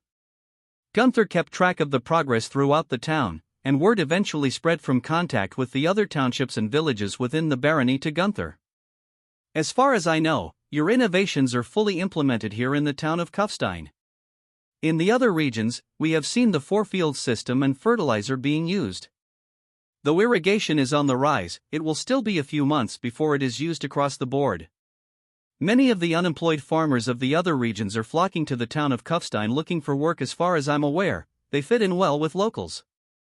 Soon enough, this town may become a real city. Berenger smiled upon hearing such news. Clearly, construction was undergoing, and the city development plan he had petitioned his father to use was currently going underway. Before long, a new city would appear here in the heart of Kufstein. Berenger had many plans underway to reduce squalor and homelessness. Keeping the city organized was a top priority. That is exactly what I wanted to hear. Now tell me, Gunther, when will we see the new machines implemented into agriculture across the town? Gunther smiled and shared the good news with Berenger. Roughly 3 months, my lord, and the town's agriculture will be mechanized as you put it. Maybe a year later, the rest of the barony will follow suit. Berenger was pleased with this news. Hopefully, his barony would have mechanized agriculture powered by animals by the time the war broke out. If not, at least it would be close to it. He could not be happier with the way things were headed. After speaking with Gunther for a bit about what he had been up to since Berenger's last visit, the two parted ways for the day. Berenger still had to check up on Ludwig and the industrial sector. After returning to the industrial sector, it was a completely different sight from when he was last there. He now had 2 steel production lines, an arms factory, an armory, an agricultural equipment factory, and a textile factory. The industrial sector was bustling with hundreds if not thousands of workers who were hard at work producing the products needed to usher in the new age. The machinery used to produce equipment was all water-powered. Wherever necessary, assembly lines were in place to make the creation process smoother. As such, it was quite the operation. Berenger figured there was no city on the planet with such an advanced industrial sector. The best part is that it was growing by the day. When Berenger approached Ludwig's old shop, which was now his office, he saw the older man was hard at work looking at a set of blueprints Berenger had given him. The office was completely cluttered with designs, and paperwork was strewn about. Berenger knew the pains of paperwork all too well. After all, he had his nights filled with it. As such, he could empathize with the old man who was so hard at work that he did not notice Berenger's entry. It was not until Berenger cleared his throat that the man noticed the young lord standing in front of him. "My lord, I am sorry I did not see you there," Ludwig said as he rapidly rose to his feet. However, Berenger quickly signaled that he could sit down, and as such, Ludwig was only halfway out of his seat before he sat back down in his old leather chair. "What brings you here, me lord?" Berenger chuckled and looked over the paperwork Ludwig was currently going over before speaking his thoughts. "I am just checking in on things. How are you holding up?" Ludwig let out a deep sigh and vented his frustrations to the young lord, who he knew would take it in stride. "I am fine, just a little overworked is all, though I am sure you are the same way. Of course, I do not have a beautiful young lover to vent all my frustrations on at the end of every night." Berenger could not help but laugh at the old man's comments. It was true he released any pent-up emotions through his nightly escapades with Linde, and as such, always woke up refreshed. The same could not be said for everyone else. "So, how is it going with my factories?" Ludwig quickly smiled with a hint of pride on his face. His hard work was paying off. "What was the saying you used before? Everything is running like a well-oiled machine?" Berenger chuckled when he heard that phrase. It was definitely out of place in this medieval world. Still, he had been known to use idioms from his past life, which had caused confusion on several occasions. "That is good to hear. I see a lot of men working here. Are they properly paid and given the necessary rest breaks?" Ludwig nodded with a big grin on his face as he answered Berenger's question. "Of course, and they're quite thankful for it. Many of the new arrivals are men from the other regions of the barony, and they had expected to have been slaved to death here in the factories, like many of the miners used to be before you began to impose your reforms on the realm. Despite the hard work, they are quite happy about their pay and hours, for the most part. Unfortunately, there will always be a few bastards complaining about their life no matter how good they have it. Berenger nodded at Ludwig's words. He spoke the truth. You could not please everyone in this world, but at least they were afforded a proper wage, working hours, and safety standards, which is more than could be said about the rest of the world at the moment. The exponential growth of his family's wealth from all of the business he had made over the past few months has allowed him to increase the workers' wages and set up performance bonuses. As such, a new middle class was finally forming in the region of Kufstein. Though it was still in its early stages, the barony of Kufstein was beginning to shift from the feudal era of nobles and peasants to an industrialized world with a multi-class structure. After having a few drinks like old times with Ludwig and talking about the past, present, and future, Berenger parted ways with his friend and returned to the castle. Everything was progressing smoothly now. All he needed was Linde's report from the spy network she was managing, and he could finally call it a night. The life of an ambitious man was never idle. Berenger bathed before returning to his room. Before long, Linde approached as per usual, but before she could pounce into Berenger's embrace, he stopped her and asked her the question on his mind. "So, how are things on your end?" She instantly knew what Berenger was referring to and pouted before she sat down next to him. She exhaled deeply and gave him the latest report. "Your network has penetrated the entirety of the barony and the vassals beneath your father. If anything even remotely similar to a plot against you appears, I will know about it. I've contacted my half-sister in Innsbruck and instructed her to set up a cell in her area. Before long, we will know everything that transpires in the seat of power of Tyrol. As for Ludolf, he is close to becoming a priest, and when he does so, he has orders to do as you have asked. Aside from that, your mouths are currently producing propaganda throughout the region about your exploits and inventions.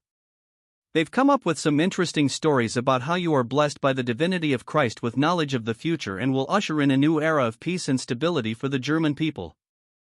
I don't know who came up with that bullshit, but people are eating it up." Thus, after reporting to Berenger about her activities, she leaned into his chest and whispered in his ear.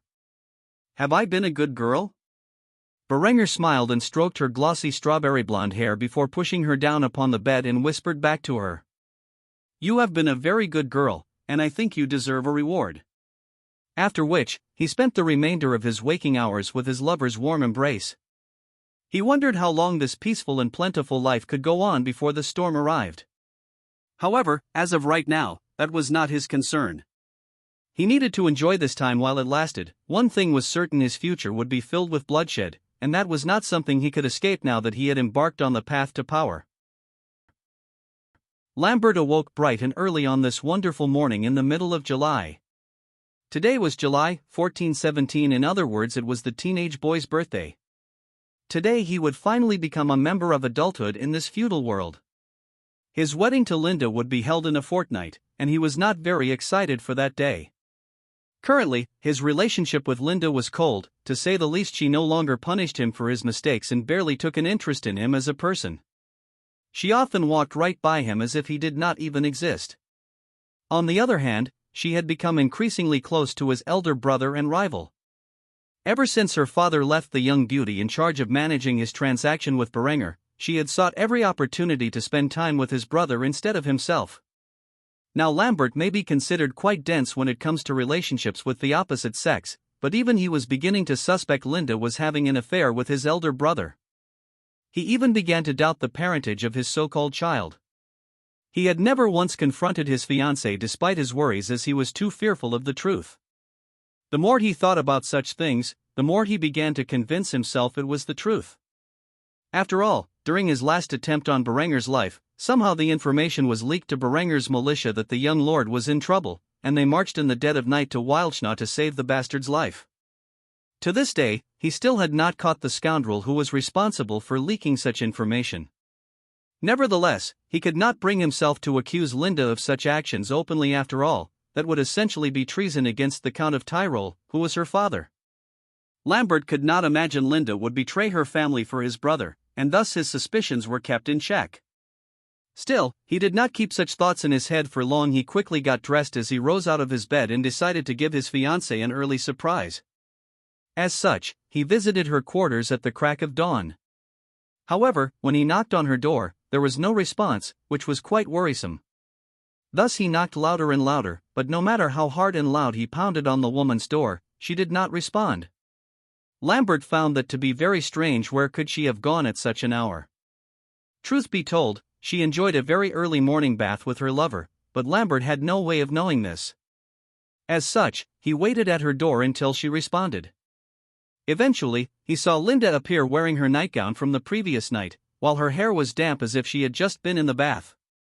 Her porcelain skin glistened under the light of dawn as it shone through the windows. The heavenly beauty looked at Lambert with shock as he stood outside her door, waiting for her arrival. Just how long had he been there waiting? Lambert was furious. Where had she been at such an ungodly hour, and why was she wearing her nightgown? Where the hell have you been? I've been standing here pounding on your door for 30 minutes. Linde frowned as she noticed the tone Lambert was taking with her, and she coldly snubbed her nose at him before trying to enter her door. However, Lambert grabbed a hold of his fiancée and shoved her against the wall, his eyes filled with rage as he pressed her head firmly against the cold stone doorway. I asked you a question.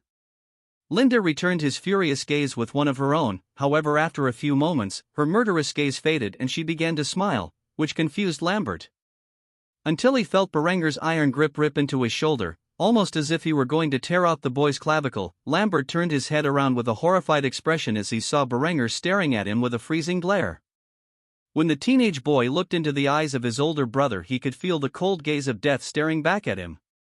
Thus he quickly released his grasp over Linde in fear. Berenger was also noticeably damp. However, that was not uncommon at this hour, as Berenger was known to wake up early and exercise heavily. He appeared to be in loose-fitting clothes he normally wore for such an occasion.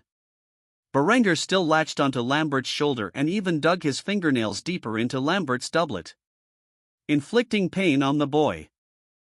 What do you think you're doing? Is that any way to treat your fiancée? Berenger's eyes were cold and expressionless. Yet his voice was thunderous and full of fury. This noticeably enraged tone held a hint of natural authority behind it and reminded Lambert of a tyrant sentencing a subject to death for an unforgivable crime. Berenger's eyes showed the indifference he felt towards Lambert's meaningless life, but his voice carried the weight of 1,000 stars. At that moment, Lambert felt like kneeling and begging for forgiveness, but he quickly grabbed a hold of his resolve and talked back to Berenger. After all, one day soon, he would be barren, and Berenger would be a corpse. She's my fiancée. I can do what I wish with her. However, the moment he spoke those words, Berenger struck the boy with the back of his hand. It was such a violent blow that Lambert felt that he nearly lost a tooth from the impact. Berenger's icy gaze penetrated Lambert's soul, and the tone he now used was enough to awaken everyone who dwelled within this corridor. She is your fiancée, and you will treat her with respect. Before Lambert could make a proper retort, he was struck again by Berenger's hand. Lambert was outraged that he was treated in such a manner, yet he did not dare say another word at this point. Instead, Berenger looked over to Linde, his tyrannical expression softening as he did so. Linde, are you okay? Lambert noticed that Berenger was incredibly informal with his fiancée, which further ignited the fire within his heart. Yet, he stood there and did nothing. Linde, on the other hand, was flushed with excitement. She had never seen Berenger so angry over the way someone had treated her before. She wanted to jump into his arms at that moment but knew she could not do so, for it would be inappropriate. As such, she merely nodded her head and bowed gracefully. I am fine, thank you for your assistance in this matter. Berenger nodded and smiled at Linde before turning his attention back to Lambert, where he grabbed a hold of the boy's hair and shoved his face into the cold stone floor. He decided to give the boy a stern warning. After all, he would not tolerate any violence towards his women. If you so much as lay a hand on her again, I swear to our Father in heaven that I will grind you up into sausage and feed you to the pigs. Do I make myself clear? Lambert tried to escape from his grasp but could not do so. Berenger had grown quite strong since he had been reincarnated into this world. Noticing Lambert's defiance, he slammed the boy's face into the stone floor once more and yelled at him. Do I make myself clear? Lambert nodded his head and hissed through his teeth in an absolute fit of rage. I understand. The ruckus in which this incident caused had awoken Henrietta, who, after exiting her room, witnessed her two brothers engaged in a bloody struggle and Linde standing in the corner sneering at Lambert's fate. If the little girl did not like Linde before, she despised her now. Thus she approached the scene and tried to coax her two brothers into settling their dispute peacefully. Big brothers. What's going on?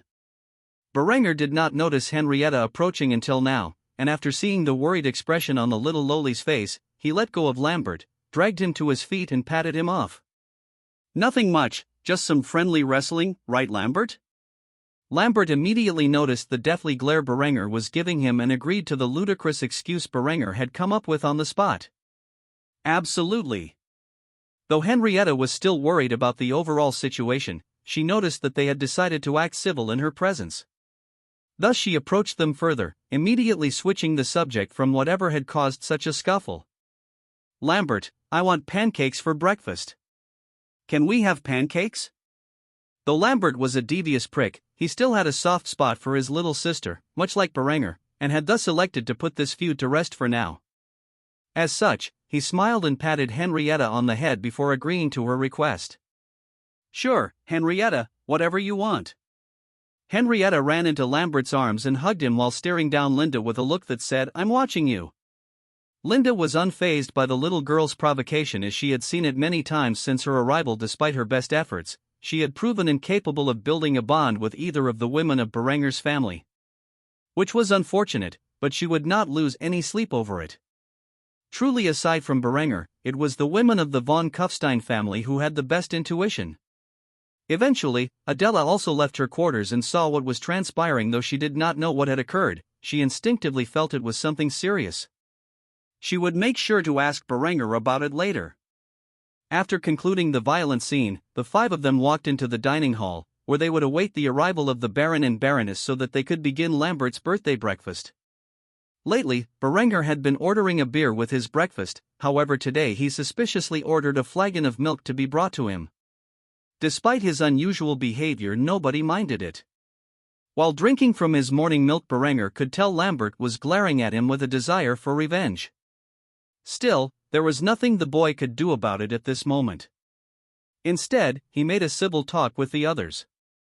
The group pretended as if the awkward scene in the corridor had never transpired. Lambert, on the other, was almost entirely certain that Linde was cheating on him with Berenger, but there was nothing he could do about it. Count Lothar would never believe his daughter would conspire against him and would probably have Lambert severely punished for suggesting such a thing. As such, all he could do was be cautious around her in the future. The group chatted for quite some time before the Baron and Baroness arrived. They were quite shocked to see that Berenger was here before them. Usually, he was either exercising or hard at work this early in the morning. Instead, he was sitting here peacefully conversing with the others. The Baron and Baroness sat down at the head of the table and ordered the food to be prepared and brought for them. While they waited for the food, they congratulated Lambert on his birthday. Later that night, they would hold a coming-of-age ceremony for their second son. It was sure to be a festive occasion, one in which Berenger would take advantage of to cuck his brother to the fullest degree. He had plans to bed Linde in every part of the castle today without anyone knowing, including Lambert's bed. It was Berenger's way of saying happy birthday to his diabolical little brother who had already made multiple attempts on his life. Eventually, breakfast was served, and as Henrietta had suggested, German pancakes were one of the many delicacies served. Berenger, of course, dined entirely on wurst and sauerkraut. He would need a lot of protein if he were going to enjoy Linde to the extent he desired today. Thus he piled his plate with nothing but wurst and sauerkraut while drinking yet another giant flagon of milk. Though the rest of the family was puzzled by his actions, Linde had an eerie suspicion about what he was planning for the upcoming hours and, for the first time, was slightly excited about Lambert's birthday. Adela looked at Berenger curiously, wondering why his breakfast was so weird. Berenger, are you not going to have anything else? Berenger shook his head and patted the girl's silky golden blonde hair. Sometimes a man has got to eat his wurst and sauerkraut. She did not know what to say, so she merely accepted his answer and moved on. As such, Berenger spent over an hour with his family discussing the schedule for the day while they feasted on their fabulous breakfast. Of course, he planned to be absent for most of it and only show up at the end drunk out of his mind. Still, he had prepared a gift for Lambert. The present he had planned for Lambert was the mini balls he had used to kill the boy's assassins during his hunting trip. While cleaning up the corpses, he made sure to recover the mini balls used to kill his opponents. He also added a fourth one which he had used to hunt a buck. The reason for this was simple: it was a symbolic gesture, for he used bullets for the 4 men-at-arms killed during the hunting trip. As long as Lambert thought the fourth bullet came from his assassins, it would intimidate the boy. Essentially, Berenger was using violence and intimidation to pursue his political aims. In other words, this was a symbolic act of terror against his enemies. This was only the beginning of the day in which Lambert entered adulthood. There were many things to come as Berenger played mind games with his brother on a day that was supposed to be filled with celebration. Instead, Lambert would only feel dread and terror as his older brother would torment him in more ways than had already occurred. After finishing the extravagant breakfast, Berenger departed from the family. They had many plans to set into place and a luxurious feast to prepare for the coming night. As such, Berenger used this time to enact his plan with Linde. He had already enjoyed her company in the bath. So he met up with Linde in secret on several occasions that day in various parts of the castle, where the couple released their carnal desires together. While that was going on, Lambert took out his pent-up fury on a training dummy with his longsword. The boy could not believe that today of all days, he had been humiliated in such a manner by his brother. Though he had wanted to keep a close eye on Linde, the sly girl had absconded the moment breakfast was over, and despite his attempts, Lambert ultimately failed to track her down. The image of her perfect porcelain skin dripping wet with the bathwater as her nightgown clung tightly to her heavenly curves could not escape his mind. Though it would normally be a pleasant memory to have, the scene that transpired afterward where Berenger was equally damp did nothing but create paranoia as he continued to suspect a relationship between the two. The young lord wanted to get to the bottom of this, though he could not. Accusing Linde without evidence would only create further tension between him and her father. Not to manage the harm it would cause to the fragile relationship he currently had with his fiancée. Truthfully, he did not want to know the truth if it was what he suspected. The boy wanted to tear his own heart out as he slashed at the training dummy's neck, decapitating it with a perfectly placed strike. In his mind, he envisioned the scene of removing Berenger's head from his shoulders, and at that moment, he felt cathartic. He swore to himself that sooner or later, he would have his vengeance on his older brother for the pain and suffering that had been inflicted on him this day. Of course, it did not even enter the boy's mind that he had brought these things upon himself by conspiring against his brother for the inheritance. After a long training session, Lambert entered the bath, where he cleansed his milky white skin from the sweat and grime accumulated throughout the violent display. As he gazed into his reflection within the pool of water, he could not help but feel inferior in appearance to his older brother. Though he had the charm of youth on his side, he did not have the princely features with which Berenger had been blessed. Instead, despite his youth, his face and body were more robust, as he had the characteristics of a knight. Which was attractive in its own right, and many women would prefer such a look. However, his fiancée obviously preferred the regal features of Berenger, which got under the boy's skin.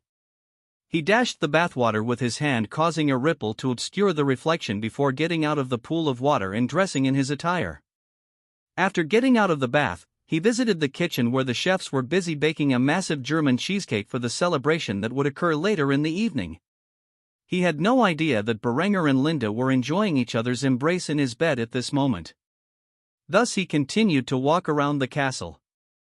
Lately, he had noticed that the guards inside the castle had shifted from the usual troops adorned with brigandine and halberds to men garbed in the flamboyant attire of Berenger's militia while carrying their hand cannons. He was unaware that his father had selected Eckhard to be his next marshal, as it had not been publicly announced yet.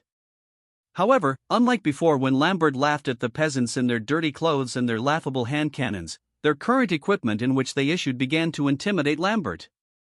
The men were clearly garbed in partial plate armor with a breastplate, backplate, gorget, and helmet, which were all made of blackened steel. These guards did not pay the slightest bit of attention to Lambert as he passed by. Lambert walked out upon the castle's ramparts and saw more of these men acting as sentries upon the castle's walls. They were currently in the process of aligning Berenger's cannons onto the ramparts. These cannons were not the 12-pound field guns used by the militia, but 24-pound siege cannons developed by Berenger and recently put into production with the intent of being static defensive guns mounted on the castle's walls. With Eckhard being made the Marshal, even if it was not common knowledge at the moment, the man had begun to transition the old garrison into Berenger's training and re-outfitting them with the modern equipment. In truth, the men Lambert saw staffing the castle were the same men that always acted as the garrison. They were just equipped with the latest weapons of Berenger's design and were being trained in their use. Of course, some of Berenger's men had replaced those who had been purged from the castle garrison's ranks for being loyal to Lambert, but most of the troops stationed at Castle Kufstein were the same men who had always been there. After traveling across the castle observing the changes occurring, Lambert could not help but feel that Berenger was winning in the war. They were fighting for the succession of their father's title. Lately, his allies were beginning to back out of his plans after the death of Marshal Friedhelm, and hostile forces now surrounded him within his own home. Things were not going well for the youth, who was now in a difficult position. Count Lothar of Tyrol kept pressuring the boy into another assassination attempt on Berenger's life, but it was becoming increasingly difficult to do so. Berenger had won the favor of the people.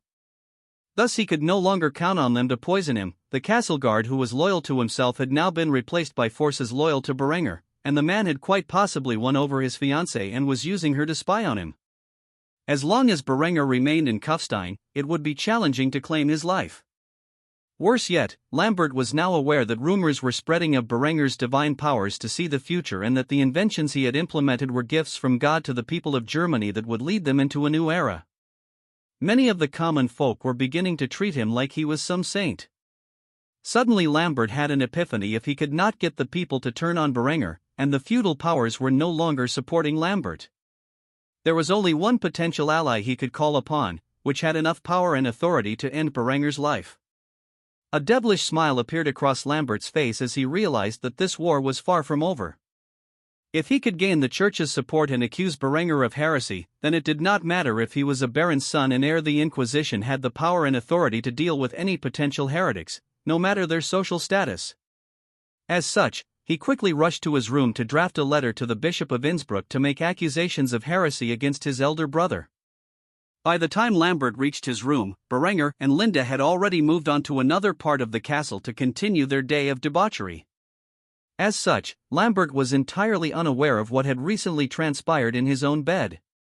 He quickly got to his desk and pulled out parchment, a quill, and some ink where he began to draft a letter for a plea of assistance from the bishop.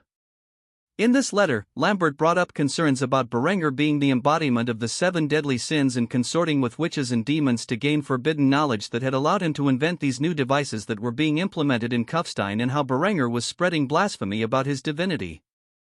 The list of concerns in which Lambert brought up was both extensive and almost entirely fictitious. After drafting the letter, he brought it to the local priest of the church within Kufstein. Currently, Deacon Ludolf was working alongside the priest on matters of the ecclesiarchy. Thus Ludolf, a high-ranking member of Berenger's spy network and trusted ally, was present when Lambert rushed in to gain the signature of the local priest for his approval of these concerns. As father, I have some concerns about my brother's erratic behavior lately and have decided to draft a formal inquiry to the bishop so that we may discover the truth about these matters. I would like you to read about my concerns and give your support. The priest smiled when he saw Lambert. The boy was considered a pious and graceful youth worthy of the title of baron. Unfortunately, he was born the second son and thus would not inherit the lands. The priest's opinion of Berenger was not as high as Lambert's after all. Berenger had only shown his face in the church once in the past few months. He was beginning to believe that the young man had become an apostate. When the priest read the letter Lambert had drafted, it was as if his suspicions were confirmed. Without any evidence for the claims in which Lambert had presented, the priest signed away his endorsement on the spot. It would be good for an unfaithful wretch like Berenger to be removed from his position, especially if these concerns turned out to be legitimate. The old priest smiled at Lambert and patted the boy on the shoulder. Lambert, my child, you have always been a faithful servant to the Lord, and I will gladly endorse your letter to the bishop. If what you say is true, there is a dire need for the Inquisition to get involved. We can only pray that the devil and his worshippers are routed out from the halls of your ancestors and that the glory of God can be returned to these lands. Lambert smiled gracefully and bowed to the priest. "Thank you, Father. I knew I could count on your support in these troubling times." Afterward, the priest saw Lambert off as he raced back to the castle to send the letter to the Bishop of Innsbruck. When he returned, he was given an odd stare by Ludolf, who could not help but voice his concerns. "Father, you cannot possibly believe that a single thing written in that letter was the truth. It is obvious the boy is scheming to take over his brother's position as heir to the barony." The priest frowned at Ludolf as he chastised him greatly for his words. "Whether it is true or not is of no concern of the church. If Berenger were to inherit his father's position, he would use the power in his hands to be rid of the church's influence. We cannot allow such ideas to take hold over the people's minds, especially the nobility who stand to benefit from them. It is better to have a God-fearing baron like Lambert in charge who will obey the will of the papacy than a godless heathen like Berenger who would challenge the authority of the Holy See." At that moment, Ludolf knew everything Berenger had said about the church was true. They were corrupt beyond measure. They were willing to torture a seemingly righteous man to death over nonsensical claims simply because he posed a minor threat to their power. These words by the priest of Kufstein ultimately convinced Ludolf that the church needed to be reformed. However, he stood there in silence, simply nodding his head at the priest's words. For now, he would have to warn Berenger of the danger that lies ahead. Ludolf would one day come to realize that this one decision by the authorities of the church would cause Berenger to view the papacy as the greatest obstacle in his rise to power and would cause endless bloodshed in the struggle for secular authority. After Lambert returned to the castle, he quickly sent the letter to the Bishop of Innsbruck, though it would take time to approve the Inquisition's interference in Kufstein. Lambert was certain that this action would lead his brother to his demise. For in his mind, how could a lowly baron's heir defy the might of the Inquisition? If Lambert knew what his brother would have in store for the church's forces upon their arrival, he would have soiled himself in fear of the mad lengths to which Berenger was willing to enact to ensure his dominance. After successfully sending the letter to the Bishop of Innsbruck, Lambert had a wide smile on his face. His otherwise foul mood had taken a turn for the better as he could finally see an end in sight for his brother. He also wrote another letter informing Count Lothar of Tyrol of his plans to involve the church in their schemes. By branding Berenger as a heretic, they would essentially get the entirety of the Christian world to unite against him. Or so they believed. At the very least, the Inquisition would not let the young man go so easily. It was not until the evening that Lambert finally left his room, where he returned to the kitchen to see his family gathered around the table with a German cheesecake produced for him. It was a relatively recent tradition that popped up in the German world, but it was not until Berenger arrived that it had spread to Kufstein. After all, the man wanted an excuse to eat cake.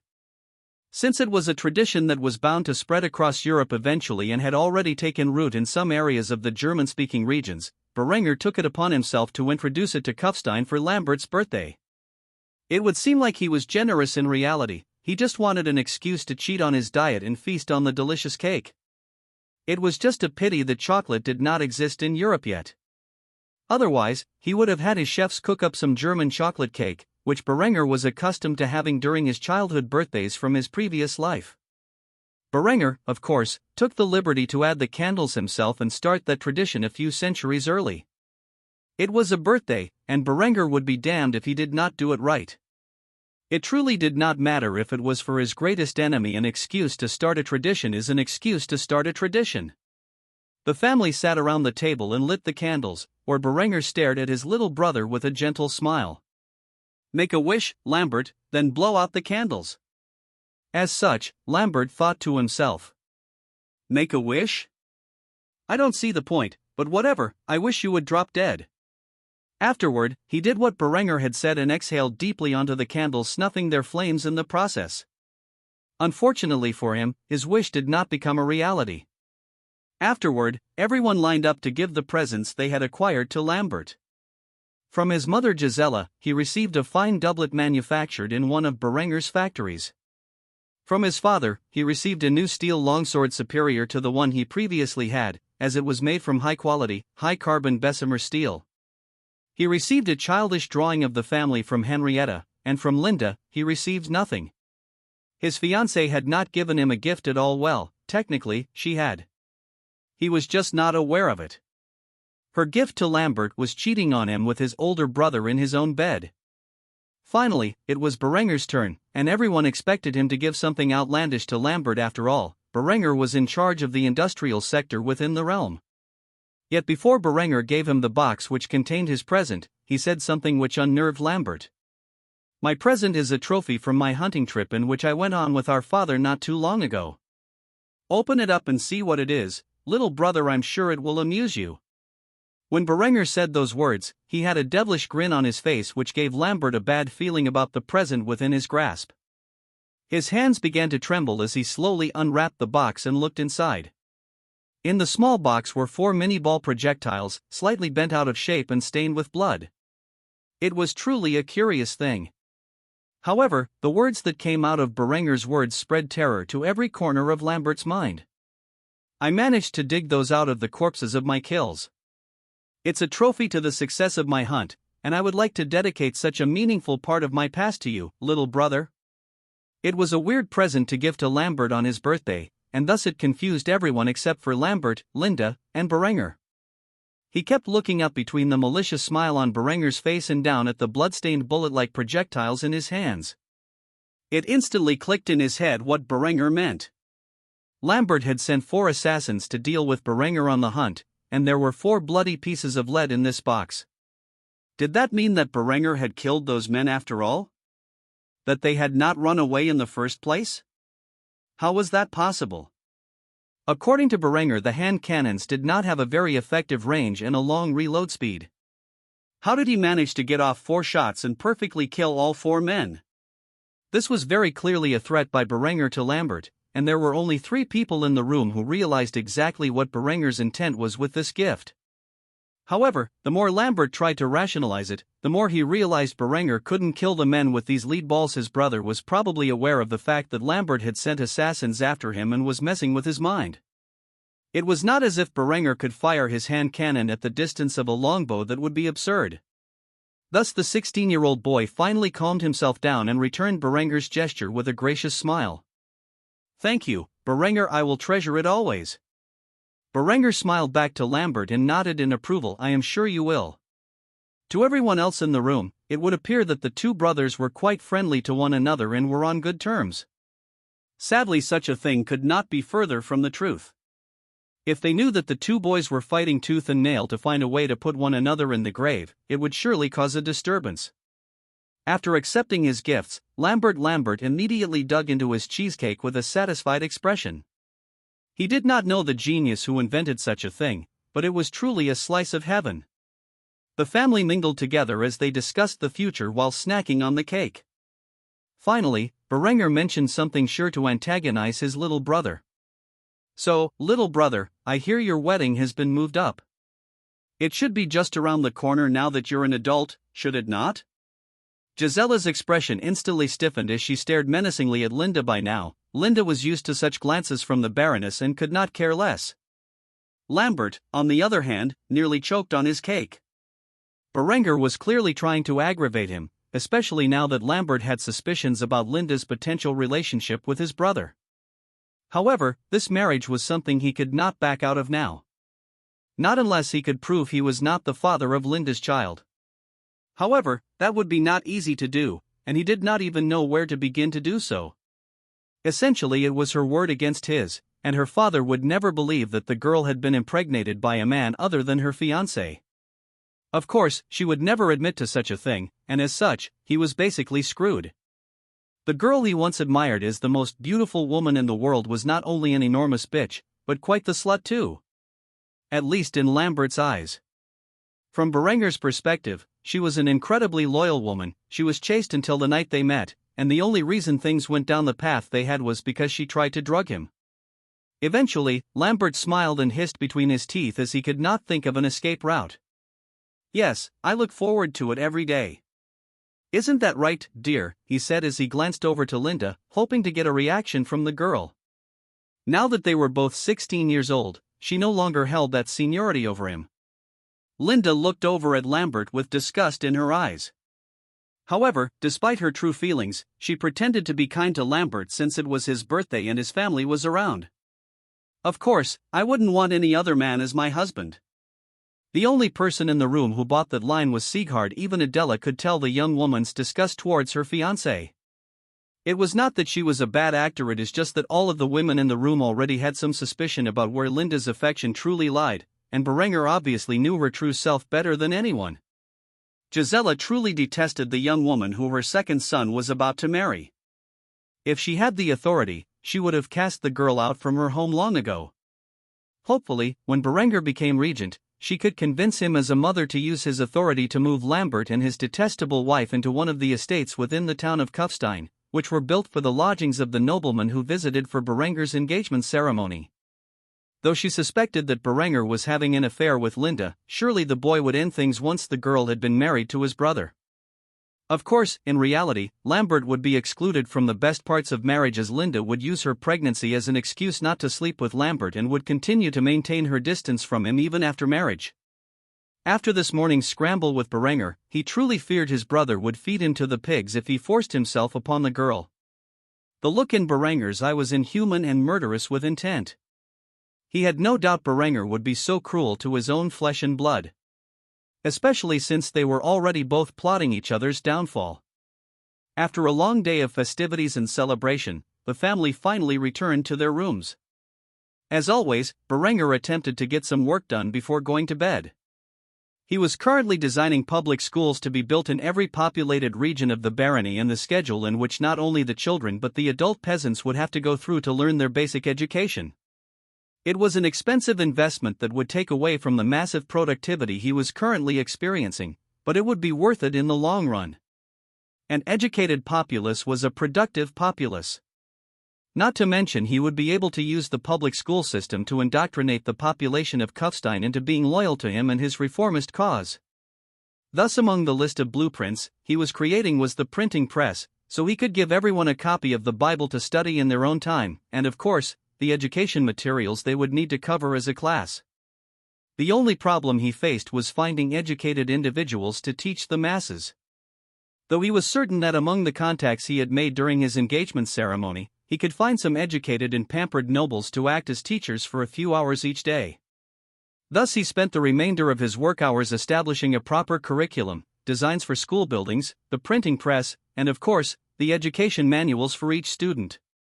By the time Linde knocked on his door, it was well past midnight. Though they were both worn out from their combined exercise throughout the day, they would still enjoy each other's comfort as they spooned together and fell asleep in one another's arms.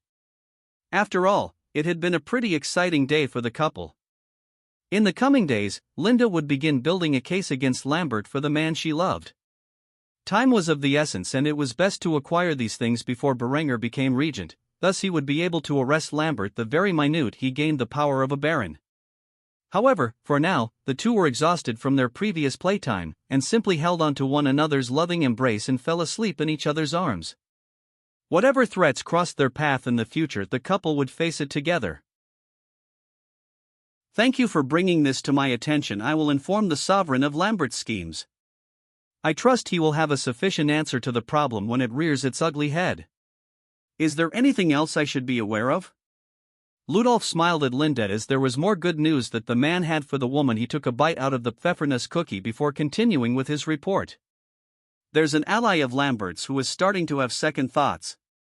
If we can get to him and convince him to switch sides, he may be able to testify about Lambert's misdeeds. Linde eyed Ludolf cautiously as she thought about his words before speaking up. Who is he? And how did you come by this information? Ludolf chuckled as he sipped from his teacup before responding to Linde's inquiry. That foolish boy Sir Ingbert has confided with me his transgressions and has sought advice on how to proceed. After the death of Ulrich and Friedhelm, he is beginning to fear the worst.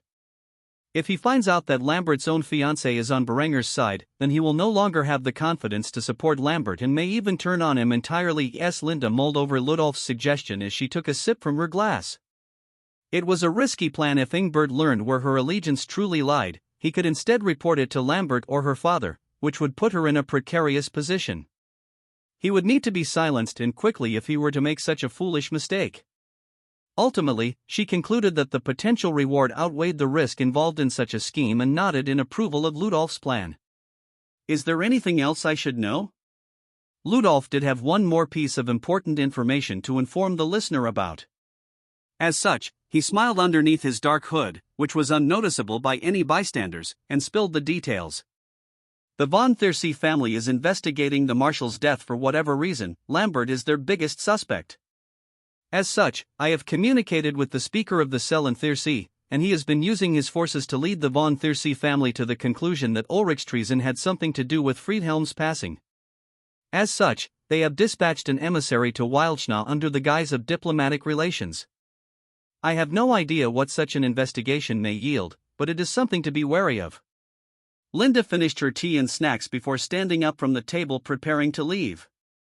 If that is all, then I have work to do until we meet again, Speaker. Ludolf nodded at Linde as she left the tea shop. Afterward, he snuck back to the church, where he continued his work as a deacon.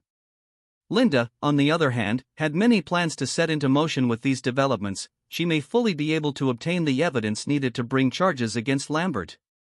However, Berenger would never do such a thing so long as his father remained in power. However, the moment the old baron left for the battlefield, leaving Berenger in control of the barony, he would have what he needed to arrest his brother and bring an end to this feud once and for all. For now, the young woman embarked towards the manor of the Heltzer family, where Ser Ingbert was currently residing. She would need to convince him to switch sides if things were to progress the way she had envisioned. As such, she quickly got into a carriage and traveled across the barony to the land presided over by Ingbert's father, a knight in the servitude of Sieghard by the name of Helmer. Hopefully, she would be able to return to Kufstein Castle by the end of the day so she could spend the night with her lover and master. She did not wish to spend the night halfway across the region in some lowly manner. Thus she wore a pouting expression as she sat in the carriage, which traversed the land at a relatively stable pace. While Linde was off traveling towards the Heltzer manor, Lord Arnulf von Thierse was currently standing in Wildschnau Castle with his retinue. He had just arrived and was currently paying his respects to the new Lord of Wildschnau, who just so happened to be a small child. It was a pity that both of these two lords had lost their fathers so close to one another. Granted, they were under vastly different circumstances, but he could understand the pain the von Wildschnau family was currently going through. Though the lord did not bow to the child known as Theobald von Wildschnau, he still acted respectfully. After all, they were two lords of the same status, and as such, there was no need for overbearing formality. Lord Theobald, I offer my condolences in the loss of your father, Ulrich. I have come to pay my respects to your family. Theobald was nearly 8 years old. Despite this, he had been under strict tutelage by his regent and was aware of the matters occurring across the realm. Thank you, Lord Arnulf, that means a lot to me. I also wish to say how sorry I am that your father passed so suddenly. He was truly a staple of the realm. You are free to stay here for the time being, and I will have my servants attend to your every wish. I am happy to see that there are still men of conscience who will not forsake my family for the foolish actions of my late father. Arnulf smiled at the flattery. Clearly, the regent had prepared such an elaborate statement for such a small child. As such, Arnulf decided to entertain the regent's efforts and returned the young boy's compliments. You are wise for your age, and I am happy to see that you have good counsel. I will take you up on your offer and enjoy my stay to the best of my abilities. I thank you for the hospitality you have shown me. After exchanging pleasantries, Arnulf was led to his quarters, where he spent the remainder of the day acting cordially with the family. During the evening, he dined with them and found that the widow of Ulrich was still grieving heavily for her husband's passing. She had on several occasions made treasonous statements blaming Berenger for the death of Ulrich and cursing his name. She had completely forgotten that she was in the presence of a guest and had let her true feelings about the future baron come forth. It was not until it was late at night that he decided to sneak out of his quarters and personally investigate the late Lord Ulrich's personal study. As such, he quietly sneaked through the corridors of the castle. He was extra cautious about patrols that were ongoing throughout the night. On one occasion, he was nearly discovered by a guard who was following his route. If it were not because the man was half asleep, Arnulf would have a difficult time explaining his actions. Eventually, he found his way to the location where he desired entry without getting caught in the act. After picking the lock, Arnulf snuck inside with a small oil lamp in his hand. It was only after the door was properly closed behind him that he lit the lamp to provide illumination in his search for evidence.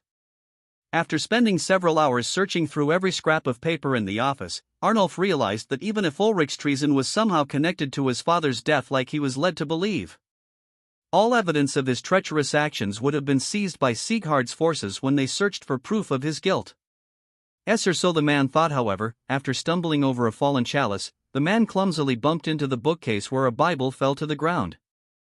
However, when the Bible flopped to the ground, it revealed that its contents had been hollowed out, and hidden inside the holy book was a small black ledger that was unmarked. After flipping through the ledger, Arnulf could not believe his eyes. The book was a secret journal kept by Ulrich with details of his shadowy dealings with Lambert and the Count of Tyrol. Every conversation Ulrich ever had with the two men about their plans to eliminate Berenger was recorded in great detail within this ledger. The reason this book existed must have been as a form of leverage. If Ulrich were ever caught and left to hang by his sinister partners, he would use this as a means to buy his life. Unfortunately, the man had perished on the battlefield, and he was never able to trade such valuable information for his own security. Due to it being hidden in a Bible within the bookcase, Sieghard's men who handled the investigation never even thought to open it. The most important part of this information was that Arnulf's father was never mentioned in the book. As a loyal son who considered his father the Marshal, the personification of justice, Arnulf concluded that Lambert had assassinated his father because his father had discovered the boy's plot to commit fratricide and usurp the barony. He had to get this ledger to the Baron as quickly as possible if this information was true. However, the more he thought about it, he figured Berenger must be aware of his brother's attempt on his life. If he handed the ledger over to Berenger to act as evidence against Lambert, Arnulf and his family would most likely be able to reap more rewards. Due to a misconception created out of ignorance of his father's moral failings, the von Thierse family would from this day forward become ardent supporters of Berenger in all of his actions. After tidying up the study to make it appear as if he were never there, Arnulf snuffed his oil lamp and returned to his room, where he carefully read through the entire contents of the ledger he had found. It was truly a damning piece of evidence, one that, when combined with the in which Berenger's network had collected, would allow Berenger to build an ironclad case against Lambert. The Lord had no way of knowing that he would be aiding his father's killer in his plans to ensure dominion over the realm. During the time in which Arnulf von Thierse stayed at the castle in Wildschnau, Linde had visited the humble manor of the Heltzer family, a family of landed knights in service to Baron Sieghard and the von Kufstein family. When Lady Linde von Habsburg knocked on the door to the manor, Sir Ingbert was surprised to see her presence. Never in a million years would he imagine that the angel of his heart would knock upon his own door. Yet here she was, appearing before him like a goddess descending from the heavens. The young man quickly got a hold of himself and allowed her access to his home. He immediately prepared some wine for the young woman whom he greatly desired and inquired about her reason for visiting. "I must say I am shocked to see you here. Is there a reason, in particular, you have come to my humble abode?" Linde looked around to see if anyone else was nearby before asking her question. Her flawless porcelain skin glistened under the sunlight that shone through the windows. "Is anyone else here?" Ingbert shook his head as he put down the glass of wine on the table in front of the young enchantress before taking a sip of his own. However, to his dismay, she refused the drink. "I am sorry, I am afraid that I am not able to drink right now." She immediately motioned to her stomach. At first, he did not understand what she meant, but after a moment, he quickly realized the secret she was trying to tell him. His face immediately became flushed as he understood what she meant. He cursed at Lambert inwardly in his mind for being lucky enough to impregnate such a heavenly beauty. Eventually, he forced himself to put on a smile and hissed through his teeth, "Lambert is a lucky man." Linde could not help but smile at the man's appearance. His envy was incredibly obvious, but surely the young man before her had to know that she was in a league far above his own. After shoving the glass of wine away from herself, Linde began to twist the boy to do her bidding. That's actually why I'm here. I heard that you are thinking of backing out of Lambert's plots. Is this true?" Though Ingbert did not want to admit his cowardice in front of the woman he lusted after, he had no choice. The way she stared at him sent him into a trance where he could not deny her wishes. "It's true. So has Lambert sent you here to ensure my loyalty?" The thought of how she came to acquire such knowledge did not even cross the dull boy's mind in the slightest. Instead, Linde used the boy's affection for her to win him over to Berenger's cause. Actually, it is quite the opposite. Ingbert stared at her with a blank expression. He could not tell in the slightest what she meant by such a thing.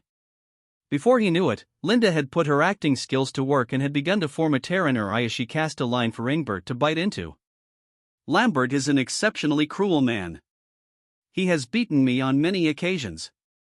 In my despair, I ran into the arms of his brother Berenger, the very man my fiancée conspires to kill. I'm in fear for my life as I have begun to suspect that Lambert knows of my relationship with his brother and will stop at nothing to get revenge. I beg of you, please switch sides, and help Berenger obtain the evidence he needs to lock that monster away. By now, the waterworks were in full effect, and they had begun to cascade down Linde's divine heart-shaped face. The sight of which instantly enraged Ingbert. He could not accept that Lambert had abused such a kind and caring woman, driving her into the arms of someone like Berenger. Though Ingbert was not particularly fond of Berenger, the fact that Lambert would lay his hands on Linde outraged him, and Linde's acting was more than enough to convince him to switch sides. As such, he tried to placate the crying woman before him. I promise, I will do everything in my power to make it so that bastard will never lay his hands on you again. With what I know, I can act as a witness against Lambert's treachery and ensure that he is in no position to harm you or your child. Linde continued to sniffle, but after some time, the tears ended as she questioned Ingbert's sincerity. Really?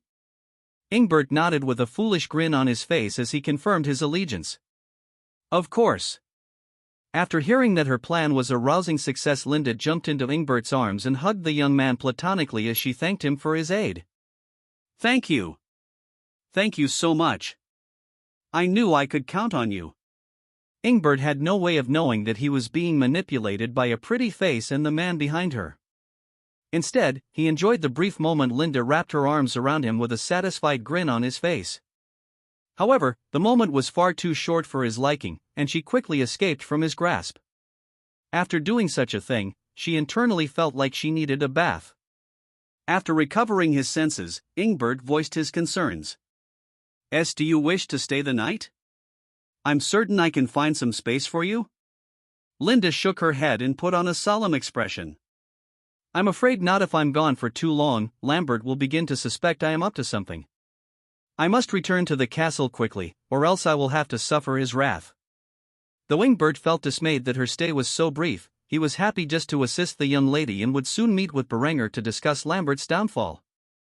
Just like that, Berenger had gained another key piece of evidence in his future efforts to bring justice upon Lambert and his dastardly schemes.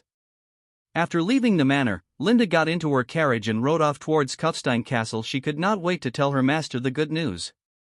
Hopefully, he would reward her for the efforts she had to go to.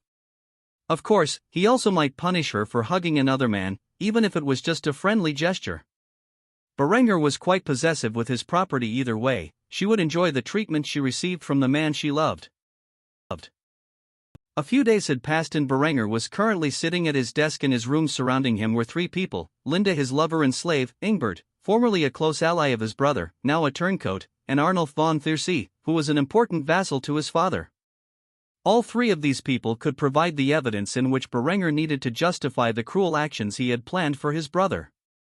A tyrant could do as he pleased, but to engage in cruelty and be praised for it by his people would require evidence of wrongdoing and well-placed propaganda. He did not wish to be known as another kinslayer. Instead, he wanted to be known as the man who was willing to go to great lengths to ensure that justice was acted out against wrongdoers, even if one of those wrongdoers was his own flesh and blood. He was currently listening to Arnulf discuss his terms for providing the ledger to Berenger with an indifferent expression on his face. I desire a position on your council when you take up your position as regent and certain assurances that Lambert will be dealt with accordingly. I do not wish to see leniency on his behalf because he is your brother. Berenger tapped his finger on his desk thrice as he listened to the demands presented to him by the Lord. After sighing heavily, he began to present his counter-offer. I assure you that there is no love lost between my brother and me. When he is charged and found guilty, he will be given an appropriate punishment for his crimes.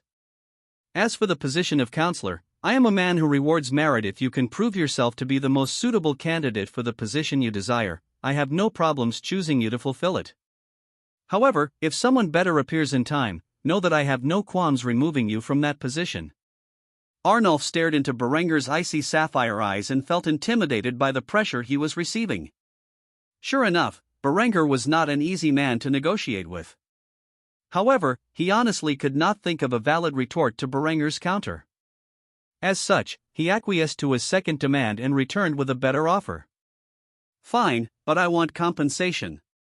Berenger maintained his indifferent expression as he glared at Arnulf. There was no hesitation in his voice as he inquired about the details of such a thing. In what form? Arnulf gulped at the response. He did not explicitly state he wanted money, he merely desired compensation, and Berenger had caught that immediately. Clearly, the young lord was very shrewd in diplomatic affairs. As the man looked over at the suit of armor Berenger had lying in the corner of his room with envy in his eyes. Though it was only half-plate, it was truly magnificent in design, and he deeply desired a set of his own. A good suit of armor was worth a fortune in this time period, and if he were to march to war alongside Sieghard, he wanted superior protection than the set he currently had. Your factories produce plate armor such as that in high quantities, is that correct? Berenger scoffed at Arnulf's request. He thought too much of Arnulf and assumed the man would want his armies equipped with such magnificent technology. That was a demand which Berenger would never allow to come to fruition. My factories are currently busy producing the equipment necessary to arm my forces. I do not have the means of production to create enough to equip yours. Arnulf shook his head and stopped Berenger before he could continue with his train of thought. You misunderstand my intent, my lord. What I desire is a single set of plate armor for myself. Can this be arranged? Berenger was stunned when he heard this request. It was a far more reasonable offer than what he had initially estimated to be Arnulf's thoughts. Of course, a full set of plate armor was an outrageous expense, but that was because of the limited ability of this era to produce steel in high enough quantity to create such a thing. Not to mention the intensive labor required for personal fitting of the armor. However, Berenger had more steel than he knew what to do with at the moment. With the use of advanced manufacturing processes like trip hammers in his factories, the labor would be far less extensive, and as such, far less expensive to manufacture a set of full-plate armor. After careful consideration, Berenger agreed to the terms Arnulf had stated. As such, he rose from his chair and extended his hand to the lord in front of him. Then, if that is all, I believe we have come to an agreement. The two men shook hands, signaling the dawn of a new alliance united against their common enemy. After agreeing to the terms, Arnulf handed over the ledger to Berenger for safekeeping, and Berenger promised Arnulf that he would get his set of armor within a reasonable amount of time. The style of armor in which he would craft for the man would be in that of the famous Maximilian set, which German knights and men-at-arms used during the century of Berenger's previous life. After the two had concluded their negotiations, Berenger turned his focus to Ingbert, who was waiting patiently for his turn to speak. When Berenger motioned for Ingbert to voice his concerns, the man kneeled before him. My lord, I confess to conspiring against you alongside your brother in the past and openly ask for forgiveness. I offer you my written and verbal testimonies of the wicked deeds I have witnessed Lambert engaging in as my sincerest apologies for my actions. The young knight's actions slightly amused Berenger. He never really cared for Ingbert, but somehow Linde had managed to gain his support in the fight against Lambert. After all, he had punished her severely the night before for hugging him. Even if it was an act, he could not allow his slave to touch other men. Though he held no grudge against Ingbert for that scene, as such, he motioned for Ingbert to rise as Berenger gave his decree. Rise, Sir Ingbert. I shall spare you under the condition that you stay true to your words and aid me in bringing down my brother. Ingbert rose from his kneeling position with a wide smile on his face. He was not doing this for Berenger but for Linde, who desperately needed his help. Or so he thought. The reality is that aside from the one encounter with Lambert in the hallway, he had never laid a hand on her before, nor would he ever again, as the boy was so clearly traumatized by Berenger's threat. With these new pieces of evidence and the letter from Lambert's previous attempt on his life, Berenger now had everything he needed to charge his brother with attempted fratricide and treason. With this evidence in his hands, he could justifiably execute his brother the moment he gained control over the seat of power in Kufstein. Now all he needed to do was wait for his father to march off to war, leaving him in control of the barony. Of course, first, he would have to deal with the threat of the Inquisition breathing down his neck, but to him, the Church and their attempts to intimidate him into compliance were merely child's play. If the church wanted to provoke a tyrant, then he was happy to play the part. Berenger would soon show his enemies what happens when they conspire against the tyrant of steel. Berenger stood in a room alone with his mother, Gisela. The Baroness had quite enough of Berenger's fling with Linde and was currently confronting her eldest son about his misdeeds. She stared up at her son with a look of scorn on her regal face. He was quite a bit taller than her, however. This did not prevent her from leering into his gemstone-like sapphire eyes. There was a degree of arrogance in her baby boy's gaze which caught the mature beauty off guard as she lectured him. "Until now, I have put up with your little escapades with that vile woman because I thought you would grow sick of her company, and I could use it as an excuse to be rid of the vixen once and for all. Now I can see she has dug her claws into both of you two brothers." Berenger could not help but chuckle at his mother's wording. She made it appear as if he was being manipulated by Linde when she was actually quite the obedient slave. This laughter did not ease his mother's fury as she continued to glare at her own errant son. "What is so funny?" Berenger knew that his mother was furious with his behavior, but he would never allow her to get rid of his favorite toy. As such, a wicked grin spread across his lips as he sneered at his mother's ferocious display. "Linde does not have her claws dug into me, as you proclaim. In fact, the situation is quite the opposite. She obeys my every will and whim like an obedient little girl.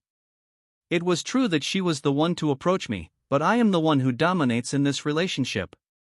I have no plans to get rid of her anytime soon, as she has proven to be quite the excellent concubine. Plus, as I am sure you have suspected, the child within her is my own." He had no problems revealing this information to his mother. The woman had long since suspected this to be the truth, and he knew the woman would never betray him. Blood is thicker than water, and despite her opinion of Linde, she would not disgrace her family's reputation by making such information public. However, Gisela's reaction was out of his expectation. She slapped Berenger across his cheek and chastised him for his behavior. "Do you have any idea how scandalous your actions are? You have cuckolded your own brother and impregnated his fiancée. He would never forgive you if he were aware of this fact." Berenger held his cheek, which had reddened upon impact. He felt humiliated by the strike but could contain his rising anger. After all, he would never harm his own mother.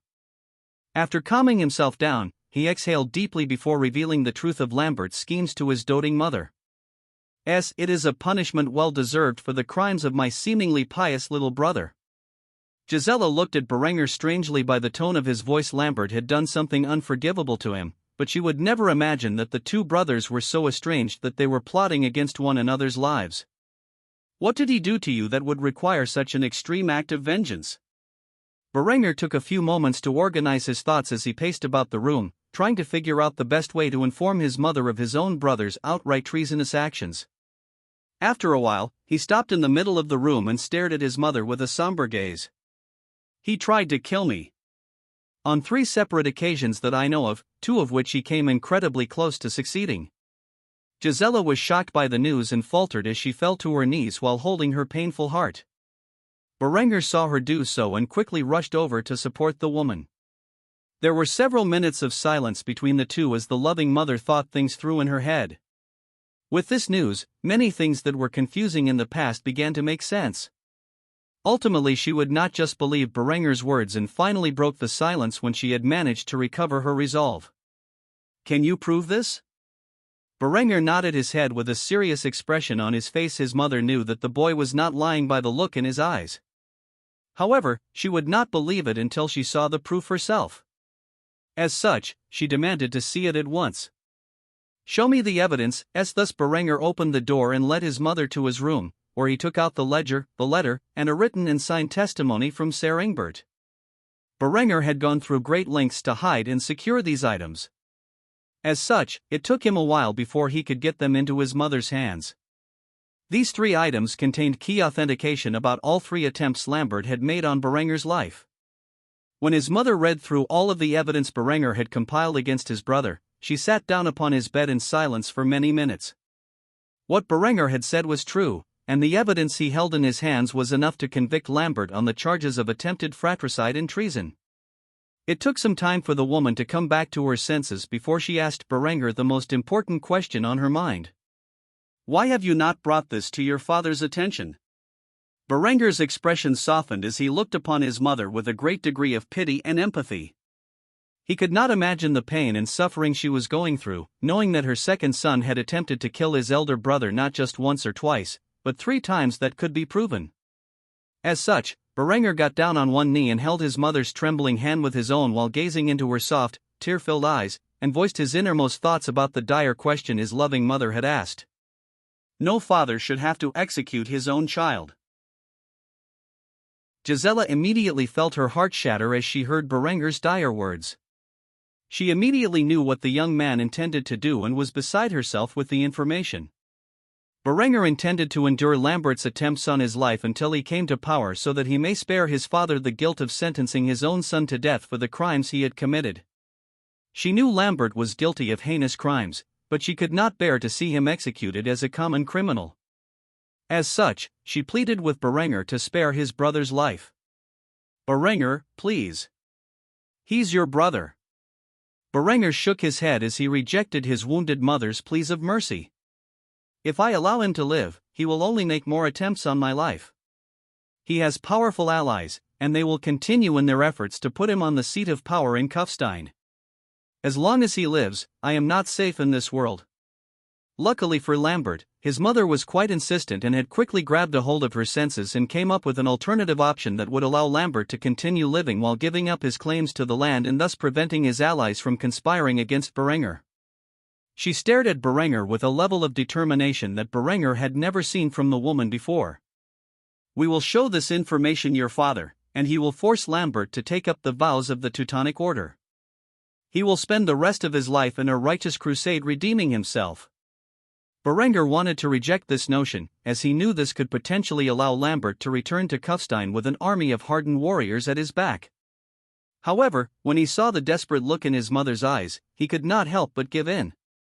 After all, he still had a great degree of guilt he held from dying in his previous life without gifting his parents with any grandchildren. He could not imagine the grief they had suffered from their only child's death.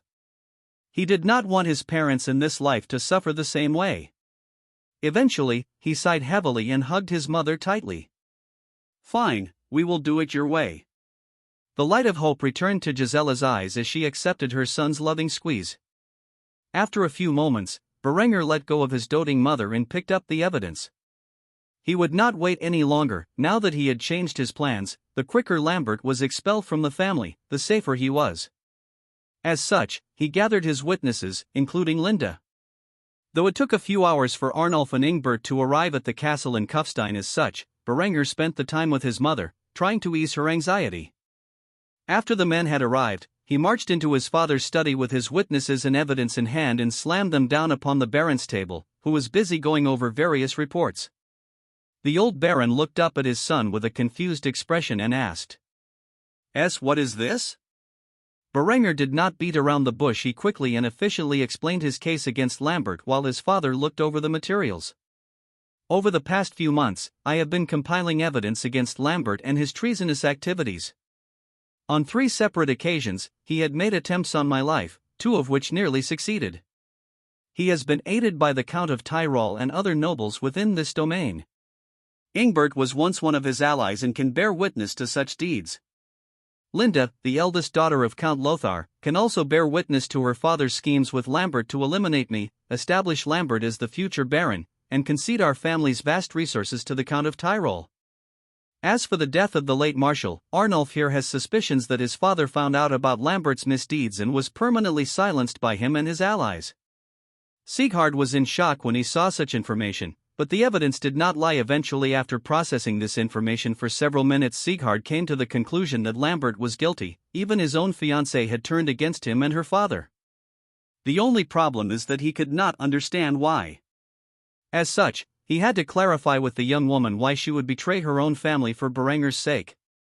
The old Baron glared at Linde furiously as he suspected her of scheming against him and his family. There was a large possibility that this was all the plan of Lothar, or so he thought until he asked her for the reasons behind her actions and heard her reply. "What do you stand to gain from betraying your father and fiancé?" The young woman instantly blushed as Berenger's father cornered her. She gazed at Berenger for confirmation that she was allowed to speak before exhaling deeply and revealing the contents of her heart. "I gain the security of my lover and the father of my child. Your son and heir Berenger. Sieghard seemed to be the only one shocked by this news, as everyone else within the room was already aware of her relationship with Berenger and the true nature of her child's parentage. This instantly made the old Baron furious as he began to yell at Linde with all his fury. "You slept with both of my sons." Linde quickly defended herself as she shook her head and explained her situation. "No. I have only ever been with Berenger the night of his engagement ceremony. He instructed me to frame Lambert as the father to avoid suspicions I was already pregnant at that point. I merely doused some goat blood on Lambert's bedding and laid down next to him. When he awoke from his drunken stupor, I told him that we had slept together, but nothing occurred between the two of us. I swear on my life." Sieghard felt himself getting a headache as he heard all of this information. His two sons were scheming against one another behind his back all of this time. One had attempted to murder his older brother and usurp the inheritance, and the other had cuckolded his younger brother and impregnated his fiancée. At least, as far as Sieghard was concerned, Berenger's actions were far more forgivable considering what the boy had suffered at the hands of Lambert. Eventually, he looked at his loving wife for an explanation on how to deal with this awkward situation that had been forced upon him. What do I do with all of this information?" Gisela spoke to her husband with a grave tone as she commanded him on how to deal with their errant children. "Order Lambert to relinquish his claims to this land and to take up the vows of the Teutonic Order, where he may redeem himself in the eyes of men and God through righteous crusade. As for Berenger's actions, conceal it." After much deliberation, Sieghard sighed deeply as he gave his decree, "Bring the boy to me." Lambert was in his room while reading a letter from the Bishop of Innsbruck about his request for the Inquisition's interference, which the Vatican accepted. Within 2 weeks, the Inquisition would arrive and help him deal a devastating blow to his accursed elder brother. A wicked smile appeared across the boy's face as he read the letter. He had finally obtained the victory he desired, or so he thought. Just as he was about to light the evidence in his hands aflame with a candle, the door to his bedroom burst open, and the castle's guards pointed their muskets in the direction of in which he sat with their bayonets affixed. Immediately Lambert reacted by trying to finish the job of destroying the evidence. He had no idea why they had barged into his room, but clearly, he was in deep trouble and could not afford for such damning information to existing. When the guards saw his action of potentially destroying evidence, they quickly apprehended the boy before he could succeed. Thus obtaining the letter is further evidence of his crimes and the depth of the conspiracy against the von Kufstein family. Lambert struggled out of the grasp of the burly soldiers, but it was no use, there were too many of them pinning him down and placing chains around his limbs. As such, he cursed them as his face grew red with fury. "What are you bastards doing? Have you forgotten the family in which you serve? I will have your heads for this." Instead, he was roughly dragged up to his feet and was placed before the captain of the guard, who backhanded Lambert violently for his vile tongue. "The Baron has ordered us to carry out your arrest under the suspicion of assassination, attempted fratricide, and treason against the realm." Lambert's heart sank into an endless abyss as he heard those words. He realized at that moment Berenger had been one step ahead of him. For his father to order the boy's arrest, Berenger must have presented substantial evidence, though he had no idea how that scoundrel had managed to acquire it. Lambert merely lashed out verbally at the guards when he was viciously escorted to the Great Hall, where Sieghard, Berenger, and the others were waiting for his arrival. "You fucking bastards! When I come to power, I will have you and your families brutally tortured to death for such treasonous activity." The boy could not accept such an outcome had occurred to him while he was merely 2 weeks away from the arrival of the Inquisition and their investigation into Berenger's heresy. He was so close to winning this war, but instead, he was brought down on the edge of victory. Lambert nearly had a heart attack when he witnessed not only Ser Ingbert but Arnulf and his fiancée Linde standing by Berenger's side acting as his witnesses. He could not believe that so many of his allies had turned against him, especially that bitch Linde. She truly was having carnal relations with his brother behind his back. However, he put on a facade and acted as if he was ignorant of the charges he was facing. After the guards forced him to kneel in front of his father, the Baron, who stared at him with a look of disgust, the boy desperately attempted to explain his way out of the precarious situation he found himself in. "Father, what is the meaning of this?" Sieghard glared at his second son. The boy was still putting on an act even after all of the evidence that had been accumulated. The captain of the guard approached Sieghard and handed him the letter they had confiscated from Lambert. "My lord, your son Lambert was in the middle of attempting to destroy evidence of his crimes." If you read the letter, it very clearly states yet another attempt on Berenger's life by falsifying crimes of heresy and blasphemy and requesting the Inquisition's interference. Lambert was immediately frightened when he realized that the guards had caught him red-handed and began to swell up in tears as his father screamed at him with a degree of rage the boy had never witnessed before. "You would bring the might of the Inquisition down upon my house? My son? Your brother. For what? Because you desire my position, which is your brother's by birthright. Do you have any remorse for your deeds whatsoever?" By now Lambert was putting on a convincing display of crocodile tears which he choked back as he tried to plead with his father about his innocence. "I am being framed. It is Berenger who is the wicked one. He stole my fiancée and now plots to have me removed so he can keep her to himself." Sieghard nearly snorted at the boy's response. Could the boy seriously not come up with a better excuse than that? On the other hand, Adela was present to witness the scene and was shocked by the whole development. She had no idea the two brothers' schemes were this ruthless, and the accusation of Berenger stealing Linde was particularly worrisome for her. Linde, who noticed the young girl's presence, denied this accusation. Though she desperately wanted to shove her affair with Berenger in Lambert's face, the family had already decided to conceal the truth, and thus she could not reveal it in public. Either way, Lambert would be removed from this day forth, and she would no longer have to marry the little blackguard. Instead, she denied the accusations with a convincing display as she too conjured tears to make it appear as if she was heartbroken by her fiancé's words. "You bastard! I gave you my chastity, and you accuse me of having an affair with your brother. What kind of woman do you think I am?" When Adela heard those words, she sighed in relief. Surely Berenger would not do such a horrible thing. Lambert, on the other hand, was on the edge of having an aneurysm from the degree of fury in which had built up inside of him. He struggled desperately in his chains to break free of the guard's grasp and attack the woman. However, the moment he lunged at her, he was brought down by the guardsman and pinned to the ground in front of the woman he once thought he loved. Staring at her with a murderous gaze, he spat out a curse upon her. "You fucking whore! You not only have an affair with my brother, but you also turn me into my family, and you still have the gall to deny it? I hope there is a special place in hell for you and your bastard child." Suddenly a loud noise echoed throughout the hall. It was the sound of Sieghard furiously pounding his fist on the armrest of his seat of power before declaring his verdict. "'S enough. Lambert, after seeing the evidence for myself, I, Baron Sieghard von Kufstein, find you guilty of all charges and convict you of assassination, attempted fratricide, and treason. I hereby disown you from my family and order you to take the vows of the Teutonic Order. Perhaps you can redeem yourself in the eyes of God by spending the rest of your life in a righteous crusade. Guards, have this wicked child taken away to the Teutonic state." With that decree, the guards grabbed a hold of Lambert and dragged him away, kicking and screaming. The last words spoken by the boy before he was forced out of the great hall were a plea for mercy. "Father, please don't do this." Unfortunately for the boy, Sieghard was too disgusted with his actions and replied mercilessly to this request. "You are no son of mine." After the castle guards had dragged away Lambert, he was placed in a prison wagon and shortly thereafter hauled off to the Teutonic Order, where he would spend the rest of his days redeeming himself in the eyes of the Lord and men. The boy had committed heinous deeds and was not only forced to join the Teutonic Order but was thoroughly disowned. This result was mercy considering the plans Berenger had for the treacherous scoundrel. Yet to Lambert, it was a cruel punishment he felt he was undeserving of. As he sat in the back of the wagon looking through the iron bars which caged him, he made a solemn vow to himself and the Lord.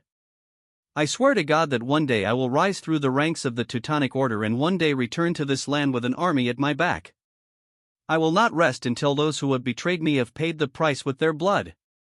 Those were the last words Lambert spoke within the confines of his family's lands, shortly after the carriage faded into the distance and continued on its journey to the Teutonic state in the east. As for the family, they dealt with the aftermath in different ways. Henrietta grieved for the loss of her brother and refused to leave her room for weeks on end. She spent her time crying under her covers and managed to survive by having her servants look after her. She could not accept that Lambert had committed such crimes and blamed Linde for her brother's fate. Gisela spent this time mostly in the church praying for the Lord's forgiveness of her son's misdeeds. To deal with her grief, she had turned to religion, as so many do in times of desperation. The loving mother had always doted on her two sons and could not understand why things had turned out the way they had. In his suffering, Sieghard had turned to the bottle as a way to comfort himself for the mistakes he made as a father. With the rise of distilled spirits coming from Berenger's distillery, it was far easier to spend the day drinking your sorrows away. He truly blamed himself for the way things had turned out. As such, he left the governance of the barony almost entirely in Berenger's hands. After all, the boy was a far more capable leader than he could ever be. Though he had not abdicated his position, at this point, the aging man was baron in name only. On the other hand, Linde wrote about the news to her father, informing him that Berenger had won the war of intrigue and there was no longer a point to conspire against him. She came clean to her father about her illicit relationship with the man he had plotted against and demanded that she stay in Kufstein to act as his mistress. After all, what kind of man would want to marry her now that she was pregnant with someone else's child? The Count was furious, but there was nothing he could do at this point. Ultimately, Linde convinced her father to agree to these terms by playing to his greed. If she maintained her affair with Berenger, then the profitable relationship between the two houses could continue as it always had, and potentially increase. Though Berenger would never forgive his enemies for plotting against him, now was not the time for vengeance. As such, he consolidated his forces and the newfound security he found himself in. He spent the following days improving his militia, implementing agricultural technology, and always expanding his businesses, which had begun to become extremely profitable. With Count Lothar and his allies no longer conspiring against Berenger, he was able to open up the trade of excess materials and products to the men who were once his enemies. Regardless of whether or not their troops were equipped with fine steel armor and weapons, it did not matter to Berenger, as such equipment was useless against the power of the musket. Besides, they lacked the means of production and the knowledge to mass-produce plate armor. As such, at most, his enemy's forces would be mass-equipped with brigandine and mail. While effective against swords, arrows, bolts, and lances, it would be useless against a musket ball at a proper distance. Berenger's greatest advantage was the technological advancement of his forces, which increased by the day. He estimated that within a year, he would have the ability to rebore all of his troops' muskets so that they were rifled and thus far more effective. By then, he would have the capacity to engage the enemy at roughly 300 yards, potentially more considering the barrels on his muskets were 6 inches longer than the Springfield 1861 rifled musket in which he had derived the estimated effective range from. Adela had become suspicious of Berenger's potential relationship with Linde, but she had not investigated it. Instead, she spent her remaining days peacefully with Berenger, trusting that he was not a womanizer like she thought he might be. Soon she would have to return to her family's lands. After all, she did not have an excuse to stay here for so long after the engagement ceremony, and her father was pressuring for her to return. Unlike Linde, who had her father wrapped around her finger, Adela held no authority in that regard, and once she returned, it would be quite some time before she could see the man she loved again. Currently, Berenger sat next to Adela in his father's study, which he had claimed to be his own during these past few days, and where he spent most of his waking hours. The girl was accompanying him once more while chatting about the future while snacking on cookies and milk. "It's hard to believe it will be 4 years before we are married. Will you visit me for my birthday?" Berenger, who was neck-deep in paperwork, overlooked her question and merely nodded as he grunted the phrase, "Ooh-ha," which instantly got on the little girl's nerves. She was acting so adorable and discussing their future as a couple, and all he could think of was paperwork? Thus she decided to test him to see if he was really listening. Now that Lambert is gone, Linde has no father for her child. Would you be willing to take that role? Berenger continued writing and merely replied as if he were on autopilot, completely unaware of what he had just been asked. Sure, why not? At this point, Adela began to pout. Clearly, Berenger was not paying attention to what she was saying, either that or he was serious about her question, which only provoked her further. As such, the adolescent girl flicked his ear, which managed to gain the young man's attention. Adela, what the hell? Yes. When Berenger noticed the look on his face, he realized he had been caught and felt it was better to apologize for ignoring her than to continue to act like he was listening. "I am sorry, truly I am, but I am currently swamped with paperwork." "What was it you were saying?" Adela merely snorted and walked out of the office while throwing a temper tantrum. "Forget it. Clearly, you're too busy to listen to what I have to say." Berenger felt embarrassed as she strutted out of his room but had too much work to do. As such, he got back to his paperwork. Hopefully, he could finish it by dinner time. At this point, his greatest concern was the arrival of the Inquisition, who would be within Kufstein in a matter of days.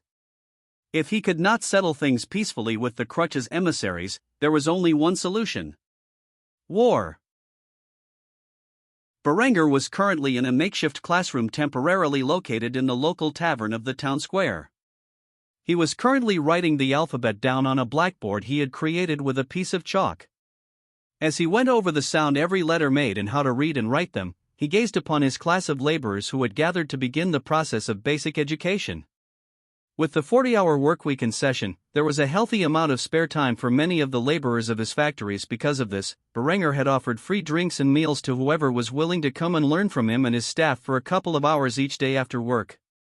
It had caught on pretty quickly as people could drink light beer, enjoy a nice meal, and educate themselves with brief breaks for socializing in between. Workers, supervisors, and foremen all gathered in the town square as if it were a festive occasion. Berenger had always found that an entertaining approach to education was far easier to learn from than a boring monotone instructor who sucked all the life out of the information. As such, he made games of learning and gave small prizes like an extra drink or dish to whoever could win his contests. It seemed to be working as the common people were quickly catching on to elementary-level language, mathematics, and science. This was a temporary solution, of course. He intended to build genuine halls of education, and one day even universities. For now, while those things were being constructed and organized, Berenger, Linde, and Adela were teaching the common population rudimentary knowledge in their spare time. No matter how busy they were, Adela would teach the children from 10 a.m. 12 p.m., Linde would teach the women from 12 p.m. 3 p.m., and Berenger would teach the men from 5 p.m. 7 p.m. Berenger was still on the quest to find educated people who had the ability to teach others, but that was a difficult task considering the educated population was primarily from either the nobility or the priesthood, neither of which were exactly fond of the idea of teaching commoners how to read, write, and do basic arithmetic. Let alone learn the concept of science in which Berenger had begun teaching, which was basically outright heresy in the eyes of the church. Berenger was currently teaching a basic sentence on the blackboard and see which of the men in his class could read it. He scribbled down the German characters for the phrase "a fair day's wage for a fair day's work." This was one of the many concepts he was trying to instill in the working man and nobility alike. He truly believed people should be paid the worth of their labor. After writing down the sentence, he looked upon the crowd and gave them another contest. Whoever can raise their hand first and read the sentence correctly will get another pint. The men all quickly got to work looking over their alphabet sheets and deciphering the sentence. Eventually, a thin young man covered in soot from the furnaces raised his hand before anyone else, and once called upon, answered the question correctly. Berenger called out to one of the women working in the tavern, "Bar wench, get this man a pint of beer." Soon enough, an attractive young girl came over and poured the man a pint of beer in which he was happy to accept and quickly drank from the mug. Afterward, Berenger asked a question to the class to see if they understood what the phrase meant. Now, this sentence is fairly important to every one of you. I believe that a man should be paid an appropriate amount to the worth his labor. Berenger began to stride around the tavern, picked up a liter of beer, and began to drink from it as he continued his lecture of economic philosophy during a rudimentary language lesson. As men under my employment, you are afforded payment for your labor. I also believe that the harder a man works, and the better results he gets, the more he should be paid. After saying so, he pointed at a man in the crowd and asked him a question in front of everyone. "You, sir, what is your name, and many hours a week do you work if you don't mind me asking?" The man looked around before noticing he was called upon and answered respectfully to Berenger. "I am known as Riengard, and I work 50 hours a week, my lord." Berenger then quickly pointed to another man and asked him the same question. "And you? What is your name, and how many hours do you work a week?" The man cleared his throat before speaking in an embarrassed tone. I am Bruno, and I work 40, milord. Berenger noticed the anxious expression on the man's face and smiled gently as he comforted the man for his choices. There is nothing wrong with working 40 hours a week. In fact, it gives you plenty of time to spend with your family or following your passions. Both are important factors to the quality of a man's work and society as a whole. After saying this, the man began to smile confidently, even after Berenger said the next piece of his impassioned speech. However, because Reingard works 10 hours a week more than you do, he is paid more than you and is more likely to be considered for a raise or a promotion in the future. We all make choices in life, we all have our own priorities. It is up to you to choose the course that would make you most happy. Yes, each man in the room carefully contemplated Berenger's words of wisdom as if they were a creed to live by. Ultimately, Berengar concluded his lecture with a bit of humor. If you do manage to find the perfect balance in life, please let me know how you managed it, as I am dreadfully lacking in balancing my affairs at the moment. With this being said, the slightly inebriated crowd of workers began to laugh at Berenger's self-deprecating sense of humor. They could not imagine a man such as Berenger lacking a balanced life. The young man perfectly scheduled every moment of his time and was teaching them because of this. After the workingmen made a few good-natured jabs, Berenger began to chuckle and ended his class for the day. Alright guys, get out of here and go back to your families. We all need to be up for work tomorrow morning, and missing sleep is detrimental to your health. After saying this, every man in the class came up to thank Berenger for the free lecture, booze, and feed. After a while, they all managed to return home, and Berenger had done the same. He still had much work to do on this night before he could get to sleep. His humorous statement was not a joke. Now that he held near absolute authority in the barony, he was swamped with work and could barely manage the time to check in on his family, who was currently grieving over Lambert's crime and sentence. Though the boy had lived, he would never return as a member of their family. Berenger did not have time to worry about such things. Tomorrow the Inquisition would arrive, and he would have to entertain the emissaries of the church. Hopefully, he could resolve this issue peacefully now that Lambert had been dealt with. Berenger sat upon his father's seat of power as he tapped his armrest thrice with his left hand and drank from a chalice of wine in his right. Standing before him was a group of priests garbed in scarlet robes with a golden cross hanging around their neck. These were the men of the Inquisition, a group of zealous and sadistic priests who rooted out, tortured, and executed heretics.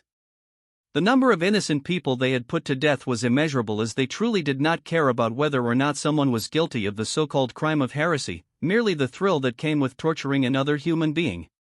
The men refused to bow to Berenger was currently acting as the regent of Kufstein and was essentially barren in all aspects but name. Instead, they stood before Berenger, who took a sip from his golden chalice as he listened to the Inquisition as they introduced themselves. Their leader was a short fat man with an obviously balding set of gray hair and a matching mustache. If the sex crimes of the Catholic Church from Berenger's previous life were to exist in this timeline, then just by first glance, one could assume this man was engaged in such activity. Luckily for Berenger, neither Henrietta nor Adela were present, or else he would not be able to contain his wrath at the stubby fat priest's lecherous gaze. Thinking of such a possibility, Berenger instinctively sneered in disgust at the man as he introduced himself to Berenger in a way that lacked the proper respect afforded to a man of his position. The man spoke with a heavy Spanish accent, immediately telling he was not a German speaker by birth. I am Father Alphonse, and these two are my associates, Fathers Antonio and Gillis. We have come at the behest of the local priest and one Lambert von Kufstein to investigate claims of heresy. I was told that the Baron of Kufstein was a middle-aged man. Who might you be? Berenger could not help but curse to himself inwardly. Fucking Christ, a Spaniard, a Southern Italian, and Frenchman. Of course, there would not be a German in their little tribunal. It seems I won't be able to play the fellow countryman card. After having such thoughts, Berenger took a sip from his glass as he proclaimed his authority in front of the unwanted priests who had barged into his home. I am Berenger von Kufstein, son of Sieghard von Kufstein, and acting regent of the barony of Kufstein while my father has secluded himself in penance. All authority to deal with this matter has been invested in me by my father Baron Sieghard von Kufstein in accordance to the laws of men. Berenger made sure to emphasize that last part, as he was making it abundantly clear to the Inquisition that they had no authority here in his domain. Father Alphonse immediately frowned when he heard this news. This was the worst possible outcome. If what Berenger said was true, investigating the claims and finding the young lord guilty may prove to be difficult. Nevertheless, Father Alphonse proceeded with his task. Tell me, where is Lambert von Kufstein? I wish to discuss with him the concerns which he brought to our attention. Berenger glared at the Inquisition leader with a smug expression as he boldly declared Lambert's fate. Lambert has been convicted of assassination, attempted fratricide, and treason against the barony of Kufstein. He has been disowned, stripped of his name and titles, and sent to the Teutonic Order, where he will spend the rest of his days redeeming himself in the eyes of the Lord. The fat and balding priest was stunned by this news. It had only been a matter of weeks since they had become aware of the situation, yet the man in which the Bishop of Innsbruck insisted on backing to maintain the Church's power in Kufstein was already removed from the equation? How did this happen?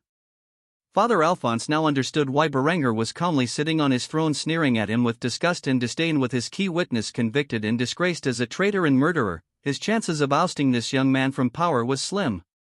Unless he could find something in a legitimate investigation to prove he was a heretic. Now that was the Church's only hope.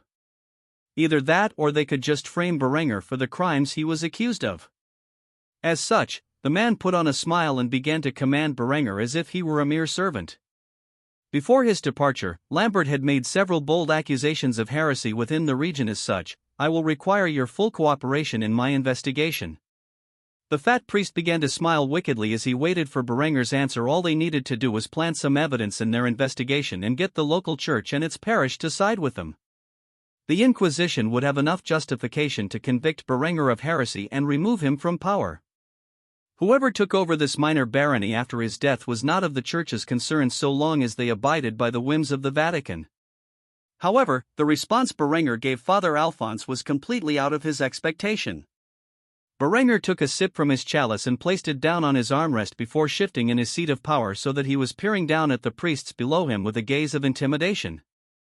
Under whose authority do you dare to investigate such accusations in my realm? All three of the priests were shocked as they stared at Berenger with contempt. Father Alphonse could no longer hold back his tongue. He had never witnessed such an impudent young lord before. As such, he began to flex his backing to Berenger, attempting to intimidate him into allowing his improper investigation. Under the authority of the Holy Father himself. As such, the priest pulled out a large scroll signed by the Pope. In it were the orders to investigate and purge Kufstein of any heretical thoughts and their believers. However, Berenger was unfazed by these remarks and merely continued to gaze down upon the men with domineering and overbearing pressure.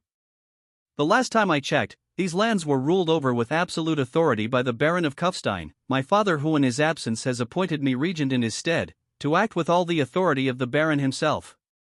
As far as I'm concerned, neither the Pope nor the Vatican has any judicial authority in my family's lands, and you would best return from whence you came before I deem your stay no longer welcome. The words he spoke were chilling to the bone, and the other two members of the Inquisition began to tremble in Berenger's presence.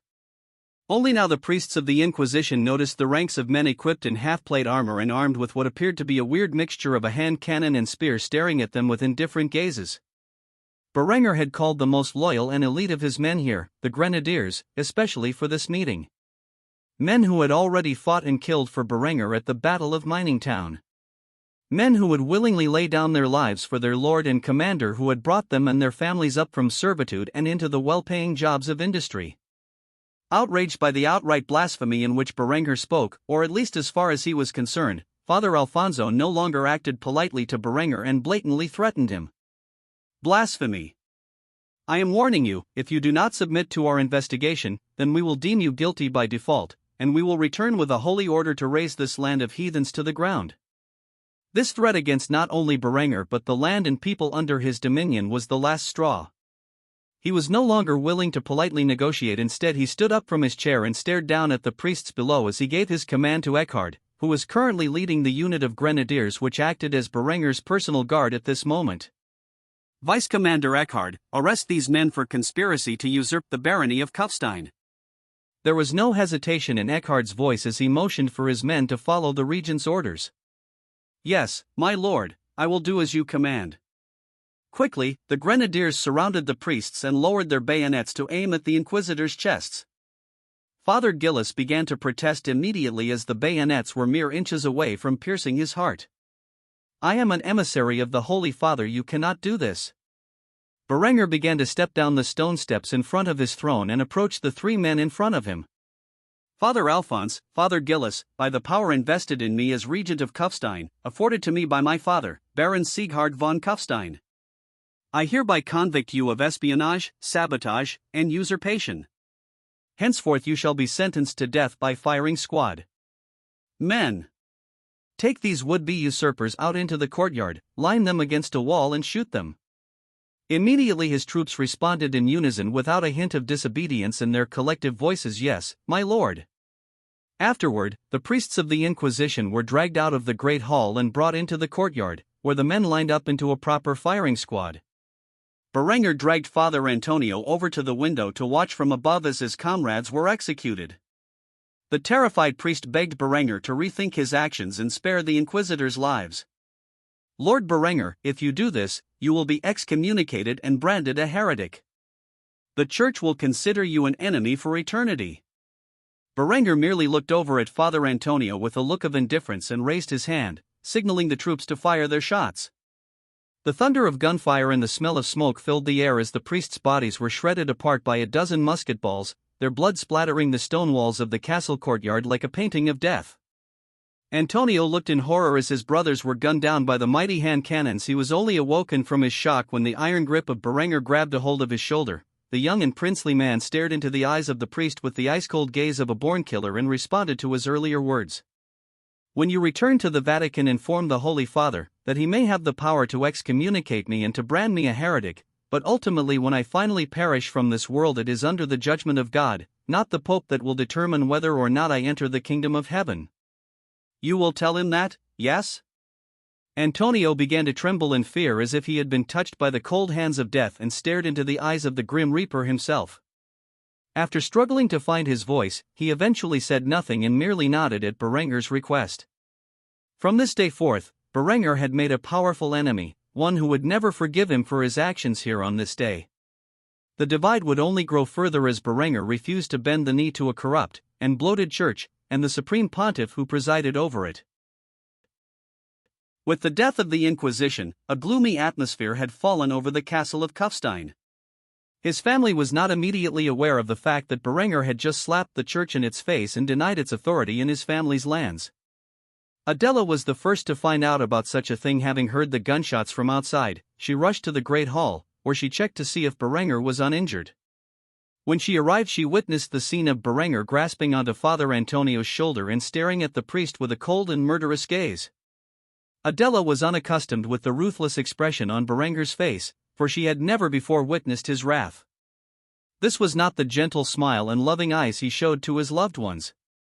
Rather, it was the callous gaze of a vengeful tyrant who took pleasure in punishing his enemies.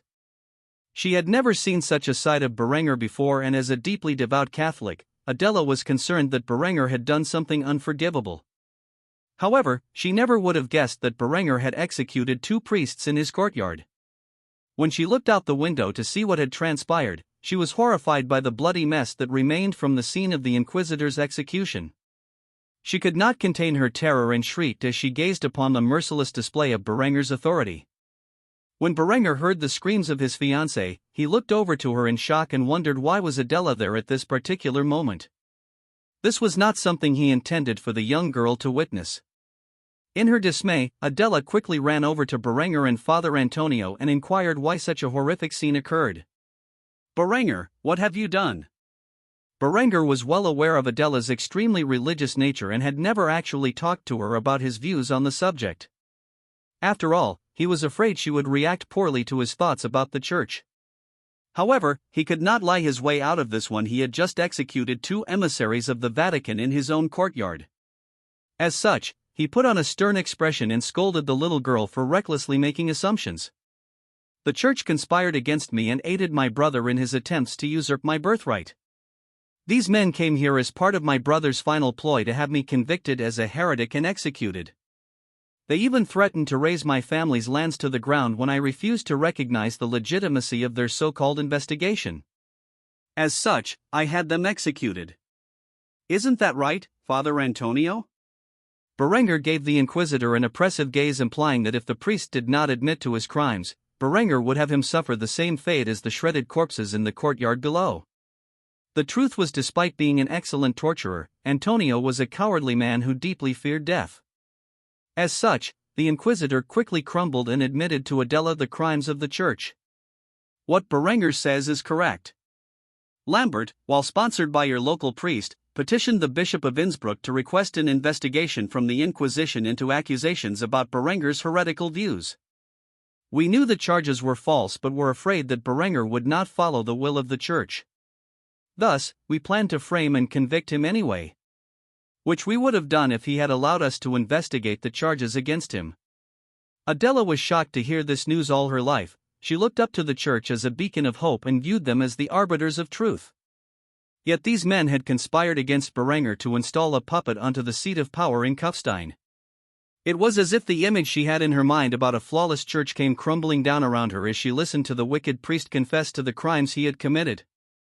She could tell the man was speaking the truth, even if it was under duress. Berenger noticed the stunned expression on the girl's face and could tell that she was in the middle of an existential crisis, and as such, he walked over to his little fiancée and hugged her while patting her head and whispered his utopian propaganda into her fine ears. "My sweet Adela, I know you are faithful, and I respect that, but men rule the church, and no man is above corruption. As long as you have faith in Christ and follow his teachings, you will be a good Christian woman." As Father Antonio could not help but mutter the word blasphemy under his breath. However, the moment he did so, Berenger stared fiercely at him, and the man instantly shut his trap. After hearing Berenger's words, Adela wanted to know more of his view of Christianity. However, she realized that he was currently dreadfully busy and decided to contemplate his words while praying to the Lord about which path to follow. After thinking it over for a few moments, she looked up at Berenger with her shining sapphire eyes and thanked him for his comfort. "Yes, thank you, Berenger. I do not know what I would do without you." Afterward, the girl released herself from his embrace and returned to her room. She had many things to think about and prepare for.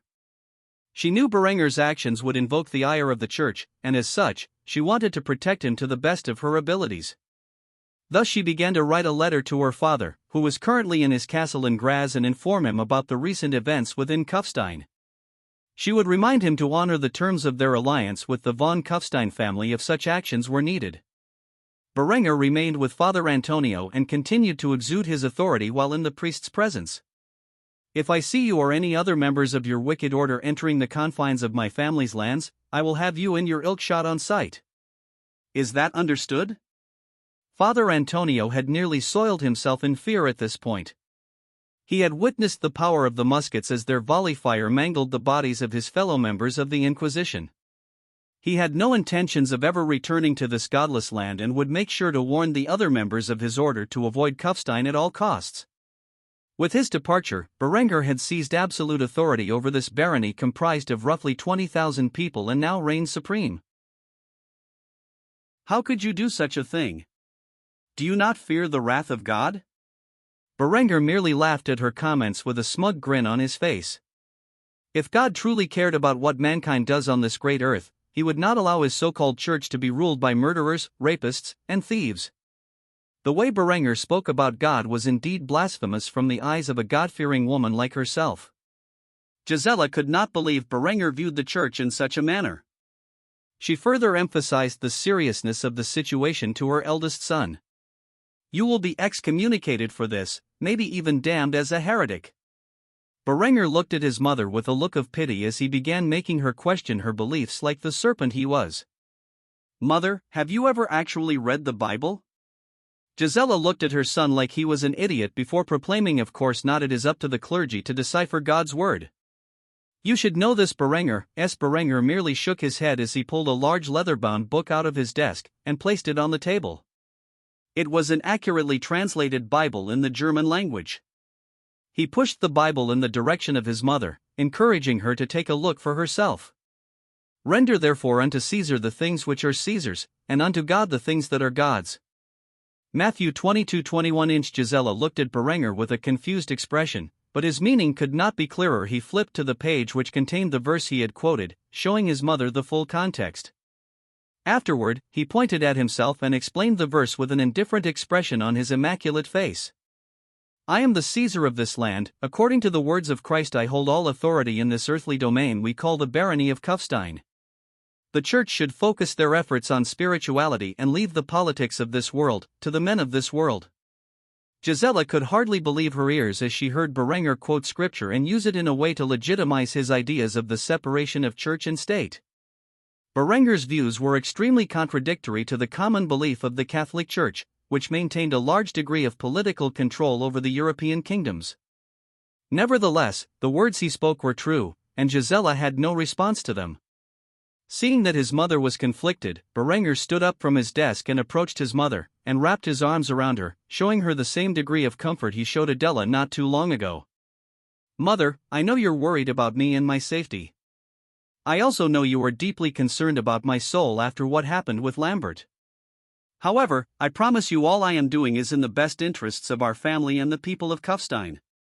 Gisela accepted her son's loving embrace, and as she looked into his warm expression, her worries about him following the path of Satan began to vanish.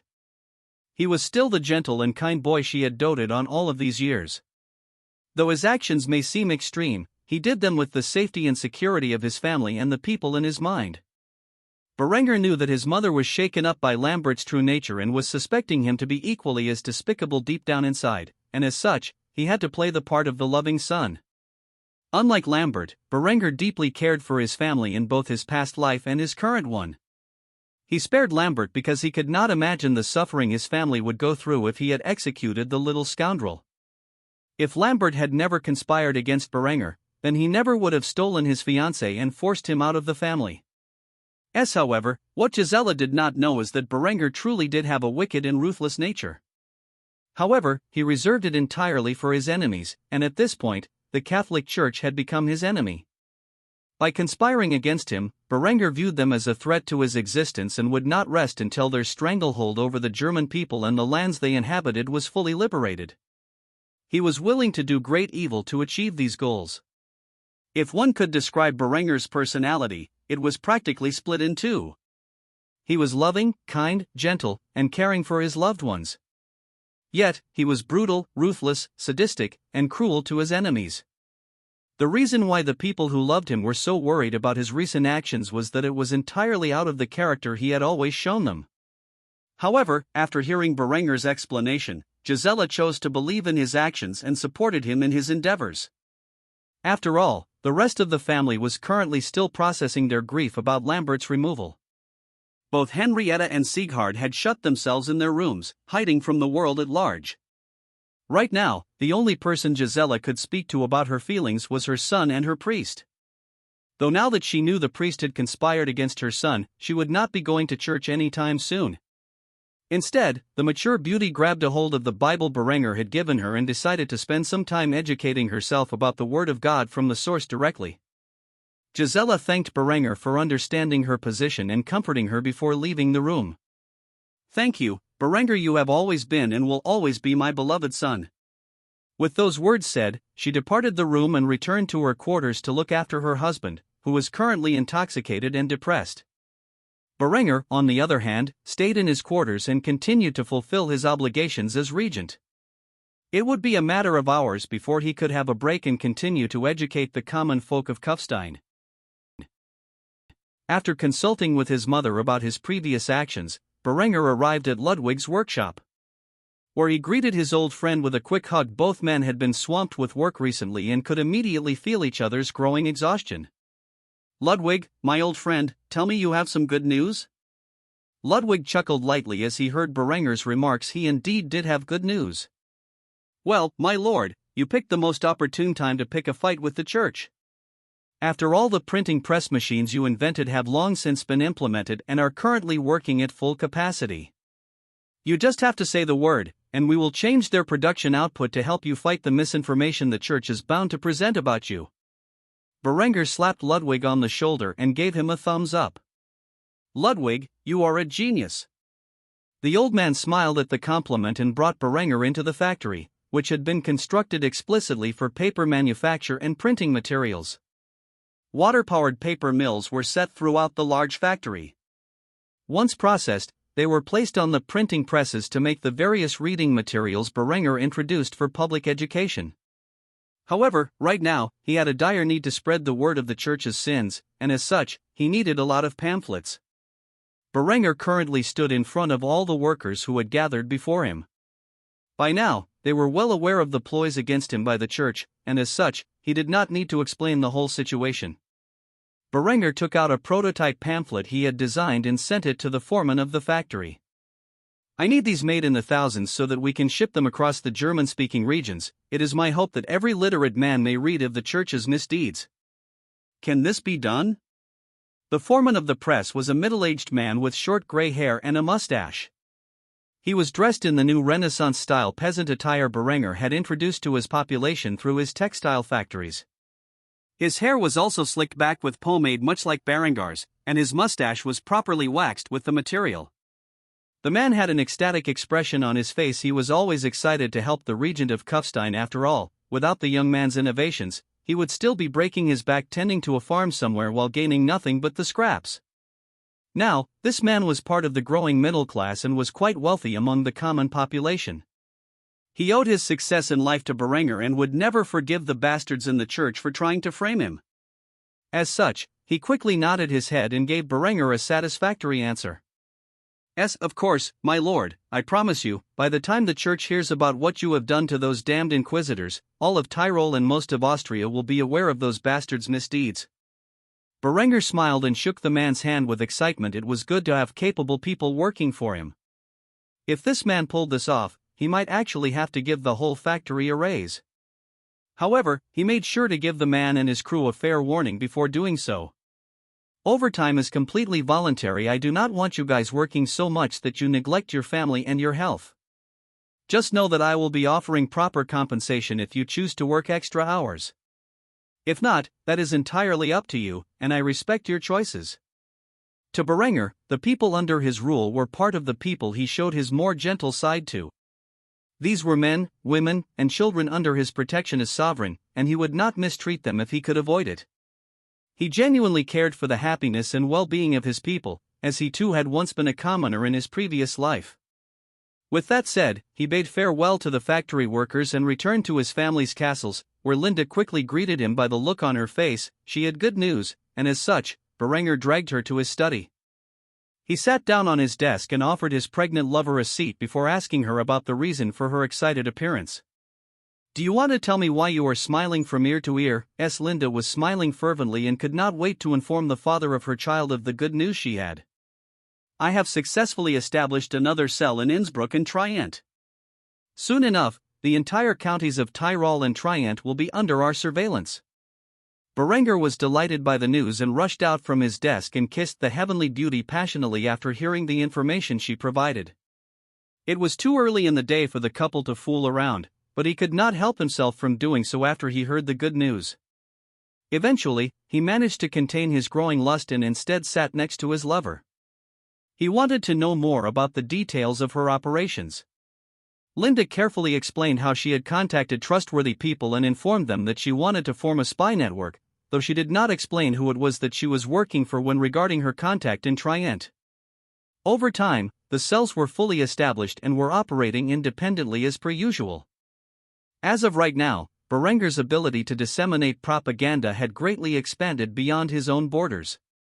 Pretty soon, the commoners of other regions would see him as an ideal candidate for leadership. By the time he began to make his move for his political aspirations, few among the common population would believe the church's lies. After spending some quality time with Linde, Berenger dismissed her before returning to the village, where he oversaw another day of instruction of basic education for the commoners in his realm. He began to wish for the day he did not have to instruct these people himself. Hopefully, he could find some competent teachers soon.